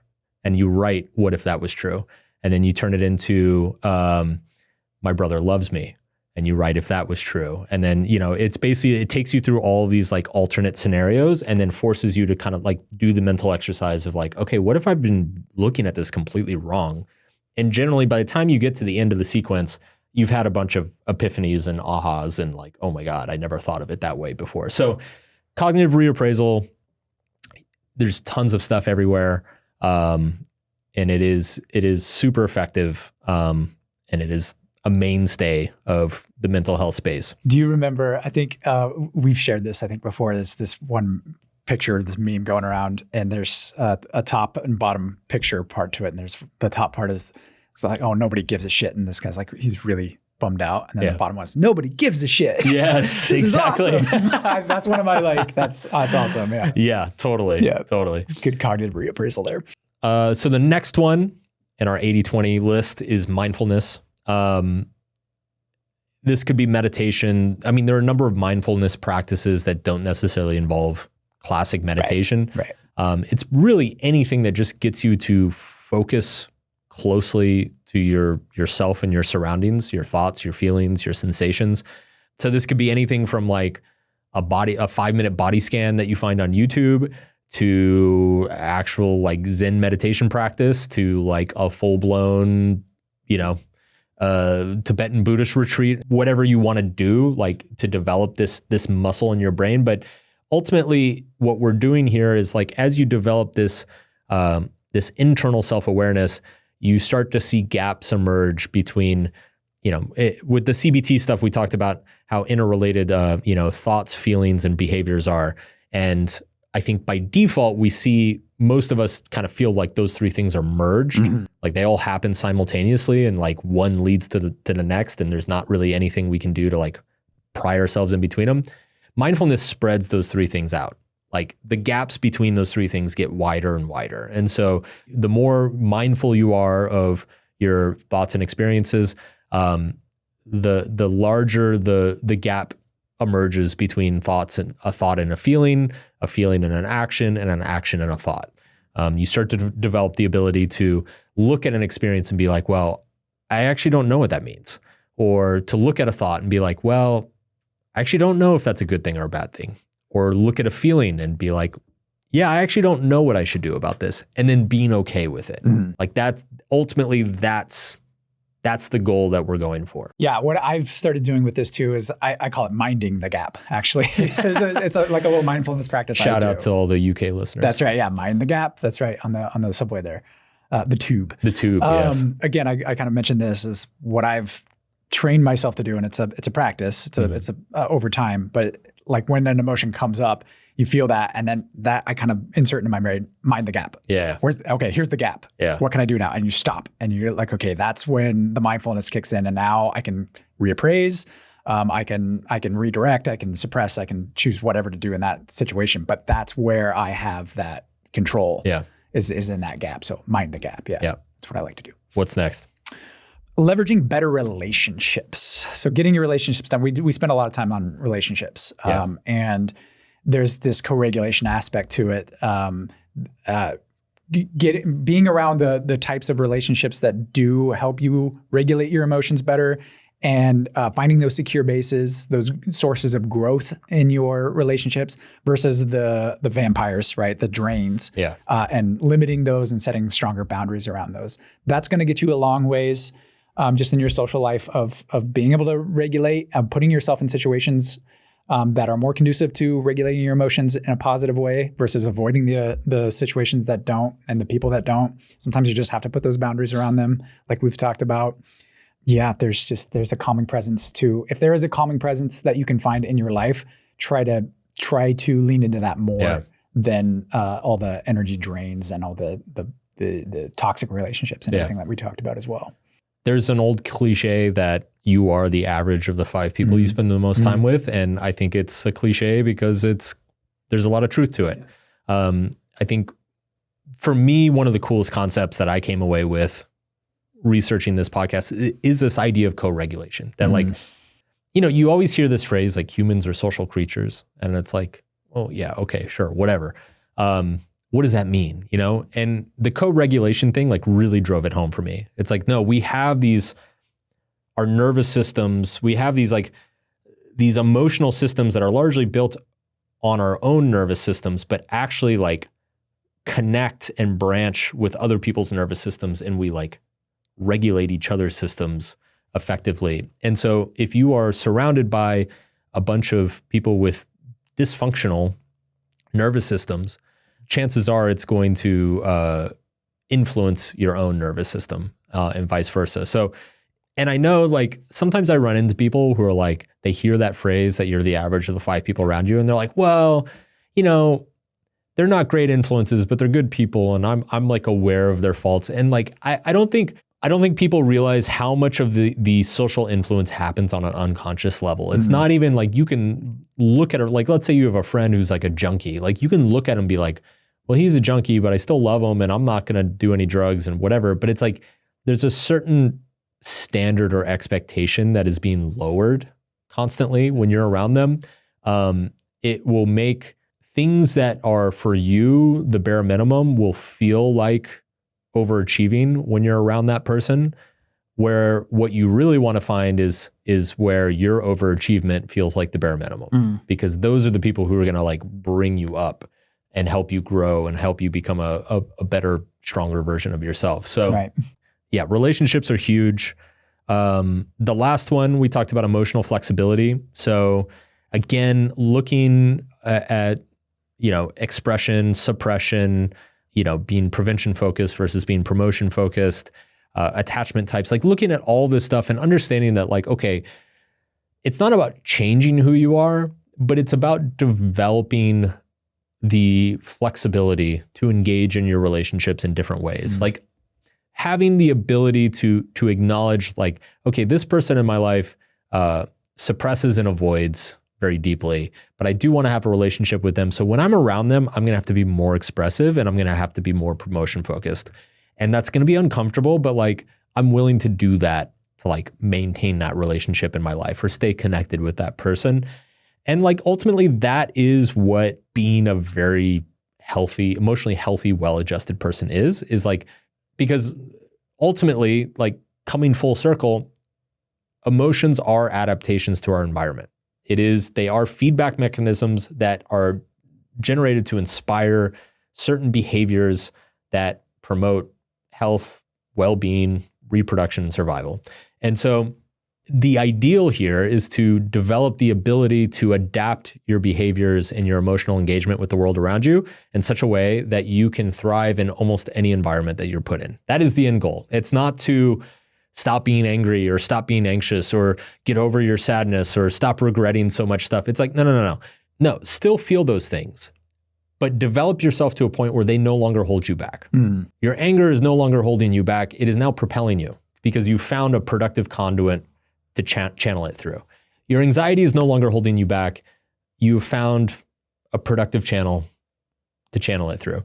This is ultimately the goal of our emotions. Like this is where we want to get is it's to that Jeet Kune Do, the be like water, my friend. You don't resist the water, you flow like water. Yeah, and you might have have a propensity to use one emotional strategy over other, and I get that, that's fine. But it's like, if you're only using that one, you're always angry or you're always just expressing your emotions freely and never kind of strategically suppressing them or anything like that. That's kind of like, golfing with one club, like Yeah. you need a whole set to manage the golf course, right? And you need a whole set of emotional strategies in order to navigate your life as well. And just getting better, like find the ones that you're bad at and practice those first, I would say. And then, you can go from there.